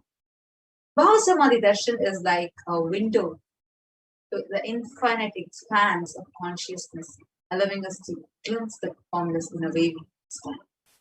So even without much effort from our side, our very bio-memory awakens the space of Paramashiva, consciousness during the Bhava Samadhi Darshan.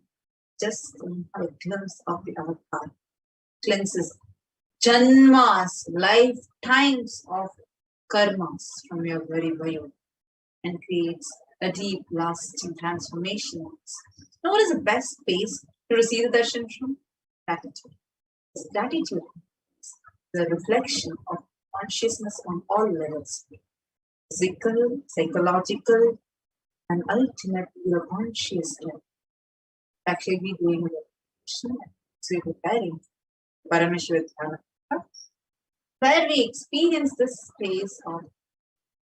Now, when we are experiencing this space of gratitude, all our conscious resolution, the Satya Sankalpas drop, needs, wants, we become ready, pure, ready to reflect that. What is the best context to be? Prabhu, I know you are the source of everything. You are everything, and you are the embodied form, supreme form. You are in this body also. You are the source code that we connect, that you reveal yourself.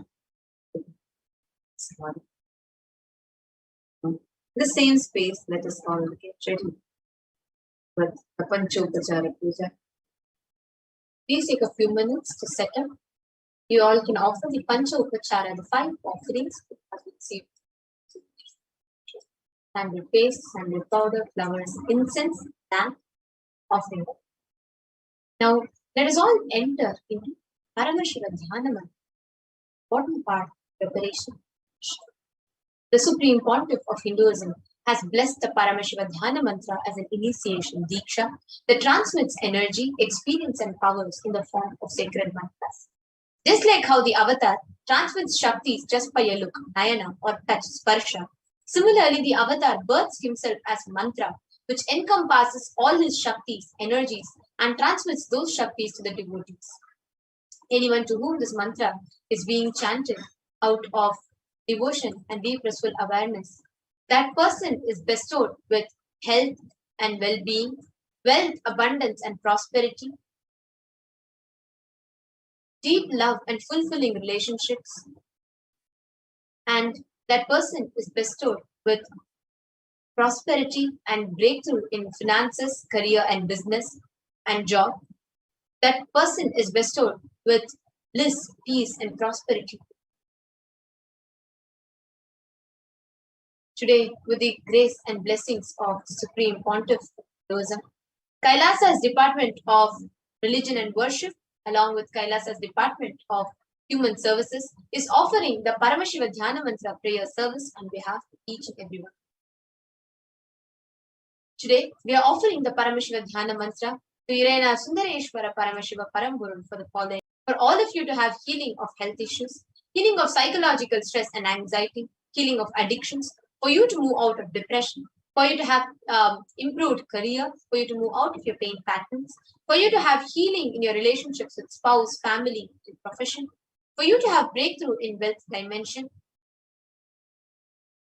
for the protection of all the children that have been orphaned during the pandemic, for protection from natural calamities, for protection from lost wages and income, solution to any problem, for you to have breakthrough in creativity, for you to have increased inspiration, for you to move out of your debts, for you to experience increased energy and vitality, and for each and every one of you to experience healing from all insecurities. They're also praying Virena Sundareshwara Paramashiva through the Nija Avatara.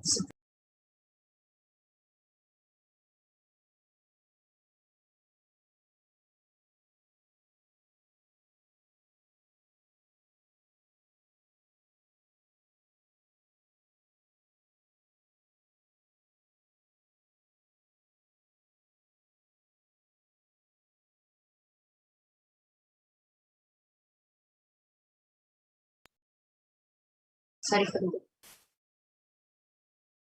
So today we are going to be offering our prayers to Irena Sundareshwara Paramashiva, to the Nijavatara, Supreme Pontiff of Person Jagatguru Mahasanidhana, His Divine Holiness Bhagavan Nithyananda Paramashivam, and praying for all of you to have complete healing from any direct and indirect effects of the pandemic, calamities, the war, and all the negativities that is ravaging the world.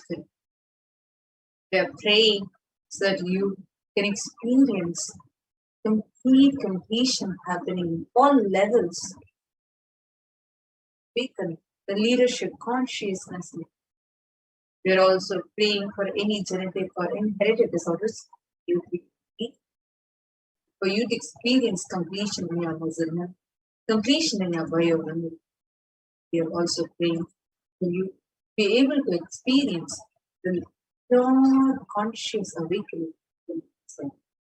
For you to be able to manifest the powers, the Shaktis of Paramashivoham. We're praying for you to be able to manifest the life as you want, for you to have the blessings and protection of Irena Sundareshwara Paramashivam, for you to experience the deep feeling connection with Supreme Wonderful Jagat Sannidhanam, His Divine Bhagavan. And now let us all end.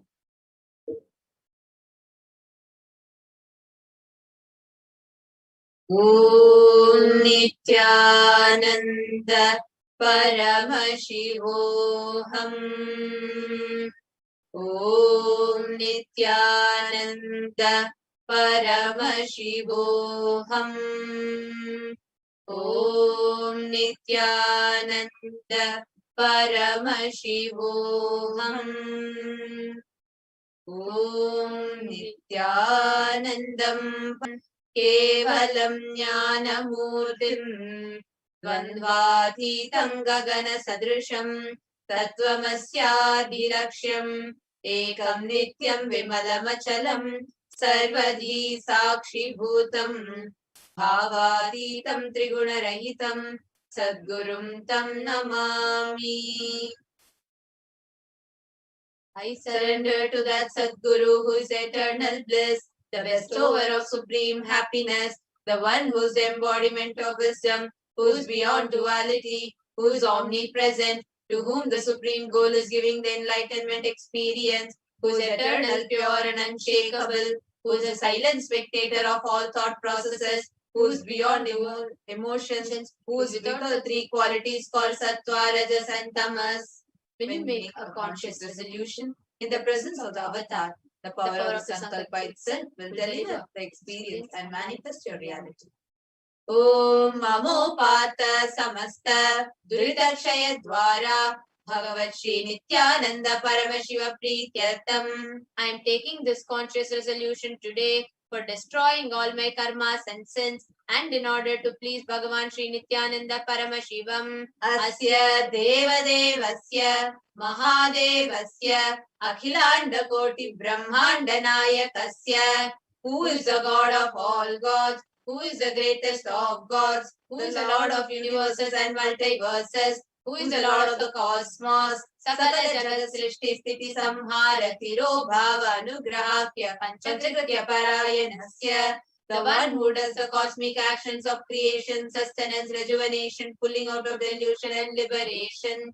Adi Madhyantarahitasya Aprameya Parakramasya Tattvartha Gocharasya, the one who is the beginning, middle and end, the one who is immeasurable. Akara Ukara Makaratmaka Pranavatmakasya Rishabharudhasya Mahadevasya Kamikadivatulanta Mahatantrakhya Shaivagamaswarupasya Sakala Nigama Gamaswarupasya Shuddhadvaita Shaiva Swarupasya Nithyananda Padasthasya Nithyananda Swarupasya Shuddha Sachidananda Vigrahasya Rupa Rupatītasya Sakala Nishkala Swarupasya Nitya Niranjana Niramaya Nirvikara Akhandadi Visheshanasya Shri Nithyanandeshwari Parashakti Sameta Shri Nithyanandeshwara Paramashivasya Shri Nithyanandeshwari Parashakti Sameta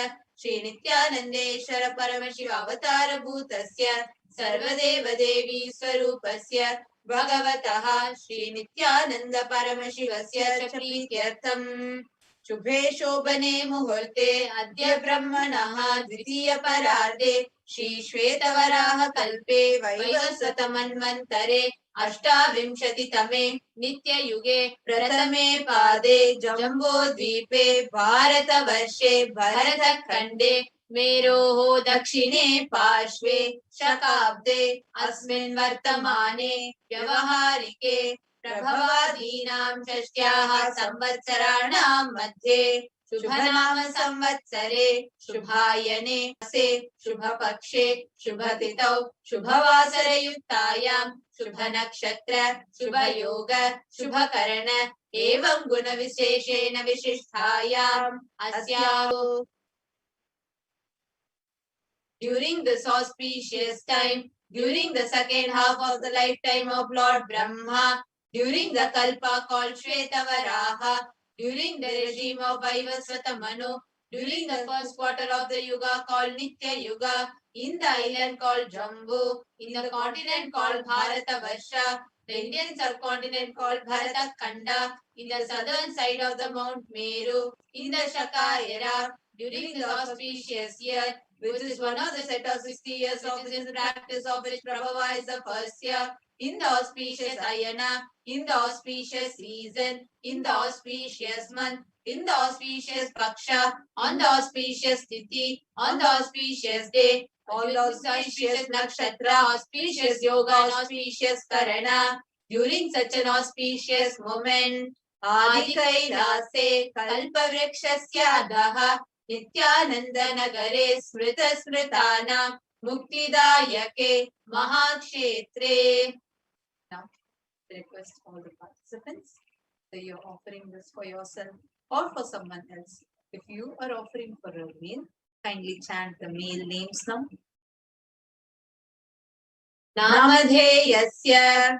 Now we request all the participants, whether you're offering for yourself or someone else. If you're offering for a female, please chant their names now. Namnyaha cha yajamananam avayoho sahakutumbanam bandhuvarganam dayadivarganam mitravarganam sodaravarganam samesham. For all those who are participants, hosts and me, with their families, relatives, inheritors, friends, brothers and everyone, Sarvabhishta Siddhyartam, Sarvamangalavaptyartam, Uttarottaranavachinna, Sthiralakshmi Praptyartam. Always let there be all types of wholesome auspiciousness. Always let there be unbroken flow and steady flow of abundance, prosperity and wealth. Kutumbe sarvesham sarvabhishta siddhyatam chintita manoratha vapyatam. Let the family always have all kind of auspiciousness and anything which is desired be fulfilled. Samesham adhivyadi nivrityatam samesham chiradipada paryantam vidyamananam sameshu angeshu janita janishyamana sakala vidha nana vidha roganam vyapohartam tadvara roga dridagatra vapu siddhyatam. Let all the chronic diseases be healed. Let all kind of diseases and disorders in the body, starting from head till toe, which has occurred or which is yet to occur in various parts of the body, be healed. Let a strong, diseaseless, healthy, handsome, and a graceful body be obtained.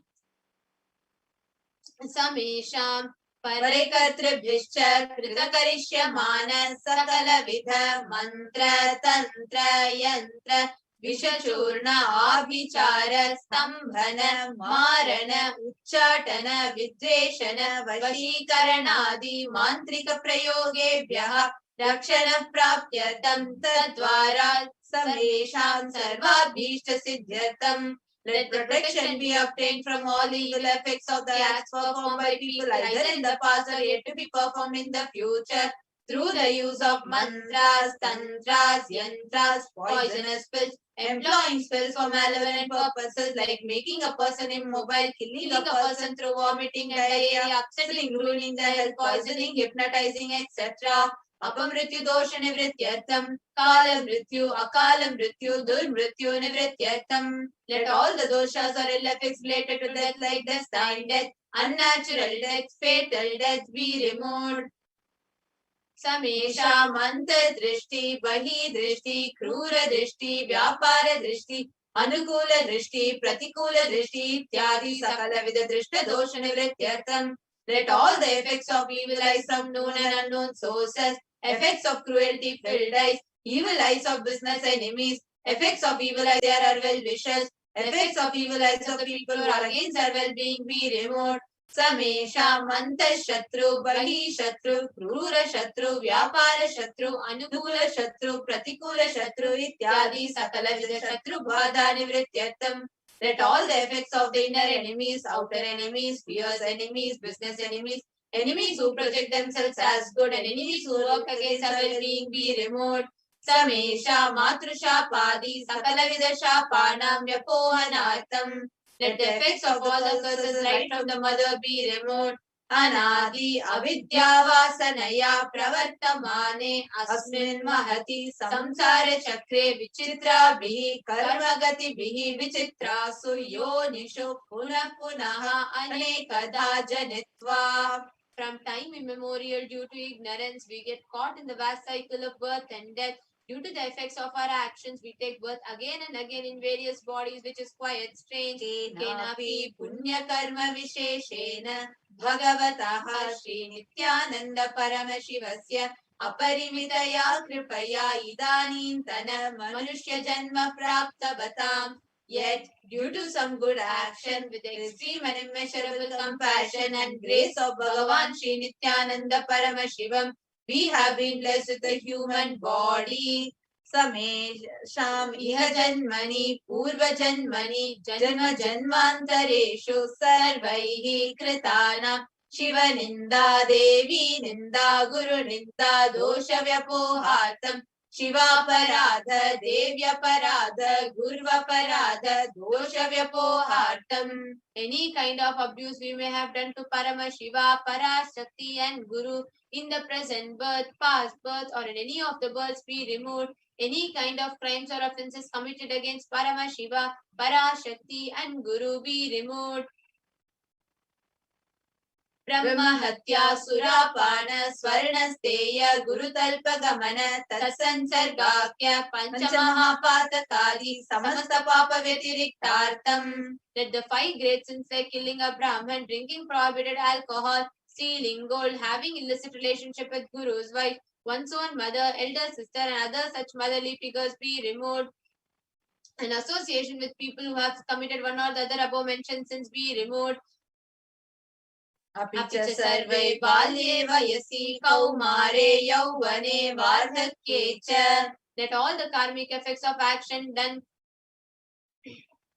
as a child, adolescent, youth and as an old age person, Jagrat, Swapna, Sushupti, Avastha. So let all the karmic effects of action done in the wakeful dream or deep sleep state, Karmendriya Jnanendriya Vyaparaihi Sambhavitanam. Let all that is done through Karmendriya, that is the 5 organs which perform action, like speech, hands, feet, excreting, and reproductive organs, like Jnanendriya, that is the 5 organs which receive information like ears, eyes, nose, tongue, and skin. Rahasya Kritanam, Prakasha Kritanam, Atipatakanam, Upapatakanam, Sankalikarananam, Malilikarananam, Apadrikarananam, Jati Bhramshakanam, Prakahinitanam, Evam Navanam, Navavidhanam, Bahunam, Bahuvidhanam, Sarvesham Papanam Satyaha. Let the sins which are done openly or secretly, the greatest of the great sins, minor of the minor sins, multiple sins, sins like raping a woman, unjustifiable sin, sin of destroying the caste system, narrow-minded sins, such 9 sins and 9 types of sins, more sins and more types of sins be removed immediately and instantly. Apanodana dwara samasta mangala prapyatam Shiva Bhakti, Devi Bhakti, Guru Bhakti Siddhyatam, Paramashivatva, Paramashiva Sthiti, Paramashiva Shakti Siddhyatam. Through the removal of sins, let us be showered with all auspiciousness. Let Paramashiva Bhakti, Devi Bhakti, Guru Bhakti be obtained. Let the state of Paramashiva, space of Paramashiva, and powers of Paramashiva be obtained. Kudumbe Sarvada Sanmangala Prapyatam Anyonya Prema Vivridyartam Purnatva Siddhyartam Sarvapanivridyartam. Let the whole family always be showered with all auspiciousness. Let mutual love bloom among all the people. Let completion happen. Let all the mishap be removed. Shiprarogya-vaptyartam Ayur-bhivridyartam Purnatva Siddhyartam. Let the healthy body be obtained instantly and immediately. Let longevity be bestowed. Vyapare udyoge cha sarvajanavashikaranartam tadvara unnatonata sthana praptyartam.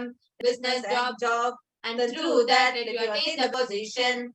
Bahudana saukya praptyartam Griha, Kanaka, Pashuputra, Pautra, Dhanadanya, Saukya Prapyatam. Let extremely wealthy and happy life happen. Let various wealth be showered in the form of house, gold, cattle, children, grandchildren, money, grain, and all the comforts related to worldly life. Adityadinam Navanam Grahanam Anukulya Nivaranartham Adityam Navanam Grahanam Anukulyata Siddhyatam. Let all the malefic effects of the 9 planets be removed. Let the auspiciousness be bestowed by the grace of all the 9 planets.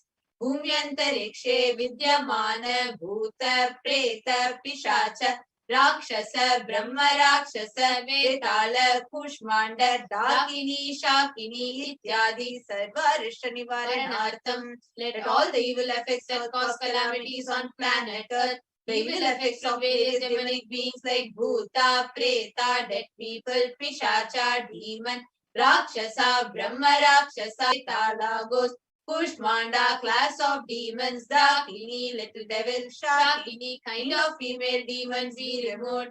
Manovyakulata Nivaranartham, let the mental confusion and worry be removed. Prarabdhe karmani, karishyamane karmani, Adidaivika, Adibhautika, Adhyatmika Vigna Nivaranartham.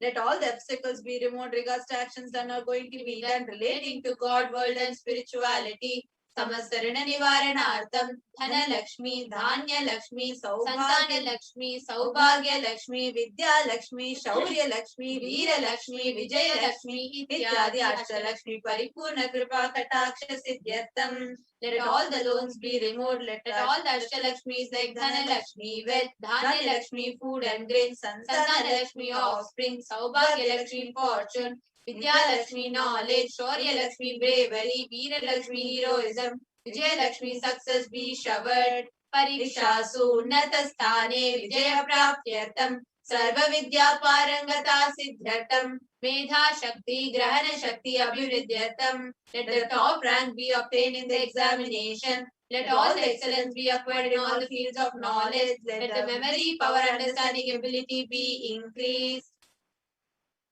Ityadi Sakala Vida Sanmangalani Guru Kripa Katakshena Prapyatam.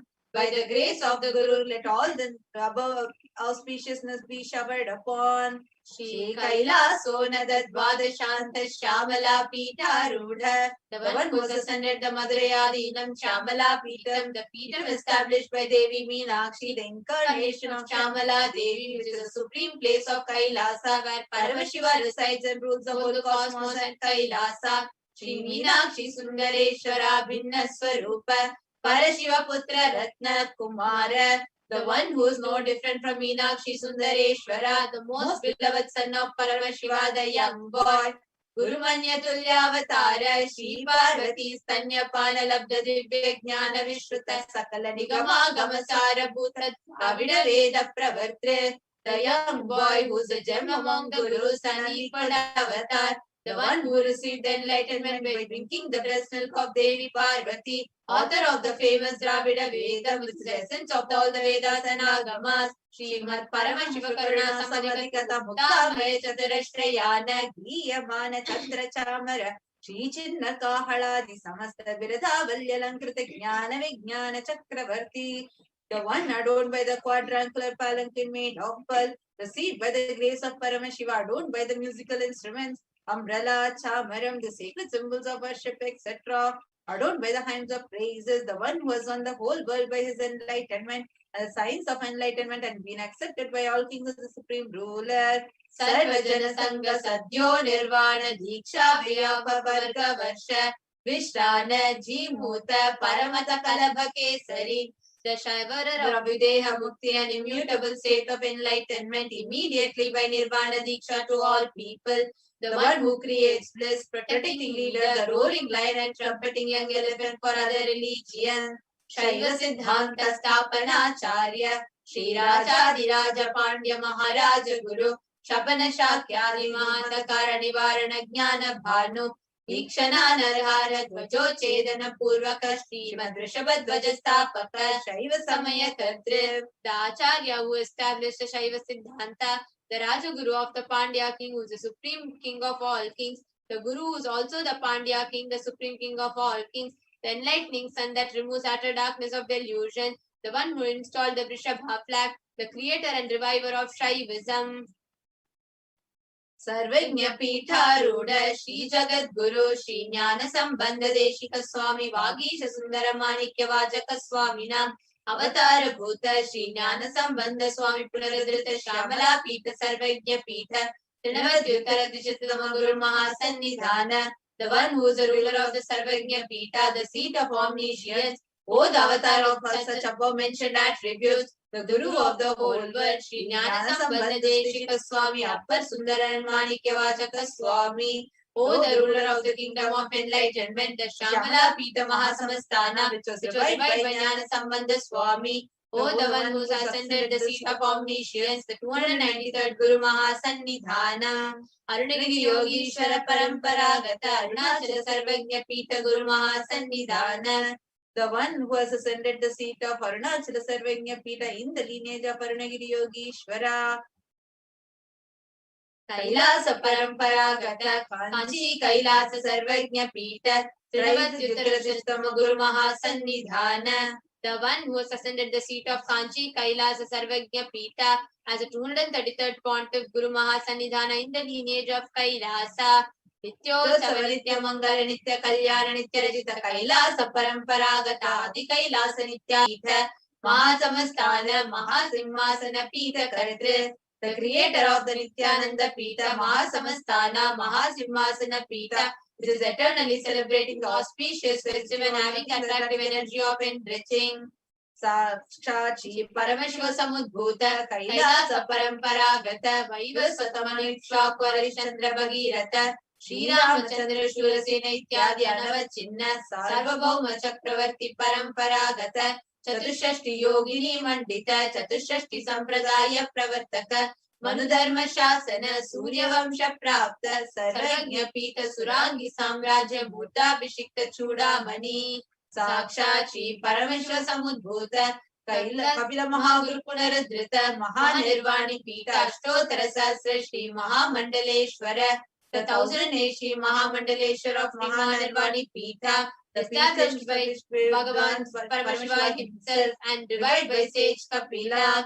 Sakshat Shri Paramashiva Simhasana Abhishikta Samasta Gadanayaka Shri Mahaganapati Samarambha Anavachinna Pithadishwara Guru Parampara Prapta Atala Pitha Ashtotara Sahasratama Ashtotara Sahasra Shri Atala Pithadishwara.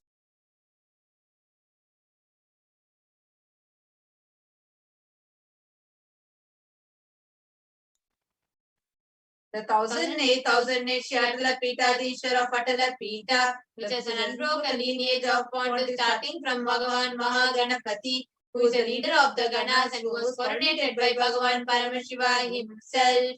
Dharma Mukti Sargapura Swarna Pitha Trayo Vimsha Guru Mahasannidhana, the 23rd Guru Mahasannidhana of Dharma Mukti Sargapura Swarna Pitha, Kailasa Paramparagata, Adipita Sarvajna Pitha Jagat Guru, the Jagat Guru of Adipita Sarvajna Pitha in the lineage of Kailasa, Shri Kailasa Punaruddharaka, Shri Kailasa Paramacharya, Srimad Paramahamsa Parivrajatacharya Varya Satchidananda Pranava Swarupa, Shrotriya Brahmanishta, Srimad Jagat Guru, Srila Shri Bhagavat Shri Nithyananda Paramashiva Shri Jnana Sambandha Deshika Paramacharya Swaminam Prityartham, who is the state of Paramahamsa, the Acharya of all the sannyasis and parirajakas, the embodiment of pure truth, consciousness and bliss, the embodiment of sacred syllable alone, the knower of the Vedas, the one established by superconsciousness. Tesham Padaravindayoho Bhakti Siddhyartham, Guru Kripa Kataksa Siddhyartham, Shema Stairya Virya Vijaya Rogya Aishwaryanam Abhiridhyartham, Dharmartha Kama Moksha Chaturvida Pala Purushartha Siddhyartham, Mama Samasta Duritopashantyartham Mangala Vapyartham, Bhagavat Shri Nithyananda Paramashiva Prasadena, Sakutumbasya Jnana Vairagya Jivan Mukti Praptyartham Cha, Shri Nithyanandeshwari Parashakti Sameta, Shri Nithyanandeshwara Paramashivasya, Shri Nithyanandeshwari Parashakti Sameta, Shri नित्यानंदेश्वर Paramshiva अवतार भूत सर्वदेव देवी स्वरूपस्य भगवतः श्री नित्यानंद परमशिवस्य च ध्यान षोडशोपचार सर्वोपचार अर्चनाराधन पूजां प्रार्थनां करिष्ये। ओम आनंद गंध निलयाय नमः। ओम भवरोग भेषजाय नमः। ओम कल्पतरवे नमः। ओम पशुपतये नमः। ओम पाश विमोचकाय नमः। ओम ईप्सित फलदायकाय नमः। ओम भाग्यवृत्ति परिवर्तकाय नमः। ओम आधि व्याधि विनाशकाय नमः। ओम समस्त कल्याण गुणान्विताय नमः। ओम विडदि पुरीशाय नमः। ओम श्री कैलासपतये नमः। ओम शिवशक्त्यैक्य स्वरूपाय नमः। ओम ह्रीं नित्यानंदाय नमः। ओम हां हौं शिवाय नमः। ओम श्री नित्यानंदेश्वर परमशिवाय नमः। ओम श्री नित्यानंदेश्वरी पराशक्ति समेत श्री नित्यानंदेश्वर परमशिव अवतार भूत सर्वदेव देवी स्वरूपाय श्रील श्री भगवत श्री नित्यानंद परमशिव श्री ज्ञान संबंध देशिक परमाचार्य स्वामिने नमः। ओम Nityanandam.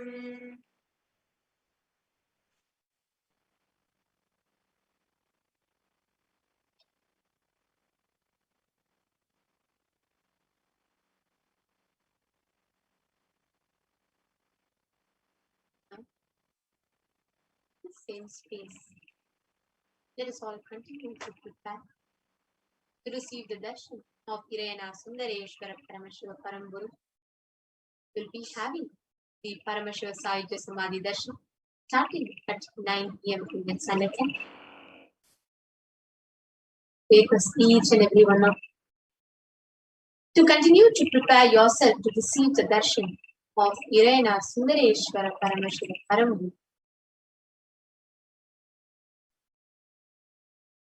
As Swamiji says, the only best way to receive the darshan is through Leela Dhyana, soaking yourself just in the remembrance of the divine Leelas.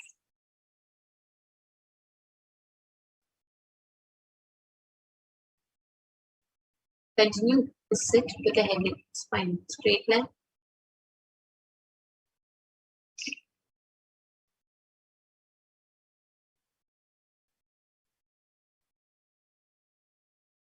It is at this time, all your wants, needs, everything, all your desires, you can just pray to Sundareshwara Paramashiva and manifest them as reality. Most easiest, most powerful, most inspiring, most exciting way to connect with life as the form of mother. Navaratri is the time to connect with Cosmos as Mother. Celebrate Cosmic Mother. This 9 days, we worship Mother, worshipping Divine Feminine. Yadumagi nindrai Kali, Om Kali, Om Shakti, Om Kali, Om Shakti, Om Shakti, Om Shakti, Om Shakti.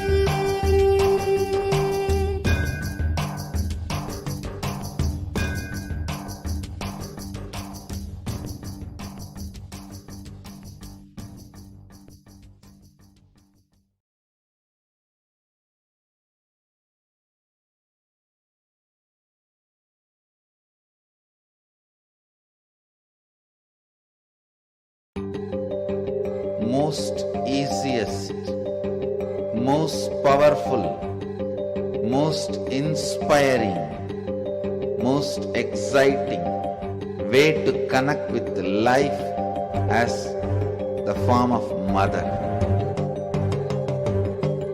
Navaratri is the time to connect with Cosmos as Mother.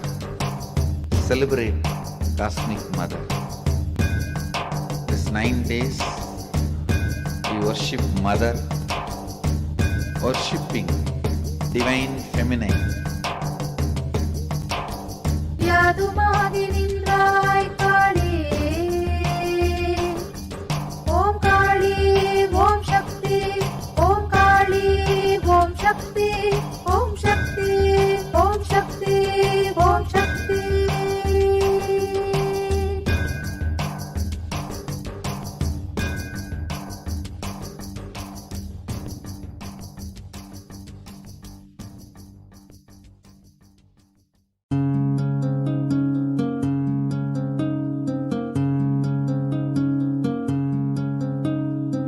There are some gods, 9 unknown gods. The moment you call, they will be there. Venkateshwara, Balaji. I tell you, people give so much for Venkateshwara because he does the job. He's the 9 unknown god. There's a village folk story where Venkateshwara borrows from Kubera for his marriage and he is still paying the debt. Venkateshwara takes the responsibility of reserve to reserve. This whole story, beautiful story of Venkateshwara is an amazing concept. He is making Yaksha into Lakshmi. He is making the reserve to reserve. It's an amazing truth.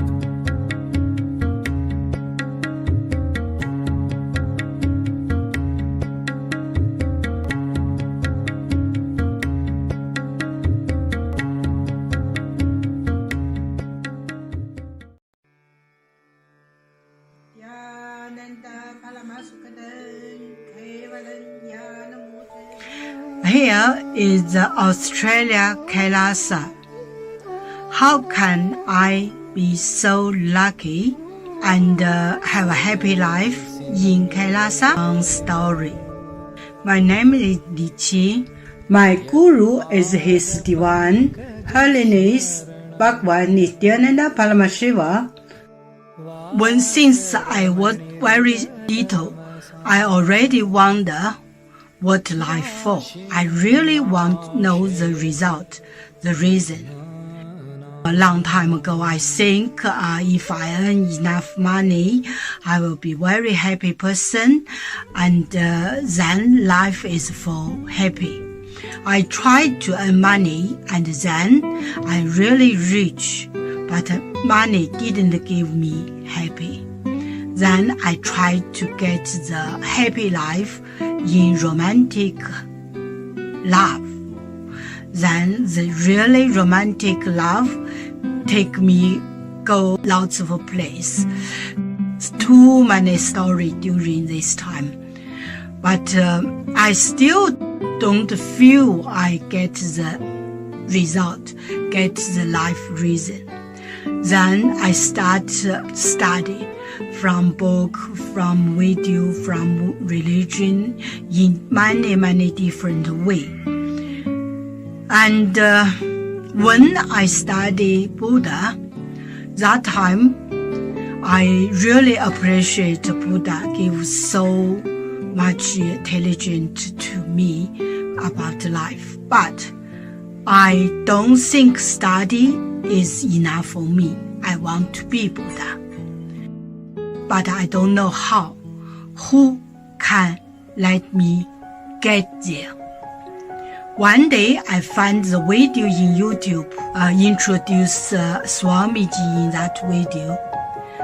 I suddenly, my eyes open wide. I get it.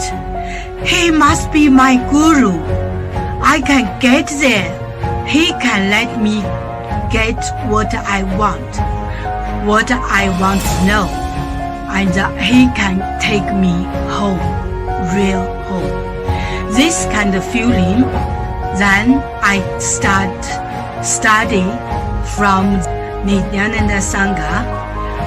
One day, Swamiji Satsang said he need people devote land, home, money to build up Kailasa. Then I discussed with my husband, decide to give the whole farm to Nithyananda. That time, because both of us believe help Swamiji means help whole world. It's a big decision, but we just discussed so short time already. Done, decide.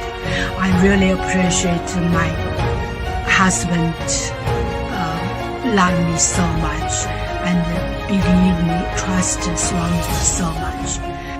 Soon here will be big temple, Gurukul, Goshena, and library. Introduce this my story to you, just me. Don't give up any chance to be founding father of Kailasa. It's best thing you can do in your life.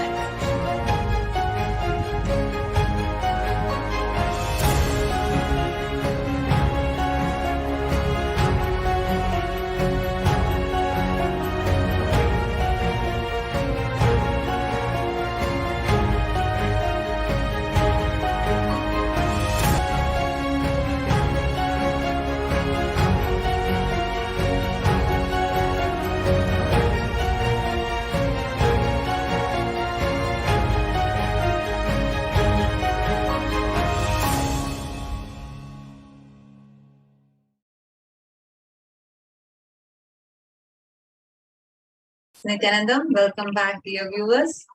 And as all of us are awaiting our dear Bhagavan Sundareshwara Paramashiva's darshan, all of us are just enamored by that beautiful and literally, we can literally feel that bliss, that love, that energy of our Sundareshwara Paramashiva. Literally, we can just feel it as if it's something like solid. You can actually feel it inside you. And it's so, so beautiful. And the way that experiences have been manifesting for people, it's just been amazing. Now, as all of us are sitting here, please take a few minutes and share with us what have been your experiences. What all are the different things that you have been experiencing when you have darshan of Kirena Sundareshwara Paramashivam. Actually, I was really touched because now just today morning we had the darshan of Kirena Sundareshwara Paramashivam, and again Swamiji is coming live to give us the darshan continuously, tirelessly. Swamiji has been coming for back-to-back darshans and being available to us and just blessing us, giving us food, attending to each and every one's request. And this has been really a huge thing Swamiji has been doing to support all of us throughout this pandemic. Actually, that is another important thing. See, all of us, this is one of the biggest click that I had. Out of the 7 billion people on planet Earth right now, there are many people who may know about Sundareshwara Paramashiva. There are many people who meditate on his leelas. There are many people who even go to temple. But unfortunately, anybody, for them to see Paramashiva, Sundareshwara Paramashiva, it is only in the form of Archavatara. Of course, Archavatara also can transmit these profound experiences, but unfortunately, human beings are not mature enough to receive it directly. But out of all the people on planet Earth, it is us, the few million of us that are watching it now, the most blessed, for whom Sundareshwara Paramashiva is not a mere history, he is a happening. Understand, the science of Bhava Samadhi Darshan is extremely rare. Thousands of years ago, rishis and great sages, incarnations, everyone practiced this, everyone manifested this science for the sake of humanity. Today, it is only here in Kailasa, it is only the Supreme Pontiff of Hinduism that is upholding this tradition, to keep this sacred tradition alive, to reach out to the humanity, to extend to the humanity the best of what is possible to protect ourselves during the times such as the pandemic. When this is happening, actually, right now, what we all are getting is the science of Sanatana Dharma. this is in the verge of extinction. The genocide is happening at such a high speed, even before we can cognize we've already lost it. Loss of Narendra Giri's reason is not something small. A sannyasi head of, he's the head of the largest akhada, largest number of Hindu sannyasis under him, and he was murdered. So now such things are happening. What is going on as Hindus, what we are facing globally is something happening in an unfathomable rate.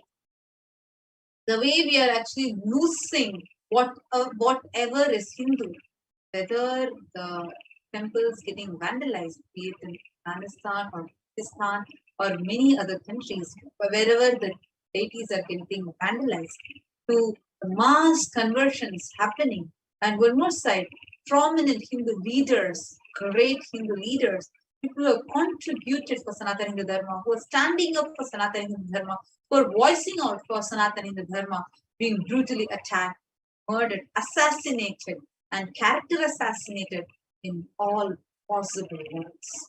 Hinduism is in fast declining mode in every place. It is only the Supreme Pontiff of Hinduism who, in spite of all the attacks, continues to stand up unapologetically for the authentic Hinduism just to reach that out to the humanity.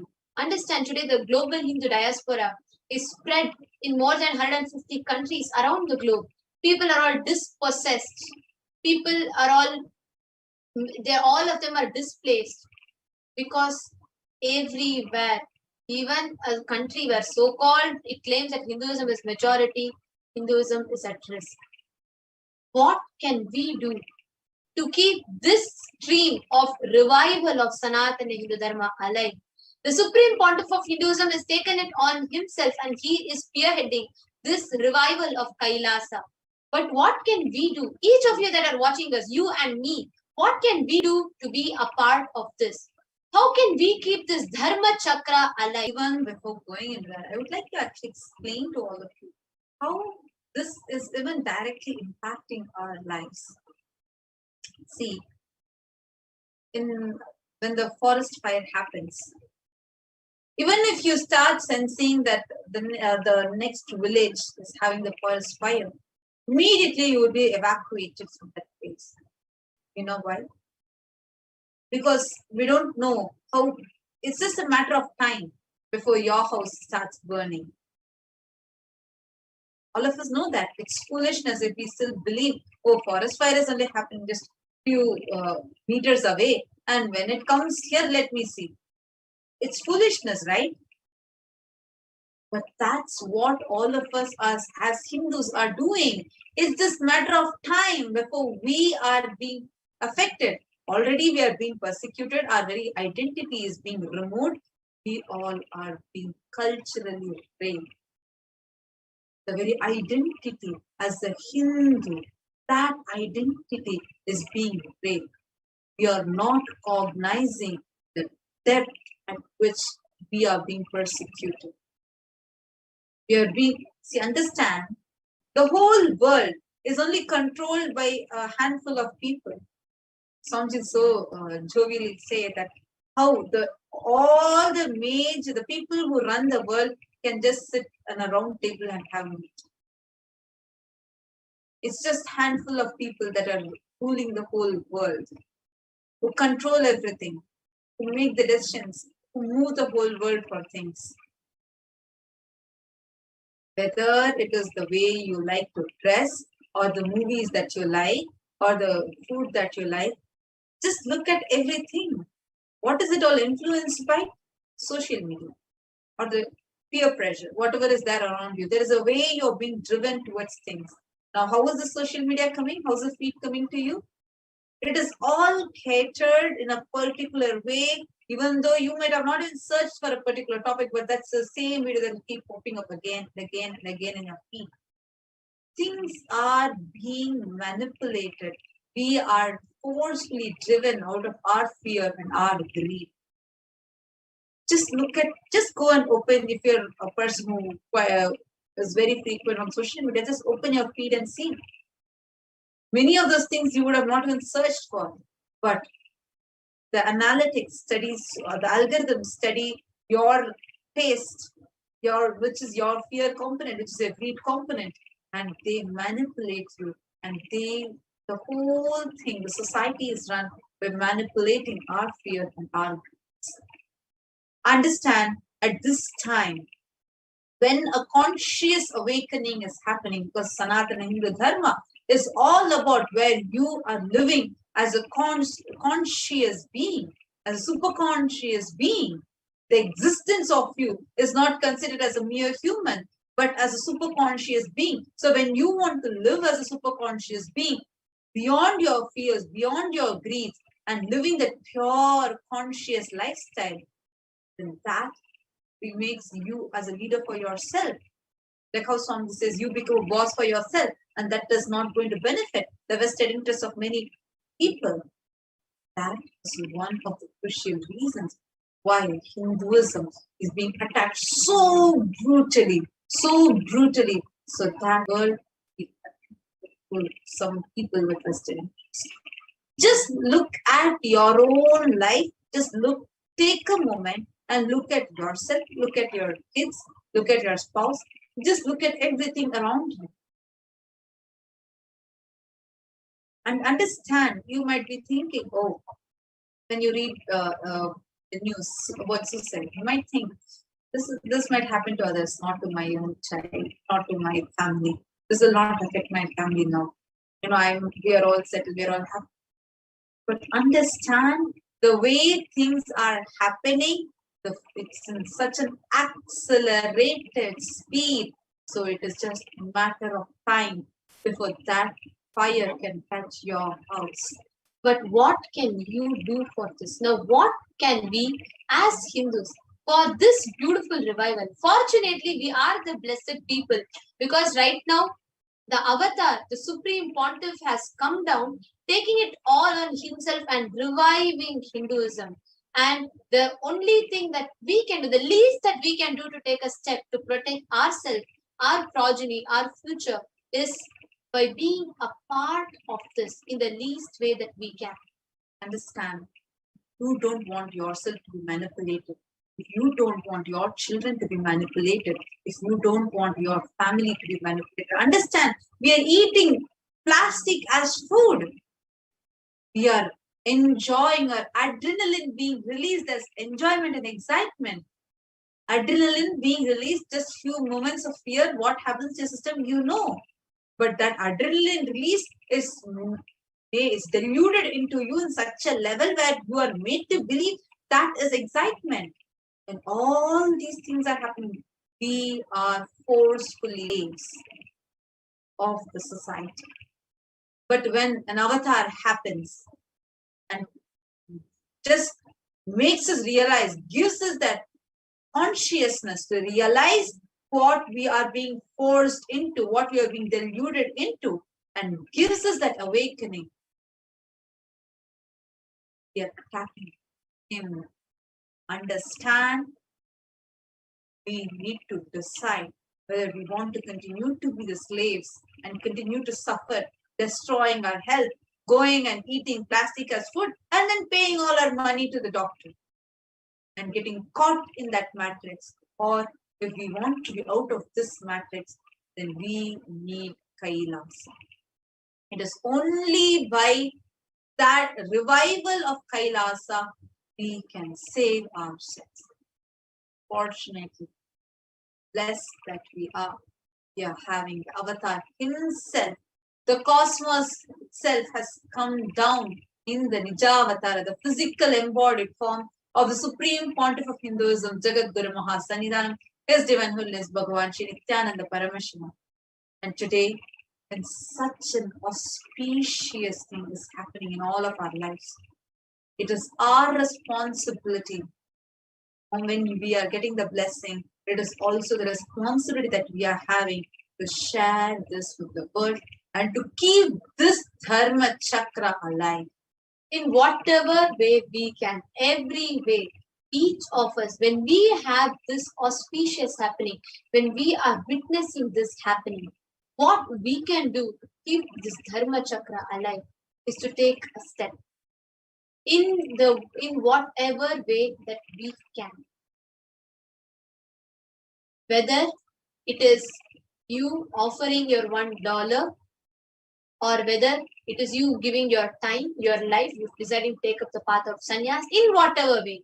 Here, today, when this moment is happening, you can come, you can just watch the darshan, receive all the boons and go. Or you can just sit here, you can maybe watch, listen, resonate with it and go. But end of the day, your action, you being a part of it matters. It is the greatest opportunity and blessing that we have been bestowed with. And being a part of this matters. Actually, Mark Carola talked earlier, well said. You could also share your understanding. And all the people that are watching us right now, how do you feel about this? What is the mood that you want to be? Do you want to experience your life being liberated, children's life being liberated, your whole family living a liberated life? Or do we want to get caught in this matrix? And this is in our hands. Because as I was sharing, it is just a matter of time before we get. And for the Dharma Chakra to be alive, for this, what we all are to experience from Swamiji, what all of us are experiencing now, if this has to be kept alive, even for our own future, forget about the next generation, even for our own future, we need to keep this Dharma Chakra alive. You all might be having a question, how you can be a part of this. There are various ways through which you can be a part. I'll just give one example. For example, right now you all are watching us through live YouTube channel, the Kailasa's HDH Nithyananda Paramashivam YouTube channel. And in that, if you see in your comment section towards the corner, you will find the dollar symbol. Just click that. Just by you offering whatever you want to offer, just by you offering that itself is a way how you can contribute and you can become a part of this revival. See, please understand, you can think, okay, let me just offer and go at once, one day let me offer and go. Yes, that might give you the benefits and of that part or that offering that you make. But please understand, every day when you are watching, as a Hindu, when you are watching, when you are witnessing this whole thing, or when you are witnessing an avatar, whichever part of the world you are from, whichever walk of life you are from, religion, community, wherever you are from, when you watch it, just offering maybe $1, $10, $20, $50, whatever you want to offer, just offering a little bit, but offering it every day. Because when you take that step, when you are making that offering, the responsibilism in you awakens. When you come and just offer and go for one day, yes, you offer out of your gratitude, you receive that blessing, boost, that's wonderful. But understand, when you make this as a part of your lifestyle every day, when you make that 1 cent, $1 offering, it is not about the amount or the quantity that you offer, but it is about the responsibilism which awakens in you, because each time you offer that 1 rupee or $1, you remember you are part of keeping this Dharma Chakra alive. So I'm just going to be taking you all through how you can be a part of this. Click this dollar symbol and you have 3 options: membership, super chat and super sticker. The membership option you can click if you're not yet a member. Then you have a range of ways you can become a part: E-Kailashians bronze, E-Kailashians silver, E-Kailashians gold, E-Kailashians platinum and E-Kailashian premium. So you will get the different options to become a part. So all you need to do is, let's say you want to become Kailashian gold, so just click join and it will take you to this window, and you can add your debit card or credit card. Then you can basically add the payment details, and you can become part. The next is the super chat. Super chat will give you a highlighted message like this. So basically, let's say you want to offer 200 USD. So you'll also see for how much time your message is going to be pinned. So like this shows the number of minutes that your message is going to be pinned in the YouTube chat. So you can offer along with. So you just click this dollar symbol and then click buy and send. And then moment the payment details will be asked, then you can fill in the payment details and you can. So this is just one time. So once if you fill your payment details, you add your credit or debit card, you can go on making your purchases and offering. So let's say you want to offer next something more creative and more interesting. You have the super sticker for you. So you can offer. So let's say want to offer this, so you can take this and take that sticker and you can click send, and again you can add the payment details here. So now with this, time has come to receive our Sundareshwara darshan. Let us all sit straight. Sit with your head, neck and spinal straight line. Close your eyes. Breathe in and breathe out deeply and slowly. And start chanting the Maha. Om Nithyananda Paramashivoham. Om Nithyananda Paramashivoham. Om Nithyananda Paramashivoham. Paramashivoham. Om Nithyananda Paramashivoham. Om Nithyananda Paramashivoham. Om Nithyananda Paramashivoham. Nithyananda Paramashivoham. Om Nithyananda Paramashivoham. Om Nithyananda Paramashivoham. Om Nithyananda Paramashivoham.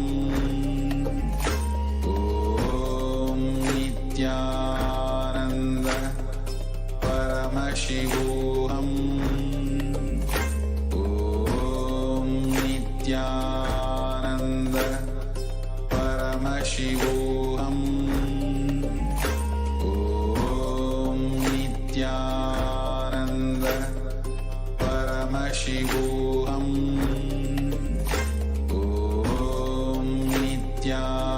Nithyananda Paramashivoham. Om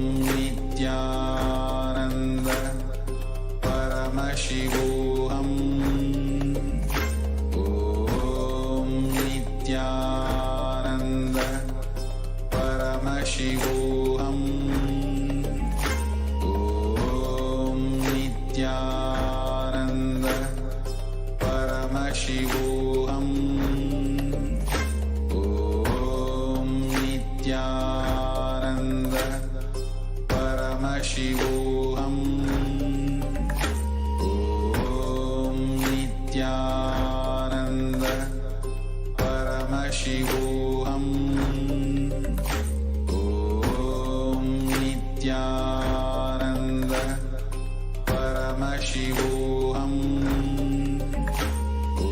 Paramashivoham. Om Nithyananda Paramashivoham.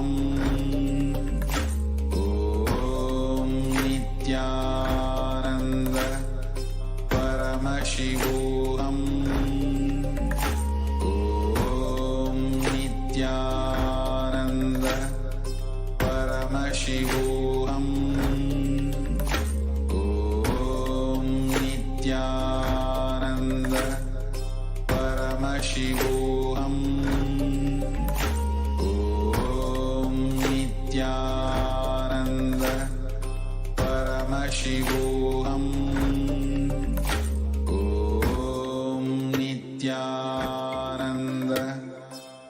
Paramashivoham.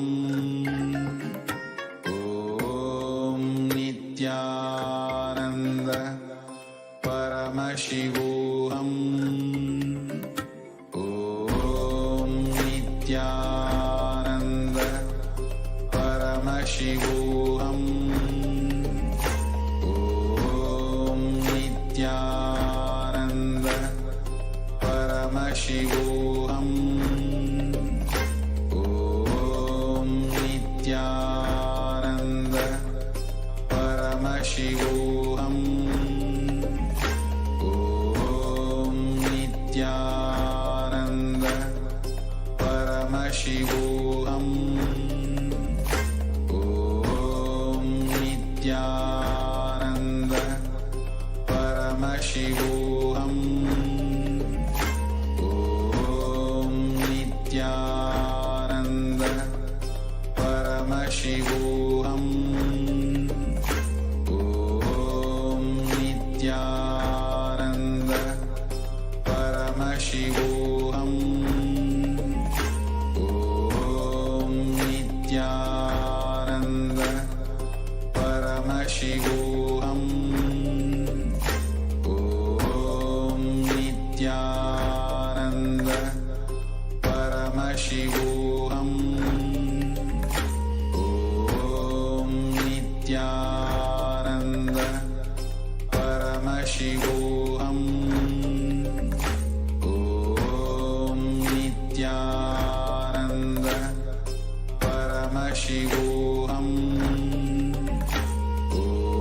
Om Nithyananda Paramashivoham. Om Nithyananda Paramashivoham. Om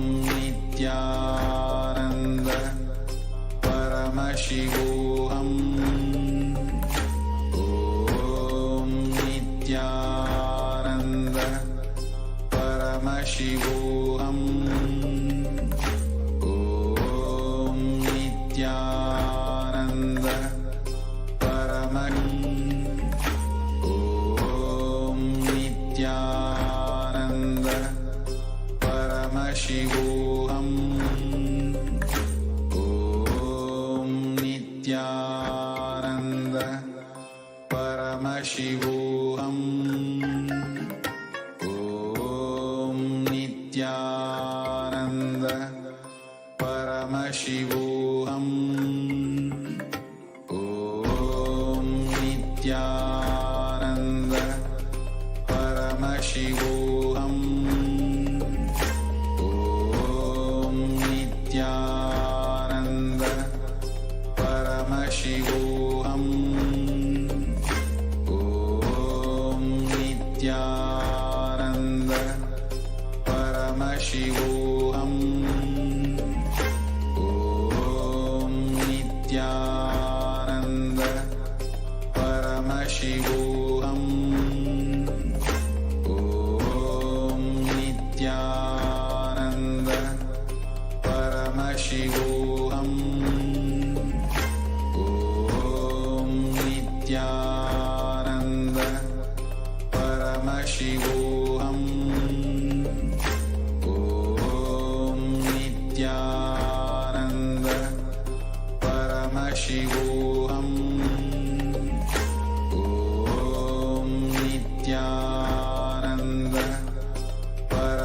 Paramashivoham. Om Nithyananda Paramashivoham. Om Nithyananda Paramashivoham. Om Nithyananda Paramashivoham. Om Nithyananda Paramashivoham. Om Nithyananda Paramashivoham. Om Nithyananda Paramashivoham. Om Nithyananda